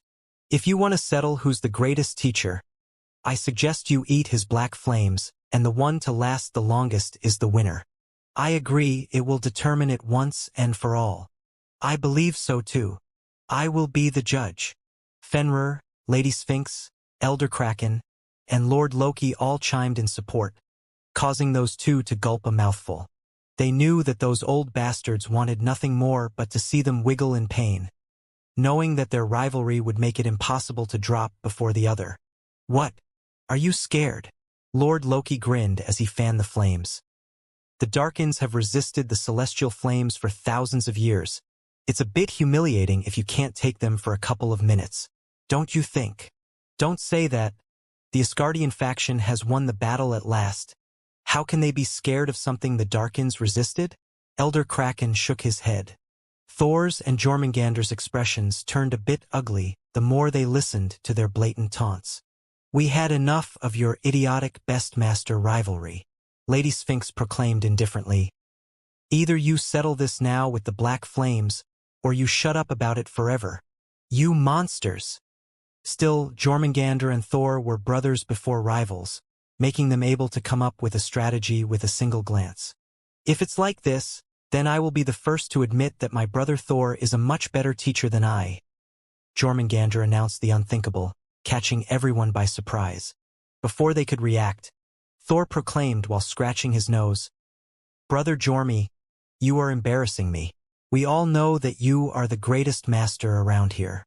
If it weren't for your first judgment and taking little Felix under your arm, none of this would have happened. How can I accept such high praise?" Jormungandr rubbed his chin with a slight look of pride. You have taught the kid almost everything while I was backseating. Isn't that right? He inquired while looking at the irked and irritated looks of their peers. No one was amazed at their shameless act, knowing that those two had no plans to fall in their provocation. Who could blame them? It was a lose-lose situation. They would be in needless agony while becoming a laughingstock in the consciousness space. TSK, cowards, all talk no action. Lord Shiva clicked his tongue in criticism while returning to his manga book, not wanting to waste his time with this anymore. Alas, neither Thor nor Jormungandr were going to accept his insult in silence. At least we didn't talk big about wanting to test out the black flames. Thor pointed at him and Fenrir. You two should keep your word before you start egging others. Without a single word of complaint, Fenrir requested expressionlessly from Felix. Set me on fire. Are you sure about it? Felix asked speechlessly. He remained quiet the entire time, wanting for the matter to be settled as peacefully as possible without bringing the celestial flames into play. Do it! Fenrir stood upright in the middle of the central plaza while flexing his hardened muscles. He looked as serious as always, making everyone understand that he wasn't joking around. Now that's how a primogenitor should act, Thor remarked with a thumb up, completely ignoring his cowardly act from before. Everyone rolled their eyes at him and didn't bother bashing him again, knowing that his skin was just too thick for a deity. Here I go. Felix sighed hopelessly while pointing his palm at Fenrir. A moment later, he launched a pitch-black fireball at him. Whoosh! The flames enveloped Fenrir, and at first, he stood resolute, trying to endure the agonizing sensation. How long do you think he will last before he lets out a sound? Elder Kraken inquired as he watched in intrigue. Fenrir is known for having one of the highest pain tolerance among our circle, Jormungandr disclosed. He should last a minute or more. To put it in comparison, the Darkins lasted merely a few seconds before they couldn't contain their voices any longer. I say less, Lord Shiva said expressionlessly, peeking from the corner of his book. Wanna bet? Thor supported Jormungandr. The loser will go next. Lord Shiva smiled coldly. Fucker, you are going next either way. Thor cursed. Tisk, remaining a coward all the way. Lord Shiva taunted. What a nice image you leave in your student's mind. Heh, he is more shameless than me. You think he will care? Thor sneered. Why am I getting strays? Felix muttered. Meanwhile, Fenrir was fighting for his life, clenching his teeth. Determination etched on his face. More than 10 seconds went by and he remained tougher than a boulder. Too bad. The intensity of the celestial flames kept getting more overwhelming, and Fenrir's composure began to waver. Ugh! At last, he let out a low growl, unable to contain the pain any longer. His body shuddered, making him know it couldn't endure it anymore. This surprised the tenants as he barely lasted for half a minute. Yet, the biggest shock came next, as Fenrir made a move out of desperation to stop the flames. He unleashed his absolute zero, trying to freeze the celestial flames in time and quell their torment. However, to his shock and dismay, the flames remained unaffected by his efforts, defying even the power of absolute zero. Ag! Thud! Fenrir's growl of pain turned into an agonized roar as he fell to his knees, incapable of remaining on his feet. Without waiting for anyone to intervene, Felix canceled the flame's terror immediately, freeing Fenrir at last. Huff, huff, huff. Fenrir lifted his head with great difficulty and eyed Felix with a deep sense of dread while breathing with great difficulty. How was it? Lady Sphinx asked with a solemn tone. Whether it was Lucifer or the Darkins, none of them gave descriptive feedback on how they felt. Give me a moment. Fenrir held his hand up while sitting on his back, taking deep breaths in between. Even though he lasted for less than half a minute, it was clear that the pain had gotten into him deep down. After he collected his thoughts and recovered a little, he narrated with a look of dread. I don't know how to elaborate it, but it felt like I was burning in the deepest parts of my soul, like the flames were touching some unknown pain receptors in my soul. It was horrifying. So, It's mostly soul-related pain? I don't know. I was just feeling pain from everywhere and anywhere at the same time, boosted by 1,000,000 degrees. Fenrir muttered. It's not something meant to be experienced by anyone. Everyone showed solemn expressions at his description, understanding that it would be impossible to know how it felt without trying it. But after seeing Fenrir's ending, no one really wanted to go through it. Even Lord Shiva dropped any thought he had and returned to reading his book, seemingly wanting to disappear into the background. Luckily for him, Thor wasn't in the mood to joke with him. Lord Hades had told you that only the white celestial flames exist, and they are born out of pure celestial energy. Thor remarked while eyeing Felix. So, how is it possible for you to create black flames from celestial energy? It must be related to Asna's core. Felix shook his head. I am just a human and I barely have any interactions with celestial matters. She was held prisoner from a young age, and clearly, it wouldn't be possible to know her true capabilities and powers. Felix refused to believe that the black flames were a special thing connected to him, since it made absolutely no sense in his eyes. It was more likely that Asna could use both types of celestial flames, and she never exposed the other type of flames. Whether it is related to Asna or you, those black flames can be considered your most powerful armament against the rulers. Lady Sphinx remarked. I have a feeling even them won't be able to handle the pain born from those flames. At this point, I only wish to have access to it against Nemo's alter ego. Felix smiled wryly. Felix understood that his illusion celestial flames were utterly useless against Unigens since they were immune to illusions. So, he would be fighting without one of his strongest elements, and Felix wasn't comfortable with thought. Don't think too deeply about it. Nemo's alter ego might be powerful, but he was sealed for a very long time inside the earring. Jormungandr reminded. Asna said that the seal sucks out the prisoner's powers significantly, forcing them into a slumber to slow it down. That's the only thing giving me some confidence. Felix's confidence was over the roof after he got his spiritual pressure enhanced, but when it comes to dealing with Nemo's alter ego, he knew that his spiritual pressure should barely be able to match up with his due to his weakened state. This meant Felix wouldn't have spiritual pressure, illusion abilities, void domain, and the majority of his elemental abilities. He would be more or less going into the fight naked even if he possessed all immunities to the 7 laws. So, how could he not be bothered? I think you should visit him and examine on his current state. Elder Kraken suggested. You can strategy based on it. I know. Felix seemed a bit hesitant.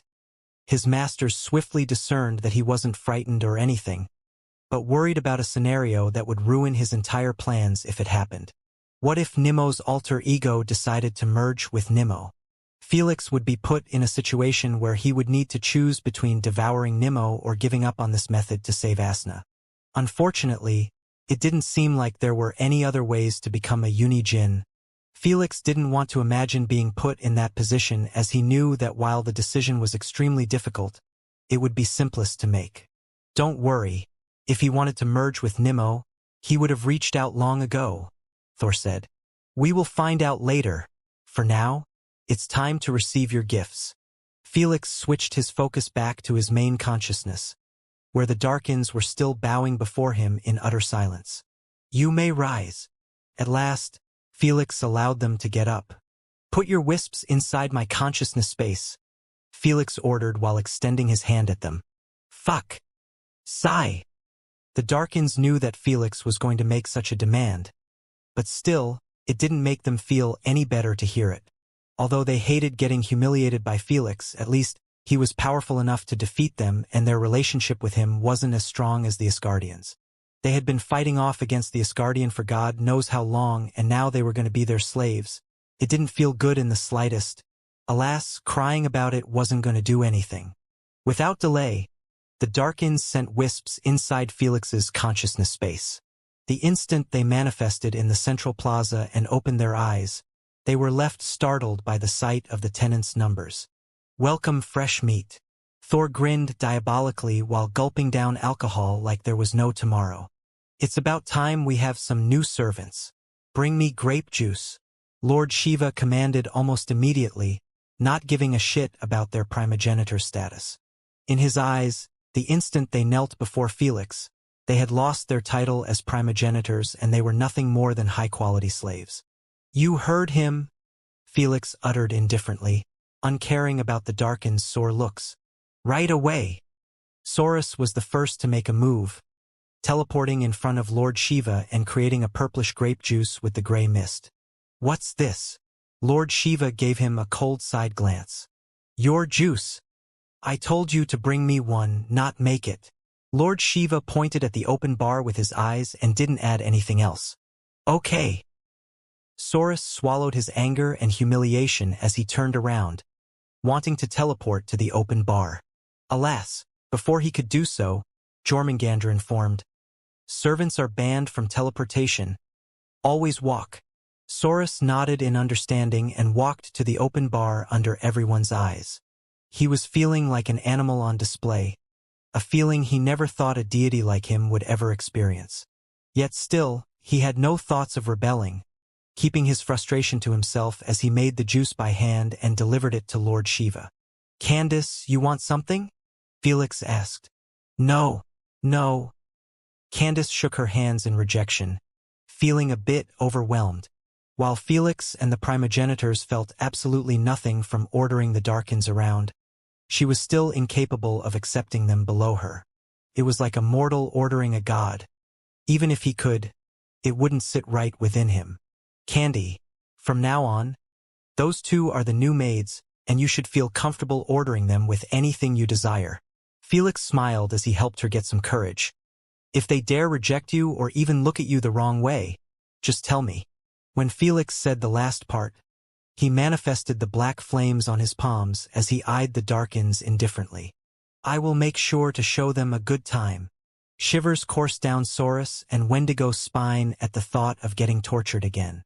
Without an ounce of hesitation, Wendigo actively walked to Candace and requested with a polite tone, "What does the madam desire?" I, water will be fine." After struggling for a few moments, Candace finally conquered her fears and ordered something. In a few seconds at best, a cup of water was placed gently in her hand, leaving her staring at it in a daze. "Is this real life? I am actually above primogenitors in rank within the consciousness space." She never thought this would ever be a possibility, and it was going to take a while for her to get adapted to her new position. Meanwhile, the others couldn't care less, and they started working the Darkins to death with all sorts of requests.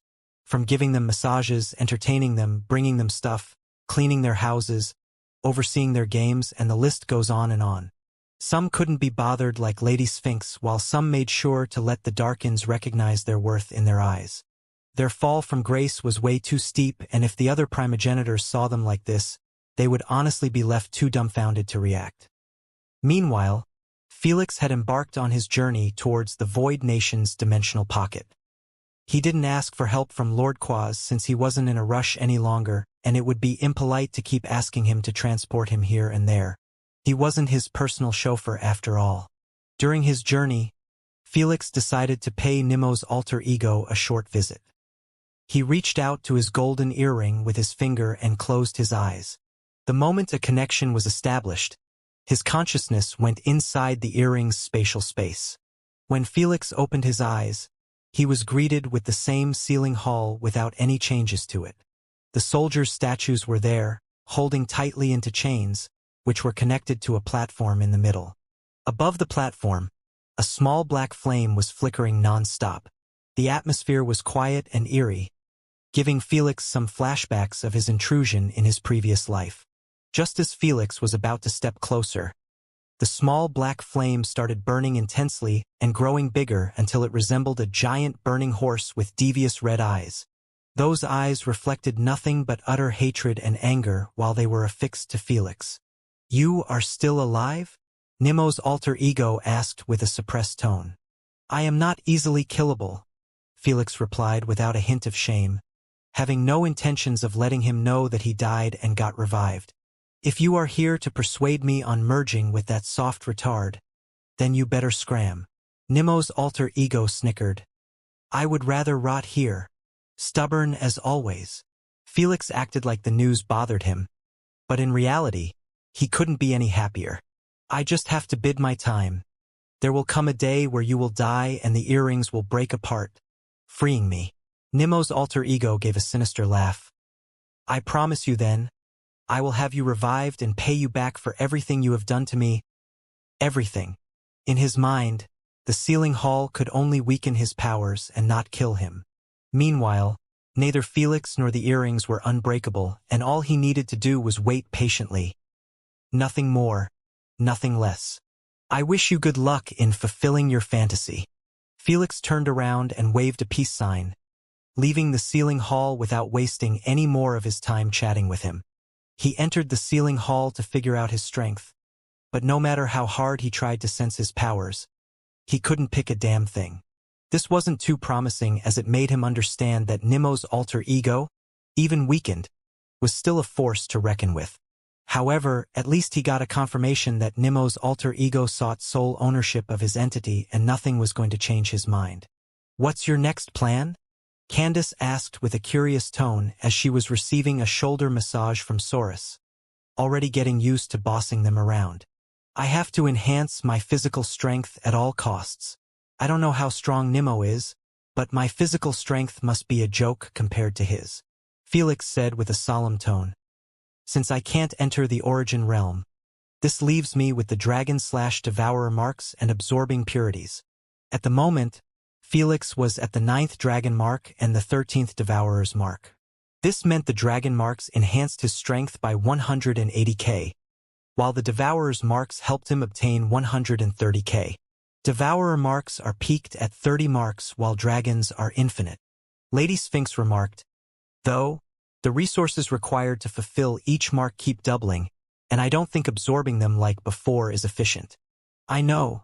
I am losing a decent chunk of elemental energy since my hearts aren't optimal 100%. Felix understood that his previous method of absorbing natural treasures and elemental minerals would no longer work in upper marks if he didn't find a way to perfect the process. Losing 20% or 30% of resources during each absorption was a bit okay before, but in his current state, those percentages translated to thousands of rare treasures wasted. Master, is there a potion or divine item that can help with this problem? Felix inquired with a serious tone. For divine items, you should check with Cyclope. Lady Sphinx answered. As for the potions, it's a bit tough to say. What do you mean?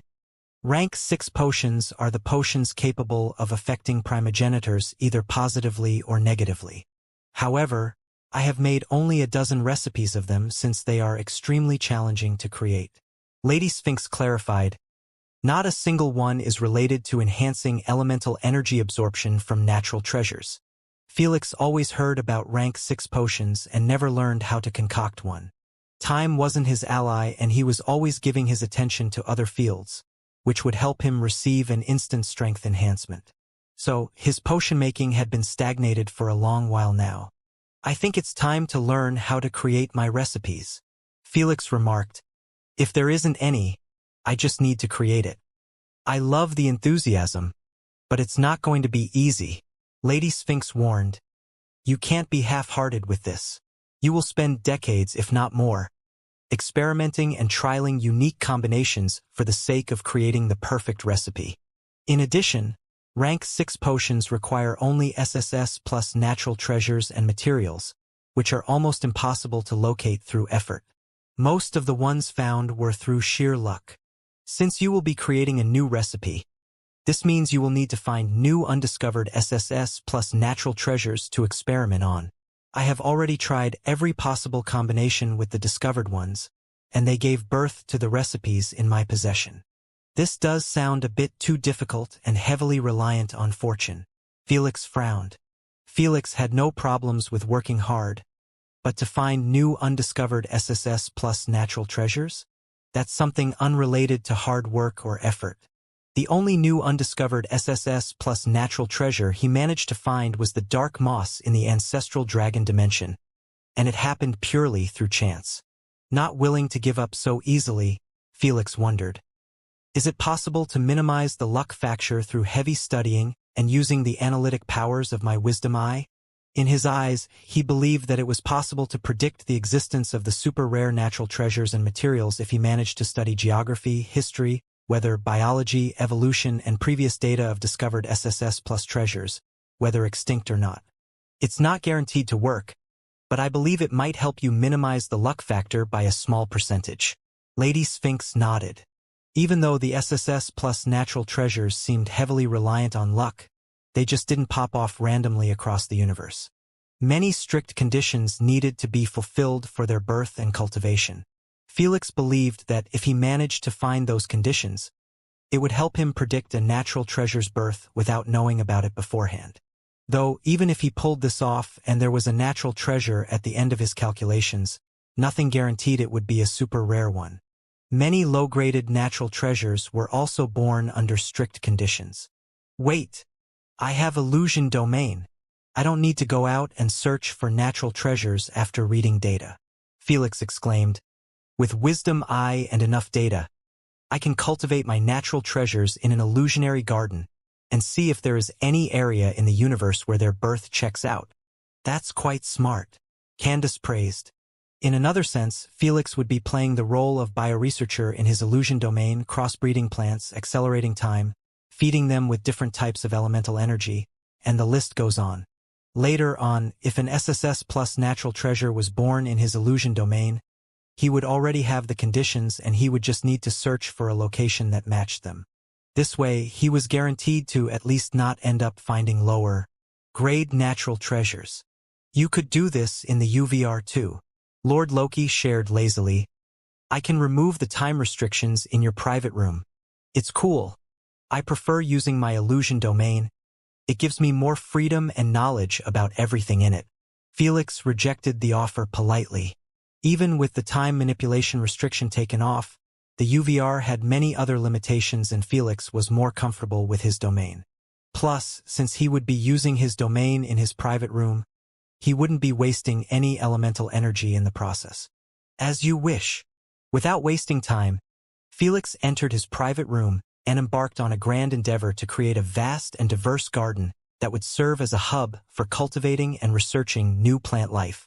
With a wave of his hand, he brought forth a series of distinct environments, each carefully tailored to support unique ecosystems. The first environment he conjured was a sprawling desert, with towering dunes and a scorching sun overhead. In this arid landscape, he nurtured cacti species, succulent species, and many other resilient desert flora that thrived in the harshest conditions. Moving on, Felix shifted the scene to a volcanic terrain, where smoldering lava flows and geysers of steam created a harsh and volatile setting. Amidst the rocky outcrops, he wanted to cultivate rare heat-resistant plants that drew their sustenance from the Earth's fiery depths. Transitioning to a lush forest environment, he created a green canopy of towering trees that filtered sunlight onto a rich undergrowth of ferns, mosses, and vibrant wildflowers. Here, he focused on the cultivation of shade-loving and woodland species. Next, he transported himself to an oceanic paradise, with crystal, clear waters, vibrant coral reefs, and swaying kelp forests. He wanted to experiment with marine plant life, nurturing species adapted to various depths and conditions.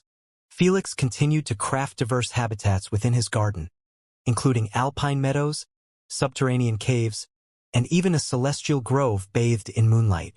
Each environment was meticulously designed to mimic the conditions of its real-world counterpart. Those environments will do for now. I will add complicated ones later on related to time, void, vibration, death, life, gravity, and such. As he wandered through this botanical wonderland, Felix understood that he had to start easy and simple. Those environments mostly give birth to S-graded natural treasures and below.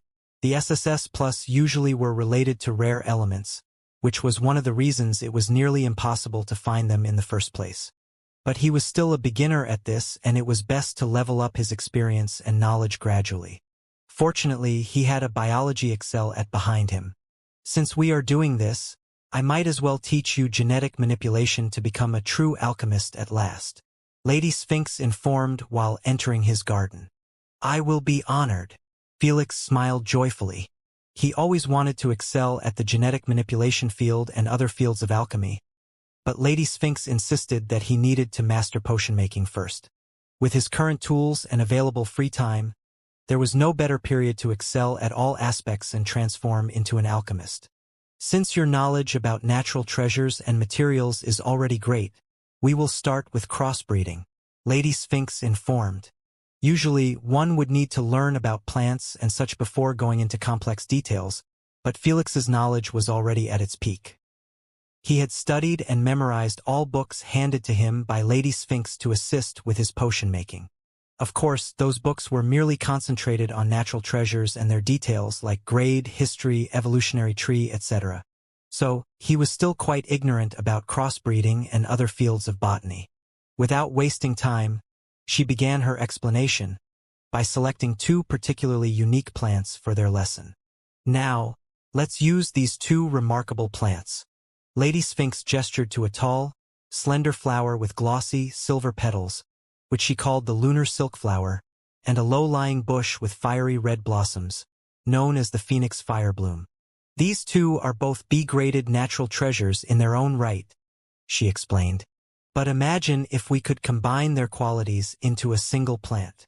How is that possible? Felix's interest was piqued.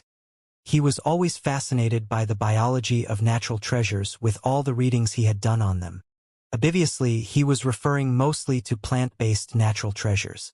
In this universe, anything could become a natural treasure as long as it held within it a decent amount of elemental energy. For example, if a strong creature died and his corpse wasn't decomposed, standing strong against the power of time, it would start to absorb elemental energy slowly corresponding to the corpse's highest elemental affinity. After centuries, millennials, or even millions of years, what remained of the corpse would be considered a natural treasure. Its grade would be decided by the amount of elemental energy it held within it and its unique effects. However, since those treasures were related to previous existing creatures of the past, Felix wasn't planning to focus on them in his studies. After all, there was no way to figure out the SSS plus flesh-based natural treasures location with his current method. Crossbreeding is the process of mating two different plants with desirable traits to create a new hybrid species.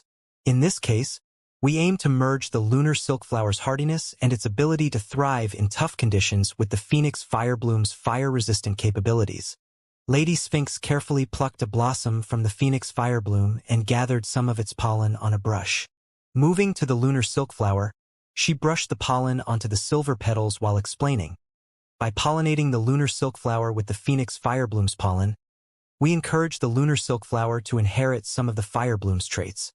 Since those two plants shared a similar environment, their compatibility is decent and it will help with the birth of new plants with the desired traits.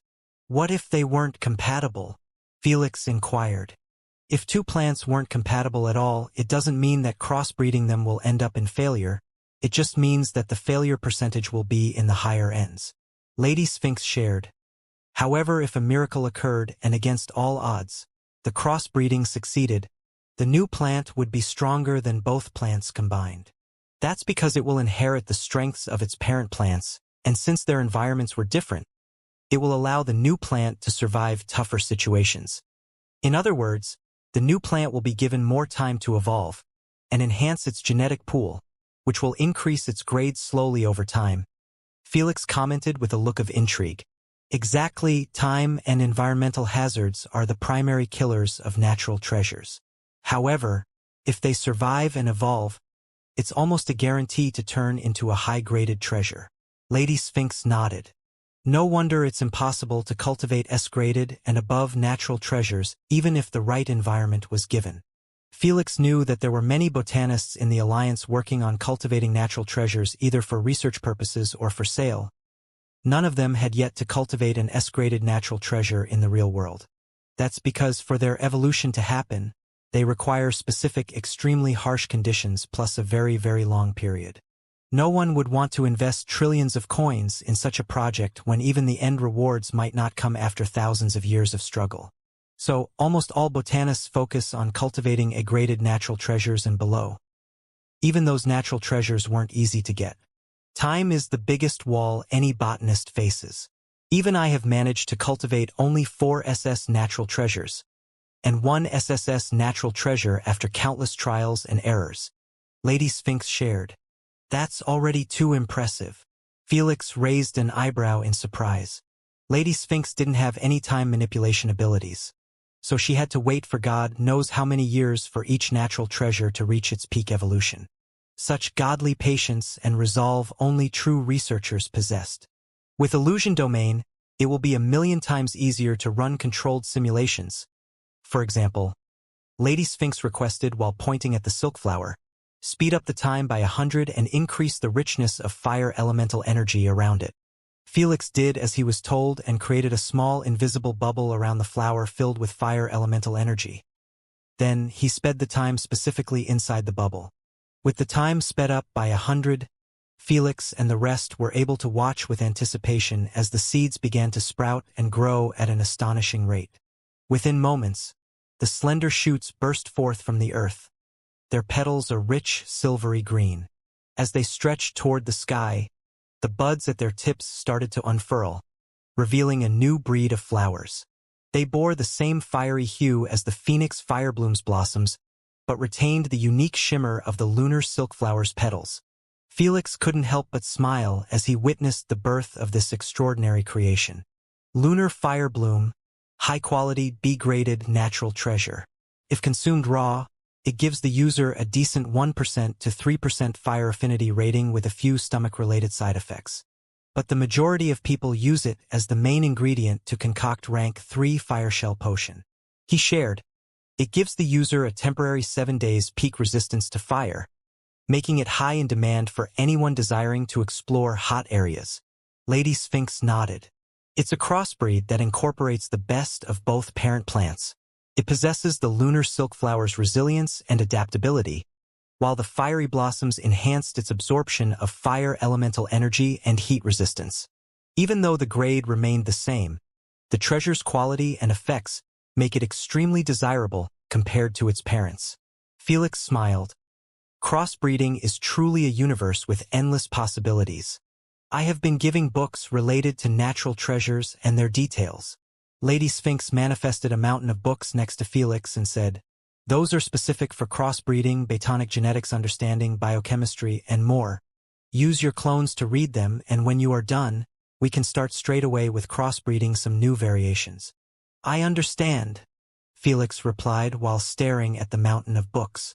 If they were organized into a library, it would fill up at least 100 shelves.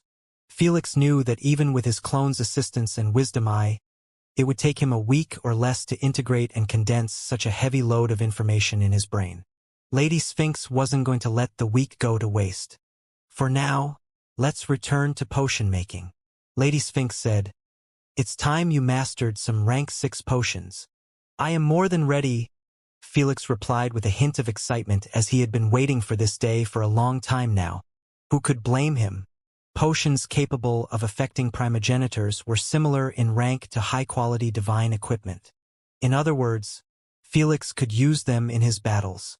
Let's start with God's Pillar Potion. Lady Sphinx uttered with a faint smile. God's Pillar? Sounds powerful. Felix was left intrigued at such a bold and overbearing name. He knew of almost all existing potions besides the rank 6 ones as Lady Sphinx kept a tight lid on them, not exposing their names. Don't even mention their details. That's a name bringing some memories, Thor said with a nostalgic tone. You still possess some of them, Sphinx? Jormungandr raised an eyebrow in surprise. It will be of massive help to Felix if he drank one before his battle with Nemo's alter ego. My stock ran out a long time ago. Lady Sphinx shook her head. Unfortunately, I am missing some key ingredients to concoct one. Thought so. It was difficult to buy one from you in the old times, and that's when there was a decent quantity of high-graded natural treasures lying around. Thor sighed in disappointment. Can someone tell me what does it do? Felix was more curious than ever after listening to their discussion. It's one of the most powerful and desirable potions during the primogenitor's era. Almost everyone sought to purchase them from Sphinx, and if she didn't have them, they would seek out to find its materials and request her to concoct them. Jormungandr shared with a solemn tone. It was for a valid reason. God Pillar's potion enables primogenitors to trade their longevity with an insane all-round boost of strength, ranging from 10% to even 50%. That much? Felix sucked a deep cold breath in shock. He understood that the higher someone enhanced his strength, the harder it got to get even more powerful. Yet, for a potion to help primogenitors rank beings empower themselves by such a massive percentage was literal insanity. It could change the balance of the fight almost immediately. Unfortunately, the enhancement is temporarily lasting for a couple of minutes at best. When it ends, the side effects are too severe to handle even for us. Thor recalled with an irritated tone while looking at the Darkins who were brushing the ground. I was forced to consume a potion during one of our battles, and while we won the conflict, I ended up slumbering for at least a century to recover my dried-up longevity. The Darkins flinched at his look and swiftly lowered their heads, acting like they hadn't heard him.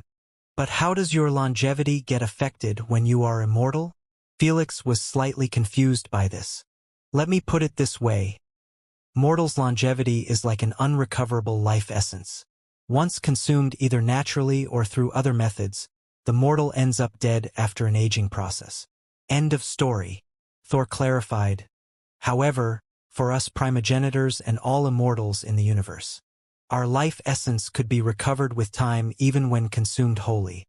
If it is empty, we become weak, old, and lose our natural functions just like any other creature.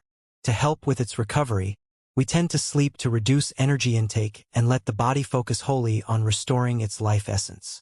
I see. Felix nodded in understanding. Felix always wondered what immortality was like, and even when he became a deity, he was still not technically an immortal yet. Now, he understood that his life essence wasn't recoverable like them, and this was the only point that differentiates mortals from immortals. Felix had a strong feeling that he would become a true immortal after he broke through the origin realm. While you aren't an immortal, you could live for tens of millions of years, if not more. Lady Sphinx said, this means you can take at least one potion and be able to survive its drastic side effects. I thought so the same. Felix nodded with a hardened expression. As my master said, it will help me a lot in my upcoming challenge. I will give it my best to find the missing essential ingredients. Felix was already on a mission to locate new and rare SSS plus natural treasures. He might as well start hunting for all of them to concoct any rank 6 potion able to help him. Focus first on learning how to brew it. Rank 6 potions are nowhere close to other potions in terms of difficulty and complexity, Lady Sphinx said while creating a concoction station in front of them. When Felix switched his focus to the right table and saw the materials on it, his breath was stolen away in astonishment. Ethereal orchid, eclipse rose petals, serpent root sap, abyssal coral extract. Holy! Seeing this many SSS plus treasures on a mixture table is something I never expected when I became a potioneer. Felix was already told that rank 6 potions required only SSS plus natural treasures. Yet it was still a shocking sight to see so many in one place.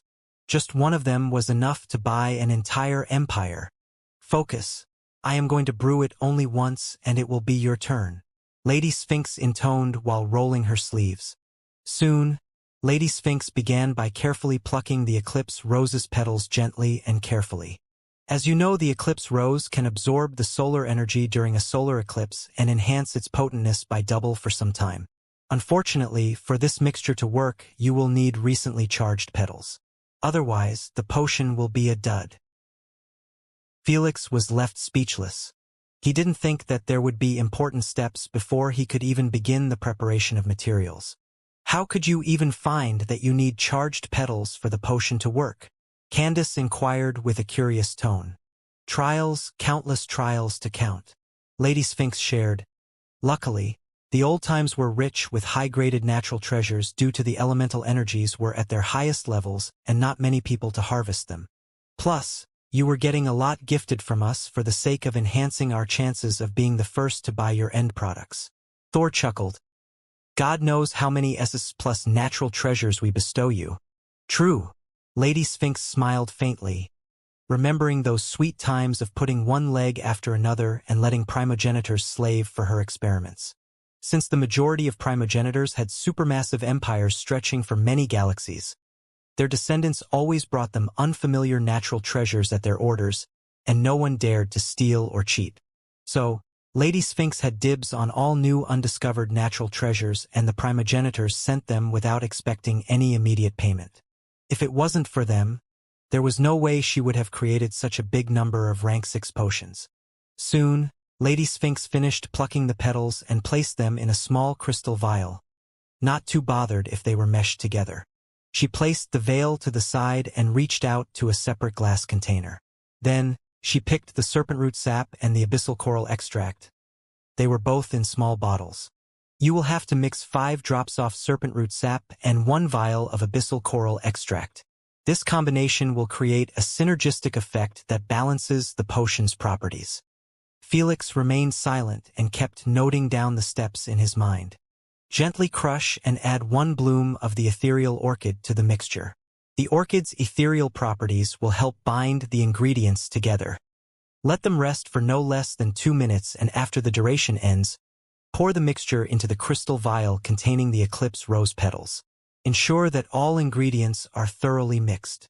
After this, carefully pour 100 milliliters of pure spring water into the cauldron and turn on the oven at 280 degrees for half a minute before finally putting in the mixture.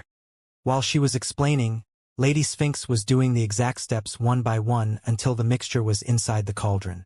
Then, we close it and let it cook for 1 minute under the same heat. Lady Sphinx uttered as she closed the cauldron. So far, nothing is too complex. Felix asked with a weird look. Is the difficulty purely related to dealing with the dark reaction?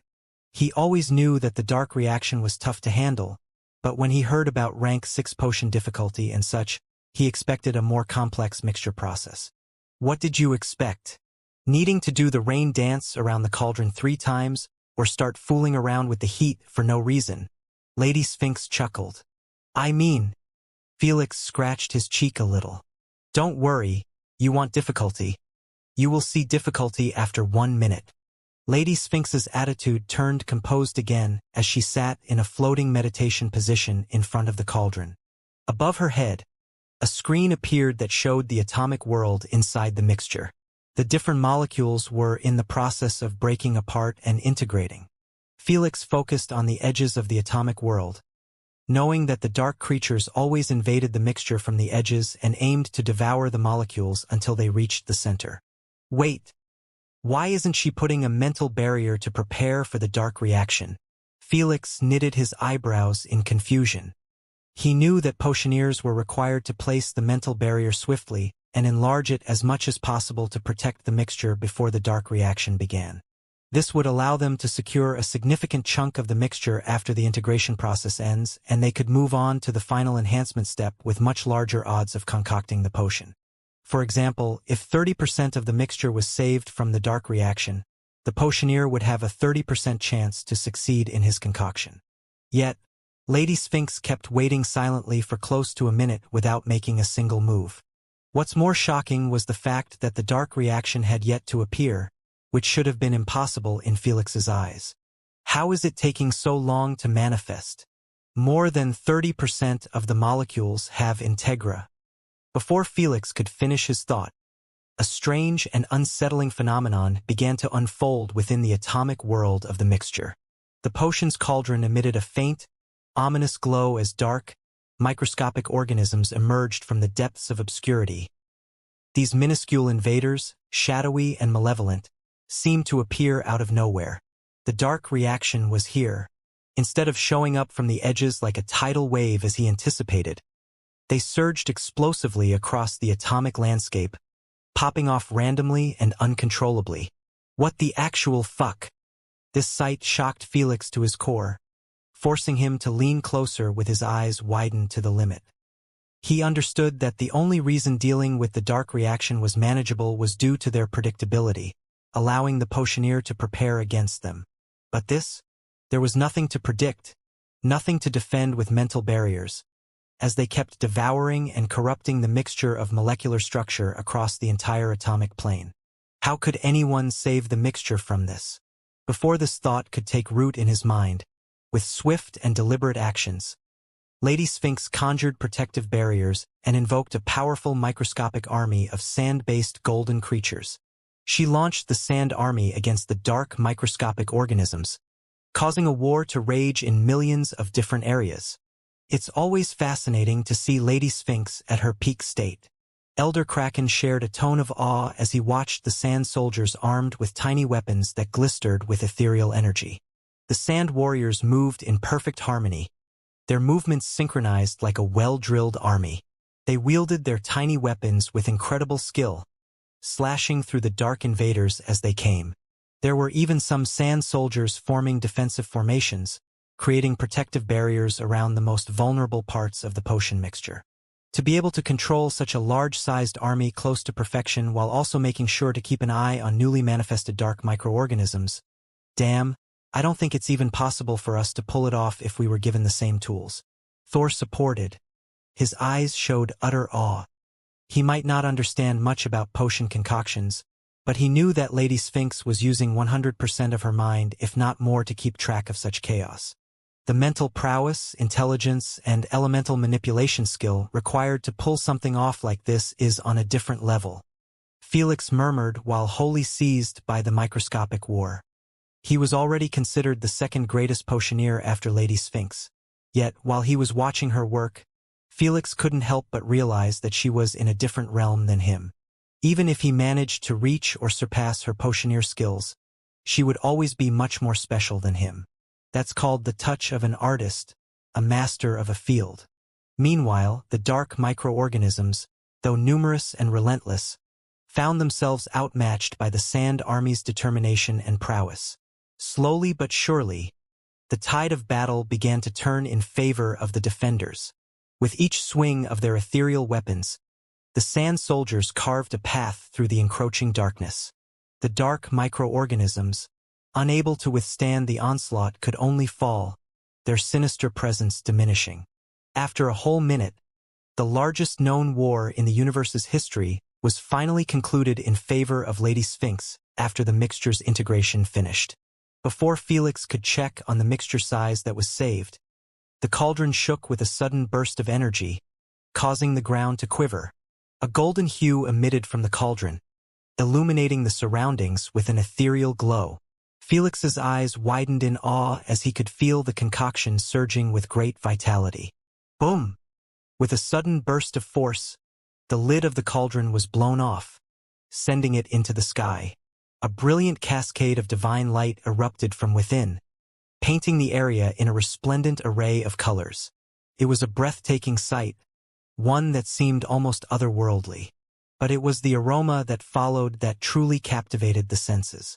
A tantalizing fragrance saturated the air, a harmonious blend of the rarest and most exquisite ingredients. It was a scent that promised power, vitality, and unparalleled strength. Without much of a reaction, Lady Sphinx picked up the cauldron and poured the silky golden liquid into 3 spherical glass vessels. Then, she sealed the potions with corks and placed them on the table before she transformed off the oven. Catch! Lady Sphinx threw one of the potions at Felix, causing him to wake up from his daze and catch it on his chest. With a look of reverence, Felix sized up the divine elixir, feeling like strength was coursing through his being just by holding it. So, is this an appropriate difficulty for you? Lady Sphinx smiled a little and took a seat next to the station. Even though she was smiling, sweat drops were seen coursing down her forehead. I kinda wish we just did some rain dance around the cauldron, Felix commented with a forced smile. Even for him, this shit was on a godly level of difficulty, and now he began to understand why Lady Sphinx never bothered to teach the witches rank 6 potions. The war isn't even the hardest part, Lady Sphinx notified with a serious tone. It's the fact that for rank 6 potions to succeed, you can't let more than 1% of the mixture get devoured. That's because there is no enhancement step to help out, and you need to guarantee its success no matter what. Give me a break. Felix rubbed his temples in concern and fear at the sound of that. Who could blame him for reacting like this? It was already close to impossible to find SSS plus natural treasures, and if he managed to win the war against the dark reaction somehow, the potion was still prone to failure based on the save percentage of the mixture. In other words, if he saved only 90% and the potion failed because of that 10%, he would lose everything in one attempt. Don't dwell too much. Practice makes perfect. Lady Sphinx stretched her hand at the station and uttered indifferently, "It's your turn. Wait a second. I still have way too many questions. Don't care. Give it a try first, and let's carry on from there." Not daring to argue with her, Felix stepped in front of the concoction station and eyed the ethereal, glorious materials, feeling like he was tainting them just with his presence. I have no problems with the preparation steps, but dealing with that chaotic type of dark reaction is something I am not equipped to handle yet. Felix leaned on the table and began brainstorming on the best method to defeat the dark reaction while securing at least 70% plus of the mixture as a start. Master used sand soldiers equipped with weapons enhanced by mental energy and was hands on the entire war, covering every inch of the atomic world. Felix frowned. No matter how much I think about it, I don't see myself being able to copy her method anytime soon. Felix would rather think of a much more efficient and simpler method. He understood that his master was forced to use the sand army since she didn't have any better alternative without affecting the integrity of the mixture. However, in his case, he had a decent number of options to choose from. Master said that poison can't be used since it will affect the mixture's integration, but with my current advanced understanding of poison and potion concoction field, I can create a new type of poison that specifically targets those dark microorganisms. Felix always believed that poison would be the greatest solution to the dark reaction. If he managed to create an inducement capable of erasing it, he would easily surround the mixture with the inducement before the dark reaction could happen.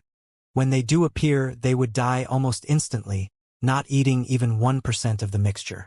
There is also a destruction element.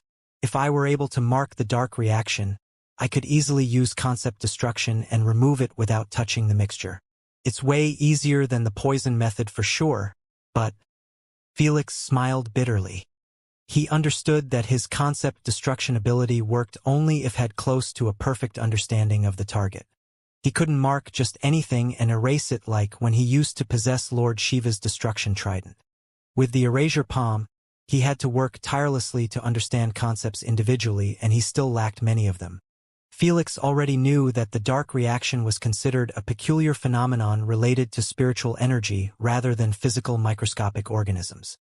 He found out by himself after testing his normal destruction energy on the dark reaction in one of his concoctions. Unfortunately, the destruction energy merely passed through them like they were ghosts, which made him certain that their bodies weren't physical. This was the reason why his master enhanced her soldiers' weapons with mental energy. How can I understand something that even my master has yet to figure out fully? Felix sighed, knowing that this path was going to lead him either to a dead end or take a significant portion of his time.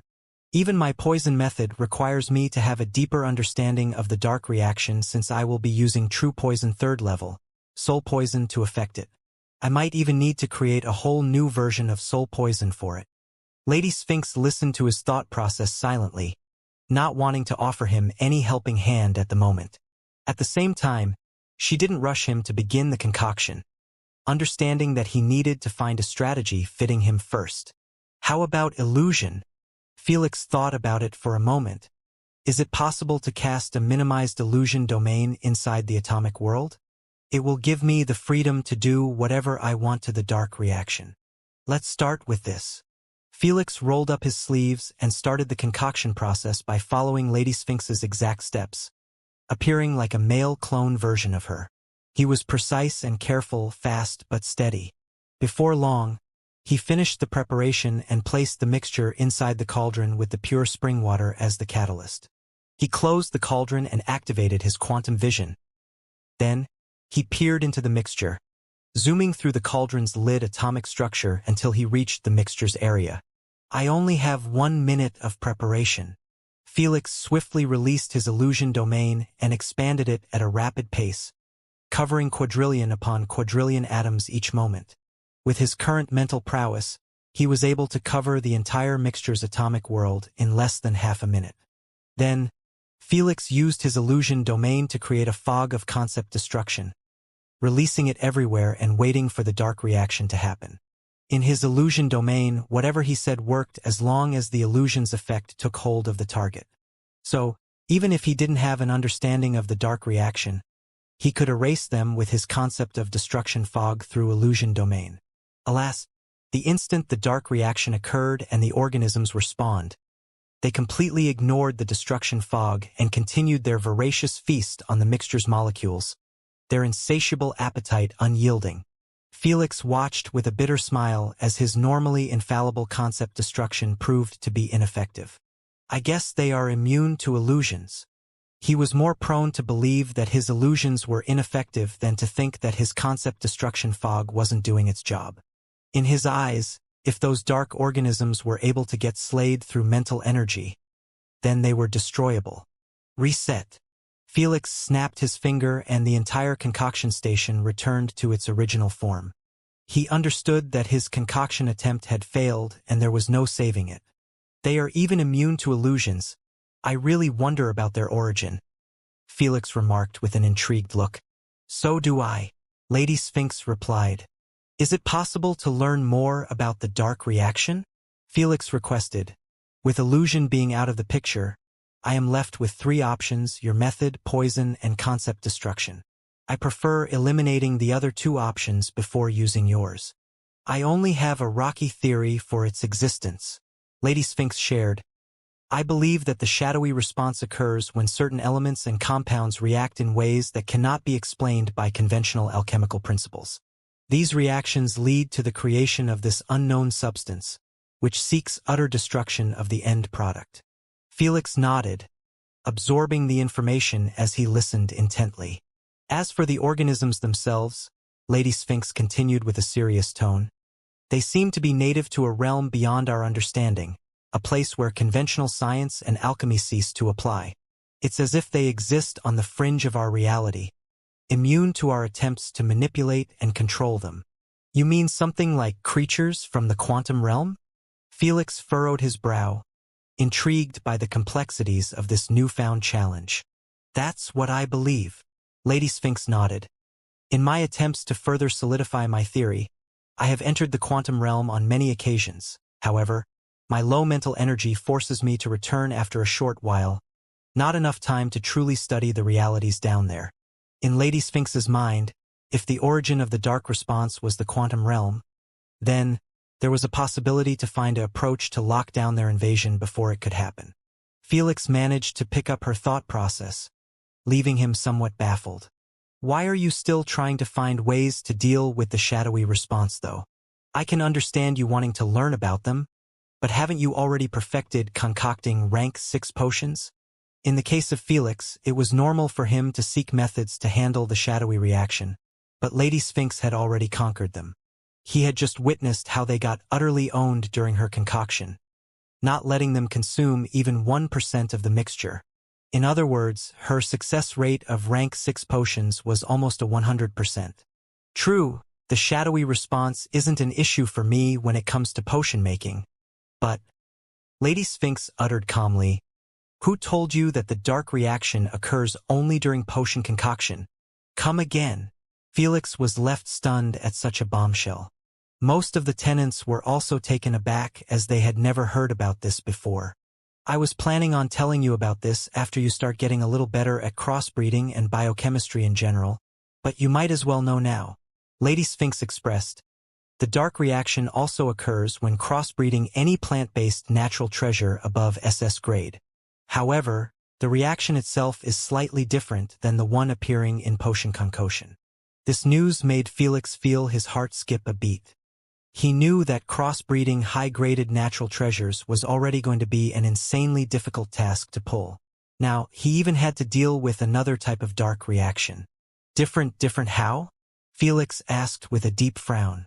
It's best to see it. Lady Sphinx manifested 2 natural treasures, the luminous moonbloom and the infernal rose.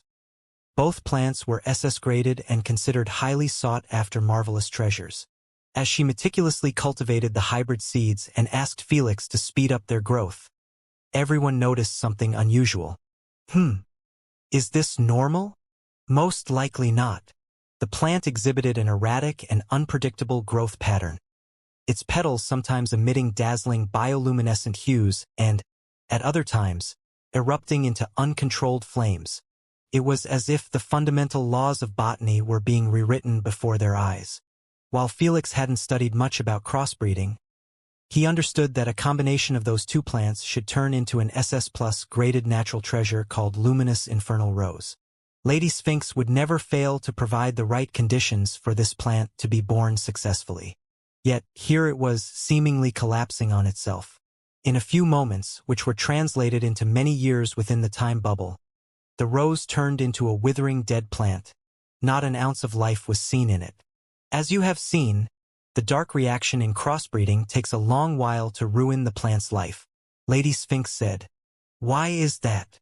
Felix inquired while crouching next to the rose, picking up whatever was left of it. With a mere soft touch, the stem turned into gray dust. Unlike in potion concoction, the dark reaction here attacks the DNA of the plant periodically. It happens in random waves until the plant either fully grows or it dies in the process. Lady Sphinx explained while manifesting a recording of what happened to the plant on DNA level. Felix and the others focused on a dark, amorphous substance, infiltrating into the DNA of those two plants intertwined. It wormed its way into the delicate dance of genetic material, attempting to disrupt the growth and fusion of these botanical treasures. It's breaking the DNA apart and infusing itself with it, Candace exclaimed at the sight of the dark substance, shattering the DNA and forcefully getting itself entangled with it. Why do I feel like the dark substance isn't trying to destroy the plant but merge with it? Felix had a deep frown while watching the same scene. In his eyes, if the dark substance was purely destructive, it wouldn't force itself to merge with the plant's DNA and remain attached to it. Instead, it would devour the entire DNA structure and keep expanding its presence until the plant dies in less than a minute. This was happening in the potion concoction. Good catch. I also share the same sentiment as you, Lady Sphinx remarked with a serious tone. I have dealt with the dark reaction my entire life, and my experiences with it on a genetics level were the reason I reached the theory that the dark substance's origin was the quantum realm. How so? Jormungandr asked. Lady Sphinx remained silent for a moment before shaking her head. It's way too crazy of a theory even for my standards. There is no need to fill your mind with rubbish. Master! This was the first time Felix heard his master call her theory rubbish. No matter how insane her theories sounded before, she always believed in some truth in them.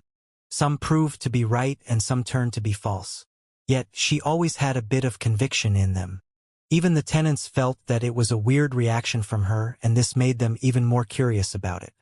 Sphinx, just let us know and we will judge for ourselves, Elder Kraken requested. As a researcher, he could never laugh at a theory no matter how ridiculous it sounded. The others jumped in and pressed Lady Sphinx to bring them up to date, knowing that if they didn't pressure her, she would keep it hidden forever. When Lady Sphinx saw everyone's dying interest to know, she caved in.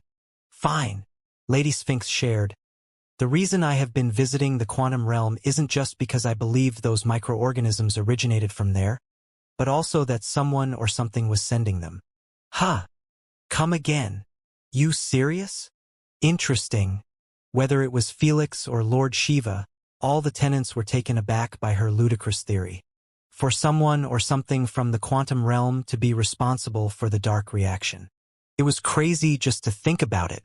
What made you reach such a conclusion? Elder Kraken took it seriously. I believe the dark reaction occurs on a universal scale.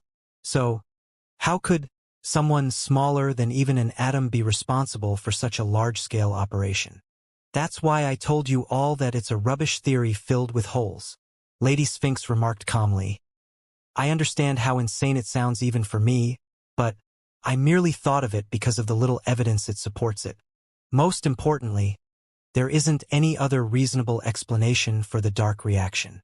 Let's say there is some right into the theory. What do you think is the purpose of that person or thing for doing this? Thor asked. Can't you figure it out by now? Jormungandr answered it calmly. She must believe that someone is using the dark reaction to manifest himself in the universe. The fuck? Is that why the dark reaction isn't seeking to kill the plants and keeps merging with its DNA? Thor raised an eyebrow in surprise. That's what I believe at least. Lady Sphinx nodded. In a sense, Lady Sphinx's theory, while it sounded too crazy to be true, does have some merit to it. The dark reaction has always been a mystery, and you said that the universe can't be responsible for this. Its ways of action are direct and brutal. Felix spoke with a careful tone. So, it's not far-fetched to believe that someone else must have a hand in it. Especially when the quantum realm is one massive mystery box that has never been opened yet. Felix truly believed that the universe could not have a hand in the dark reaction since it wasn't its motto at all. If it wanted to stop anyone from crossbreeding higher-rank plants or concocting potions, it would have done so by making it impossible from the start, instead of introducing an unfamiliar dark substance that could be overpowered. Just because it can't be the universe, it doesn't mean that someone or something has a hand in it, Fenrir said expressionlessly. True. Lord Loki joined while chewing on gum.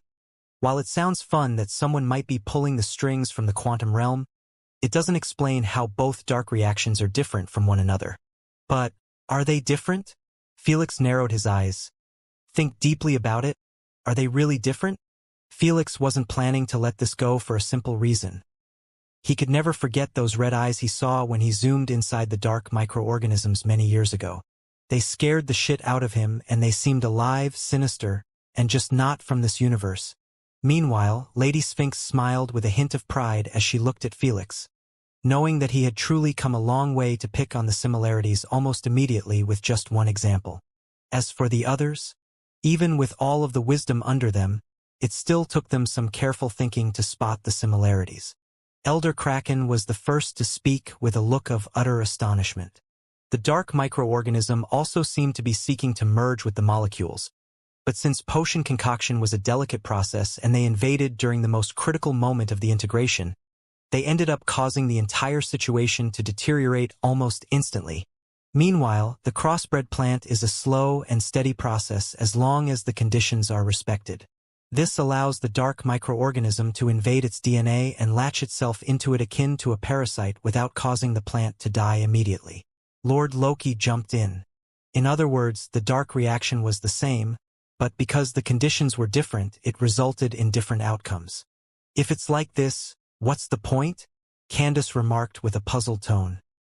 We let the flower grow without interrupting the dark reaction, and it ended its life. If someone wanted to manifest himself through taking advantage of crossbreeding plants, then his plan ain't working at all. As I said, my theory is too flawed and I have tested it with many different methods, but nothing was close to confirming it. Lady Sphinx informed, besides visiting the quantum realm, I crossbred countless plants and focused on helping the dark substance remain attached to the plants while it kept growing. Unfortunately, not a single one made it out alive. So I gave up on it. Everyone nodded in understanding. If they were in Lady Sphinx's shoes, they would have done the same. By the way, has a dark reaction ever appeared during the genetic manipulation of creatures? Felix asked. Felix felt that it was a bit peculiar that the dark reaction occurred only during genetic manipulation related to natural treasures. In his eyes, wouldn't it be best for that someone to target actual people? I have also tested it out. Lady Sphinx shook her head. I don't know yet if it didn't show because genetics manipulation was a man-made process unlike potion concoction and crossbreeding, or it just doesn't happen to creatures. While potion concoction and crossbreeding were influenced by potioneers and botanists, the process itself was natural. Meanwhile, genetics manipulation was different since the geneticist was responsible for breaking apart DNA, rebuilding it and such. It was an unnatural process. If it was related to whether it's natural or not, then shouldn't dark reaction appear during our bloodline integration? Felix remarked. That's what I thought. But you should understand that the dark reaction's appearance seems arbitrary. Lady Sphinx explained. In terms of potion concoction, it manifests very early on even lower-grade potions. However, in crossbreeding, it appears only on grade SS and above hybridized natural treasures. So, what if we merely haven't found the conditions for its activation during creatures' genetics evolutions or manipulation? That makes sense. Felix and the others nodded in agreement. They realized that when it came to the dark reaction, it was best not to make any guarantees. Such a mysterious phenomenon wasn't to be messed with, especially when there was a theory related to an intelligent figure pulling the strings from another realm. Whether there is someone responsible for the dark reaction down there or not, you need to master how to get rid of it to keep improving yourself. Thor said calmly, "That's your main focus. I am planning to put a clone on studying it in hopes of being able to mark it and get rid of it with concept destruction. If it fails, I will have another clone training with the master's method and also figure out another method if possible." Felix replied. While this theory had captured Felix's interest, he wasn't planning to get his focus diverted from its target to prove if it was correct or false. All he needed to do at the moment was learn how to get rid of it, and this would help him with both his crossbreeding and potion concoction. But before then, he had to learn how to crossbreed grade S and below natural treasures. Obviously, he also planned to put a clone on this duty. As for his main consciousness, he was going to explore the universe for natural treasures and elemental minerals.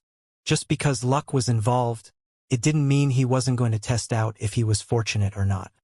His first predetermined destination was one of the richest discovered areas in the universe with natural treasures, the ancestral dragon dimensional pocket.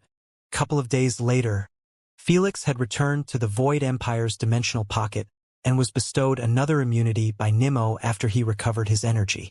Then, he picked him up and continued his journey to the ancestral dragon dimensional pocket. Merely 30% of the collected void creatures were left behind, and they weren't enough for a third wish. So, there was no need for Nimmo to be there anymore, as his fellow nation citizens would be focusing on gathering a new batch. It would take a couple of years at least to collect enough for a third immunity. Then, he would be forced to wait a couple of decades to restock the void creatures before he could finish all the immunities. Obviously, he made sure to order all of his citizens to bring him any unfamiliar natural treasure they found. As for Olivia, Selfie, Noah, and Botadai, Felix had told them to meet up with him in Icarius Galaxy. While he wanted them around him to help with their growth through his illusion domain like before, he also understood that it was best to have as many capable hands as possible when it came to rare treasure hunting. After spending a few days on the road, Felix arrived at Icarius Galaxy and went to the meetup location, which was pretty close to the dragon's capital planet, Juham. Whoosh!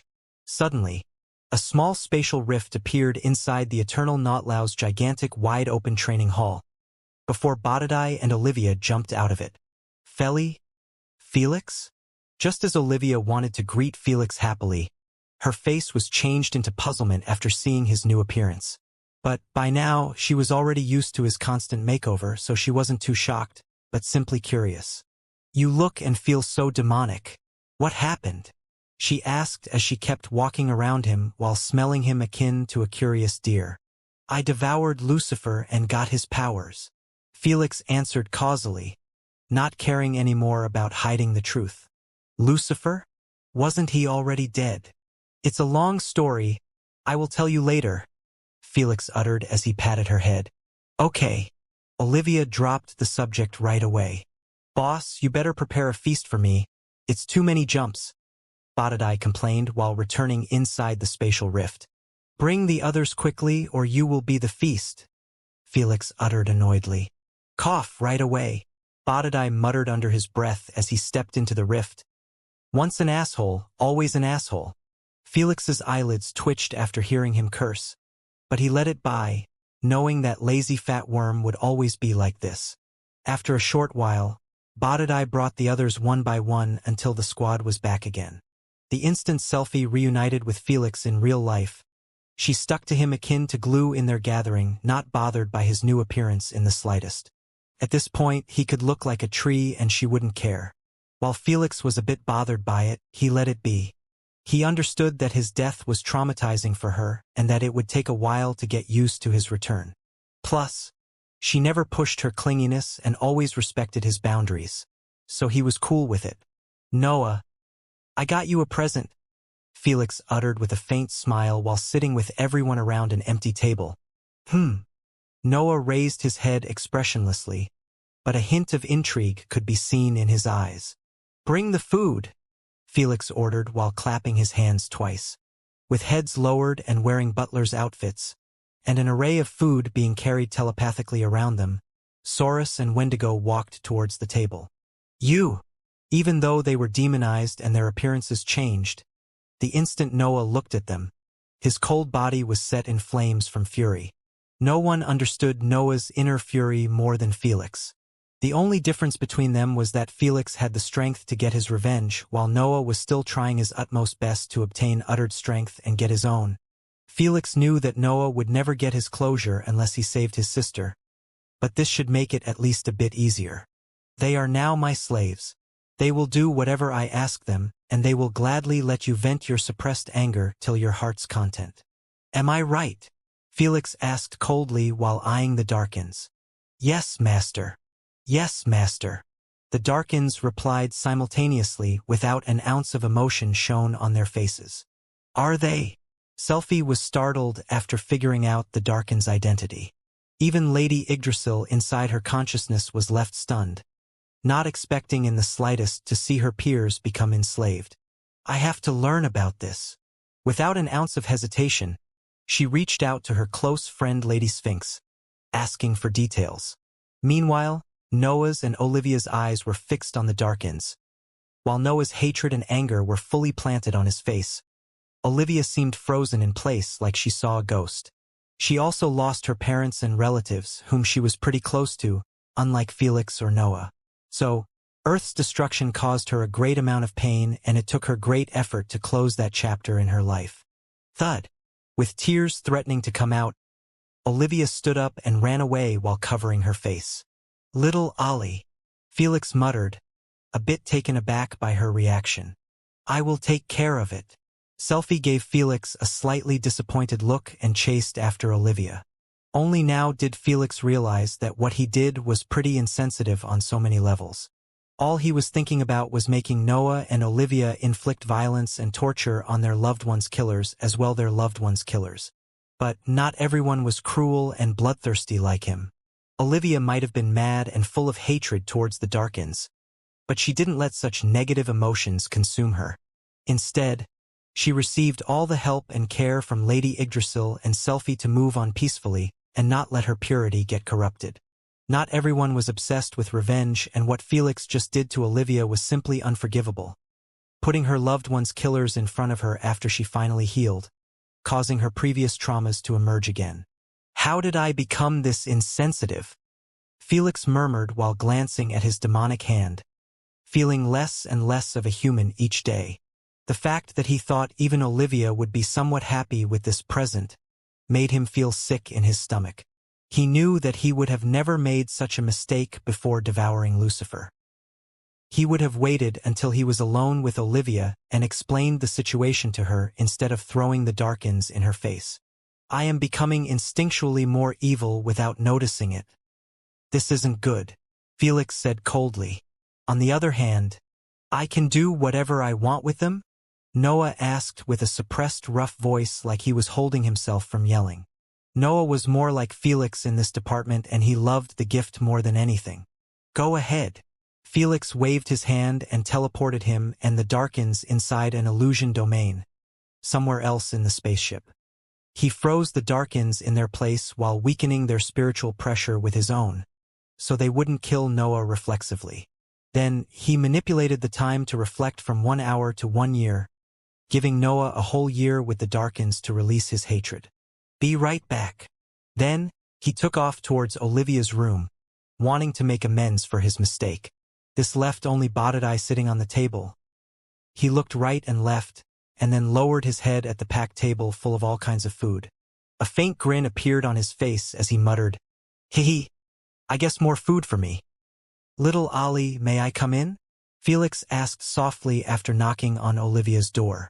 A few moments later, Selphie opened the door and came out. Then, she closed it behind her and said with a stern tone, Come with me. She doesn't want to see anyone. Felix peered through the door and saw Olivia curled up into a ball on her bed, crying her eyes out. He felt terrible when he discovered that he couldn't empathize with her. The sight of her crying didn't move a single string in his heart, like he was looking at someone giggling or such. Why did you do that? Selfie scolded with a frustrated expression. I am sorry. I wasn't thinking straight. Felix sighed. I will fix it.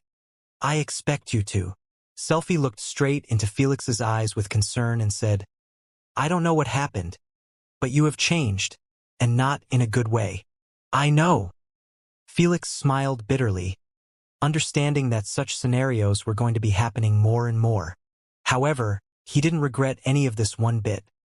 For Asna's sake, he didn't mind even if he lost all of his emotions and became alone. After a few words traded back and forth between them, Selfie returned to the hall and Felix remained seated behind Olivia's door, still wanting to make amends. Even when he lacked empathy and goodness in his heart, and knew that he would be losing other positive emotions one by one, Felix didn't want to give up on being a good human. Until the day when everything gets stripped of him, he would keep fighting for his humanity. After half an hour, Olivia finally opened the door, and before Felix could say anything, she gave him a deep hug and apologized. I am sorry for being like this. I know you were thinking about us. This was how Olivia was kind and pure. Even when she was the one hurt the most, she still apologized first. Don't be. I was careless and made you revisit some bad memories and emotions. Felix smiled gently as he patted her back. I will try my best to not do it again. He couldn't even promise to be good to her, knowing that there would come a day when he could break it. Olivia didn't care about how he phrased it. She nodded silently and presented a big cute smile on her face again, seemingly forgetting about the Darkin's existence. But the eyes could not lie, and Felix was able to see the hurt in them. Ali, the Darkins are now my slaves, and they have been punished for their crimes. They will be by my side always, and if it's going to be a problem for you, I think it's best that I return you home. Felix shared calmly. He cared about Olivia enough to let her know right now and here that the Darkins weren't going anywhere. So, she could either face her trauma for real and be by his side, or he could return her home. It depends on her. Don't worry about me. I have it under control, Olivia assured him. All right. Felix nodded in acceptance. Whether she was really okay with it or not, he would find out in the future. For now, there was no need to make a big problem out of this more than it is. Let's go eat. Alas, after everyone returned, the sight that greeted them wasn't appetizing in the slightest. Badadai lying on the ground with a massive stomach and food stains on his face, burping once in a while. As for the food on the table, nothing was left on it but empty plates and a few bones here and there. He cleared the entire table in a world record time. Burp. Sometime later, Felix, Olivia, Selfie, Noah, and Candace were gathered at the table again. It was loaded with new dishes, and everyone was eating and talking about Felix's new mission. As for the Darkin's situation, no one brought it out again. However, Noah's complexion was a bit better after passing an entire year with the Darkins within the illusion domain. When he got out, he didn't tell anyone what happened inside. He just thanked Felix once and told him that he owed him a big one. Felix told him to not be bothered by this, as they were family, and he would have done the same if he were in his shoes. Will we be allowed entry into the ancestral dragon dimension? You said the ancestral dragon permitted you alone. Olivia asked with a worried tone. Won't it be a little impolite? Don't worry about it. Ancestral dragon is cool, Felix replied. Even though Felix didn't request his permission, he knew that he wouldn't mind having them enter his dimension, especially when they would merely be helping him with searching for rare natural treasures. If he wasn't cool about it, Felix could always send them back to the spaceship. Come on, guys. I already said I am sorry. When they heard Badadai's voice, everyone turned to glance at the wall on the right side. He was seen glued to it upside down with Felix's consciousness pressure. I am starting to feel sick. Burp. Badadai seemed like he was about to vomit everything he ate. Be quiet or I will shake you again, Felix warned annoyedly. Badadai closed his mouth immediately. Come on, Felix. I think he already learned his lesson. Selfie chuckled a little. Doubtful, Felix remarked. With his inability to control himself in front of food, he will most definitely eat any natural treasure he finds in the dimension. Felix wouldn't have cared much before, But now that he was strapped for any SSS plus graded natural treasure he finds, he really would lose his shit if he learned that Botadai ate one of them. I swear. Shut up. Olivia and Selfie gave Botadai helpless looks and ignored his depressed and gloomy expression. After everyone ate, Candace turned into a void aircraft and picked everyone up. Then, she flew towards the location Felix gave her. The ancestral dragon Imri had given Felix the location of the back door before he left the dimension, allowing him to gain access without needing to wait half a century for the main gate to be opened. This way, he wouldn't be bothered by the dragons competing in the ceremony. If it wasn't for wanting to keep his resurgence hidden, he would have reached out to Anastasia and Izzy. Alas, he knew that one of them was bound to speak about meeting him with their father, Curson. After a few moments, the squad arrived at the provided location. It was above a small peaceful lake near a rugged giant mountain with crimson trees filling the whole area. It painted a beautiful but harrowing scene like the forest was on fire. Felix exited the void portal first and cast an illusion domain in the area, hiding everyone's presence from any detection ability or tool. I think it's here, Botadai mentioned as he pointed at an empty area. I feel strong, chaotic spatial particles. Same. Felix nodded. Open it up. Botadai went ahead and used his elemental prowess to add more to the spatial disturbance until it collapsed and an unstable rift opened up. Quick! I can't keep it stable for too long, Botadai yelled. Whoosh! Whoosh! Whoosh! Felix and the others zoomed past Botadai and went through the dimension before he followed after them and let it collapse on itself. Boom! After a dull-sounding explosion, the lake and the forest returned to its peaceful state. On the other side, in the heart of the ancestral dragon dimension, where elemental energy flowed like lifeblood, Felix and his friends found themselves immersed in a breathtaking fantasy dream world. The sights and sounds that surrounded him were beyond anything they had ever imagined. Towering trees with iridescent leaves stretched towards the sky, their branches swaying gracefully to the elemental rhythms of wind and fire. Each tree exuded a unique aura, emanating the very essence of the elements. The serene meadow where honey rivers flowed lazily, glistening under the radiant sun. The air was filled with the sweet scent of nectar, and luminous aquatic creatures danced beneath the golden surface. Well, that's new, Felix commentated after spotting the sky above them turn into an ever-changing masterpiece with colors shifting and blending seamlessly, creating a mesmerizing kaleidoscope. It was as if the very heavens were a canvas painted by the hands of divine artists. Whoa! I have seen the ancestral dimension through screens always, but I never thought it would be even more overwhelming up close, Selfie remarked with an amazed expression. It sure is one of the most beautiful and breathtaking places across the whole universe, Felix warned. But it's also just as dangerous. If you guys aren't careful, you wouldn't know how you died. Everyone nodded in understanding. While they were confident in their strength, nothing was more frightening than the unknown. This dimension was the definition of the unknown since each day on the outside was translated into 100 days, which meant that after each circle, thousands of years had passed and new creatures and plants were born. Since Felix hadn't come here for more than a century, God knows how much the environment had changed. Should we rumble? Just as Olivia was about to suggest getting down, the multicolored sky was turned into a massive thundercloud with lightning bolts crackling within it noisily. Then, ancestral dragon Ymer's face appeared from the lightning bolts, seemingly manifesting his face with each thunderclap. Little boy, is that you?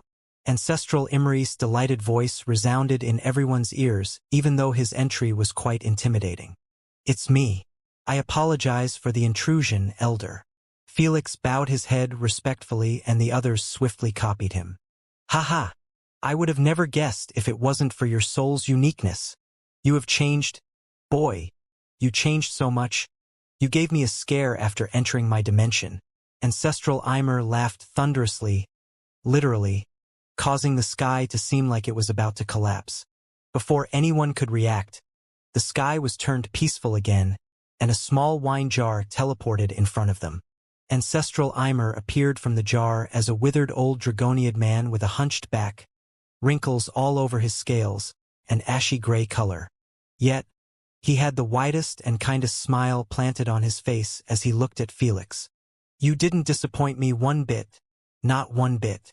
As the god of this dimensional pocket, he could feel Felix's spiritual pressure even if he tried to hide it, making him realize that he had already surpassed the primogenitor's realm. "It's still not enough, Elder, and no one else knows it more than you." Felix smiled bitterly. "I had faith in you to reach the stage where you can take down those beings before you can even look in primogenitor's eyes straight." Ancestral Eimer reassured him with a wide smile. "But now? I am certain that you will pull it off. Elder, I wish I had some of your optimism." Felix chuckled. It wasn't like Felix lacked confidence, but he had seen what those beings were capable of during the Heavenly Plains War. So, he wasn't that cocky to believe that he was going to take down them 100%. Still, this didn't mean that it would change anything. "What do you think they are talking about?" Olivia asked with a curious tone. "Who knows?" But for Felix to seem lacking in confidence, this new enemy must be on another level. Selphie replied while thinking of Unigens, knowing that only those monsters were above primogenitors in strength. The fact that Felix managed to enslave 2 primogenitors made her understand that he had already surpassed their level, which was already shocking on its own. After a short moment, Felix and Ancestral Eimer changed the subject, knowing that it wasn't time to be discussing it. "I have brought some friends with me. I hope you don't mind," Felix requested with an apologetic tone. "Don't mention it. The more, the merrier." Ancestral Eimer waved his hand causally. When it came to Felix, he treated him even better than his descendants and would never refuse such small favors from him even if he minded it. "Much appreciated." Felix nodded in gratitude before blurting out honestly, "I have come here to visit you and also to seek out rare high-grade natural treasures. I need them to concoct some potions that will help me with my dragon/devourer's cultivation systems." "Sure, you guys can pick whatever you want, and if you need assistance with finding some known ones, I am happy to offer a hand." Ancestral Eimer accepted it right away. While he was considered a god in this dimension, many natural treasures here were nameless and he never bothered to check on them. However, he could assist by telling them about the elemental capacity of each natural treasure, which would help a lot weeding the bad from the good. Thus, Felix expressed gratitude for the offer and informed him that he and his squad would be camping in the forest below. Ancestral Eimer refused to let them do so and took them to a better place underground, a small area of the Dragon City, which wasn't as damaged as the others. Felix told his friends to claim a house or set up a camp in the area. Meanwhile, he created a decent house of crystal and filled it with furniture. Afterward, he entered his consciousness space with Ancestral Eimer. Hello. I see a lot of new faces." Ancestor Eimer greeted the tenants with a polite smile. "It's good to see you again, old friend." Thor and the others greeted back, some with vivid interest and some couldn't care less like Elder Shiva. Lady Sphinx went ahead and introduced the new tenants even though Ancestor Eimer already figured out their identity. After some polite formalities traded back and forth between them, Ancestor Eimer turned to Felix and asked with a curious tone, "So, how did you reach this stage?" "Well, I got smitten by them and sent to the spirit realm," Felix narrated with a solemn tone. "I can't discuss the details of what happened there, but I can tell you that Asna was kidnapped by them and now, I am working on a way to save her."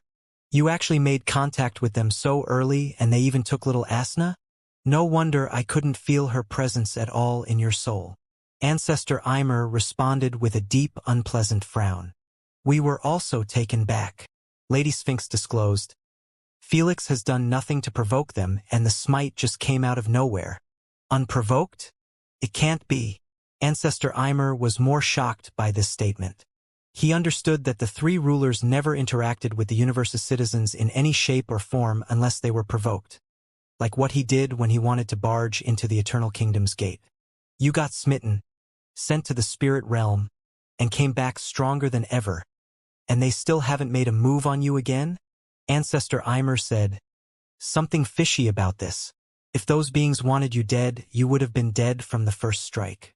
Also, how come they haven't smitten you again?" We also believe that there is some sort of a hidden agenda, but we still don't know what it is. Felix shared. As for me, why haven't they attacked me again? We think it must be either Asna's core protection, or they have lost interest in me after taking Asna away. Wait. Back up a little, you have her core? Ancestor Eimer's wrinkly eyelids unfolded wide open in shock. Even the Darkins were left utterly stunned. They had spent a decent period with Felix after getting enslaved, and while they had learned many of his secrets, the mystery of Felix's spiritual pressure empowerment wasn't cleared yet. Until now. He possesses a Unigen's core. How is that even possible? Who knows? This freak seems to be a walking miracle. While Felix had heard their thoughts, he didn't bother to waste his time on disciplining them. Before Ancestor Eimer could ask about it, Felix told him that he could not share details about how he received the core from Asna. Ancestor Eimer understood his stance and refrained from focusing on this subject. After a couple of minutes of catching up with him, Felix told Ancestor Eimer about his plan to become the new paragon of sins and how it was the only method available to access the Eternal Kingdom. His natural treasures and elemental minerals were going to be of great help in boosting his strength, which would in turn make Nemo's alter ego battle somewhat manageable. After figuring out the final picture, Ancestor Eimer didn't hesitate to offer with a welcoming tone. You run wild and harvest all resources that you desire. If you get tired, just let me know and I will help you pack up everything of worth in the dimension and hand it to you. Elder, what about your descendants? Felix was left a bit speechless by his generosity, knowing that if he cleared the dimension of even royal gemstones, his descendants would be screwed for a very long time. What's the point of giving it to them? The dragon race won't be saved by a few royal gemstones. The only way to truly save them is by lifting the curse imposed on us by those beings. If you manage to truly end their reigns, a better future for my race would finally be on the horizon. Ancestor Eimer smiled a little. No one could fault his reasoning as they knew that the dragon race had already lost most of its glory and authority with the death of Elder Dragon, and two of its most powerful clan heads. So, even if a genius like Domino appeared again, he would not be able to make much of a difference without their cultivation system returning to them. If it was like this, he might as well bet everything on Felix. Much appreciated, Elder, truly. Felix bowed his head in gratitude. He understood that even if he concocted a new potion to help him absorb natural treasures more effectively, he would be needing an unfathomable amount to reach the 30th mark. It would help him gain at least 3 marks without using the potion if he was truly allowed to harvest all natural treasures in the Heavenly Garden. That's an amazing value when considering his current high mark. After he got his permission, Felix wasn't planning to waste time even though it ran slower here than in the outside universe. He switched his focus back to his main consciousness and called calmly, Wendigo, Saurus, come out. Whoosh! Suddenly, from the shadows, 2 imposing figures emerged with an uncanny abruptness. Wendigo and Saurus, their eyes gleaming with unsettling intensity, stood before Felix, their presence commanding the attention of the entire dimension. They have also entered the dimensional pocket but remained hidden in the shadows, awaiting Felix's orders. Ancestor Eimer had noticed their presence, but since they came with Felix, he refrained from saying anything. Your orders, Master? Split up and go search for natural treasures in the most dangerous and hidden areas in the dimension.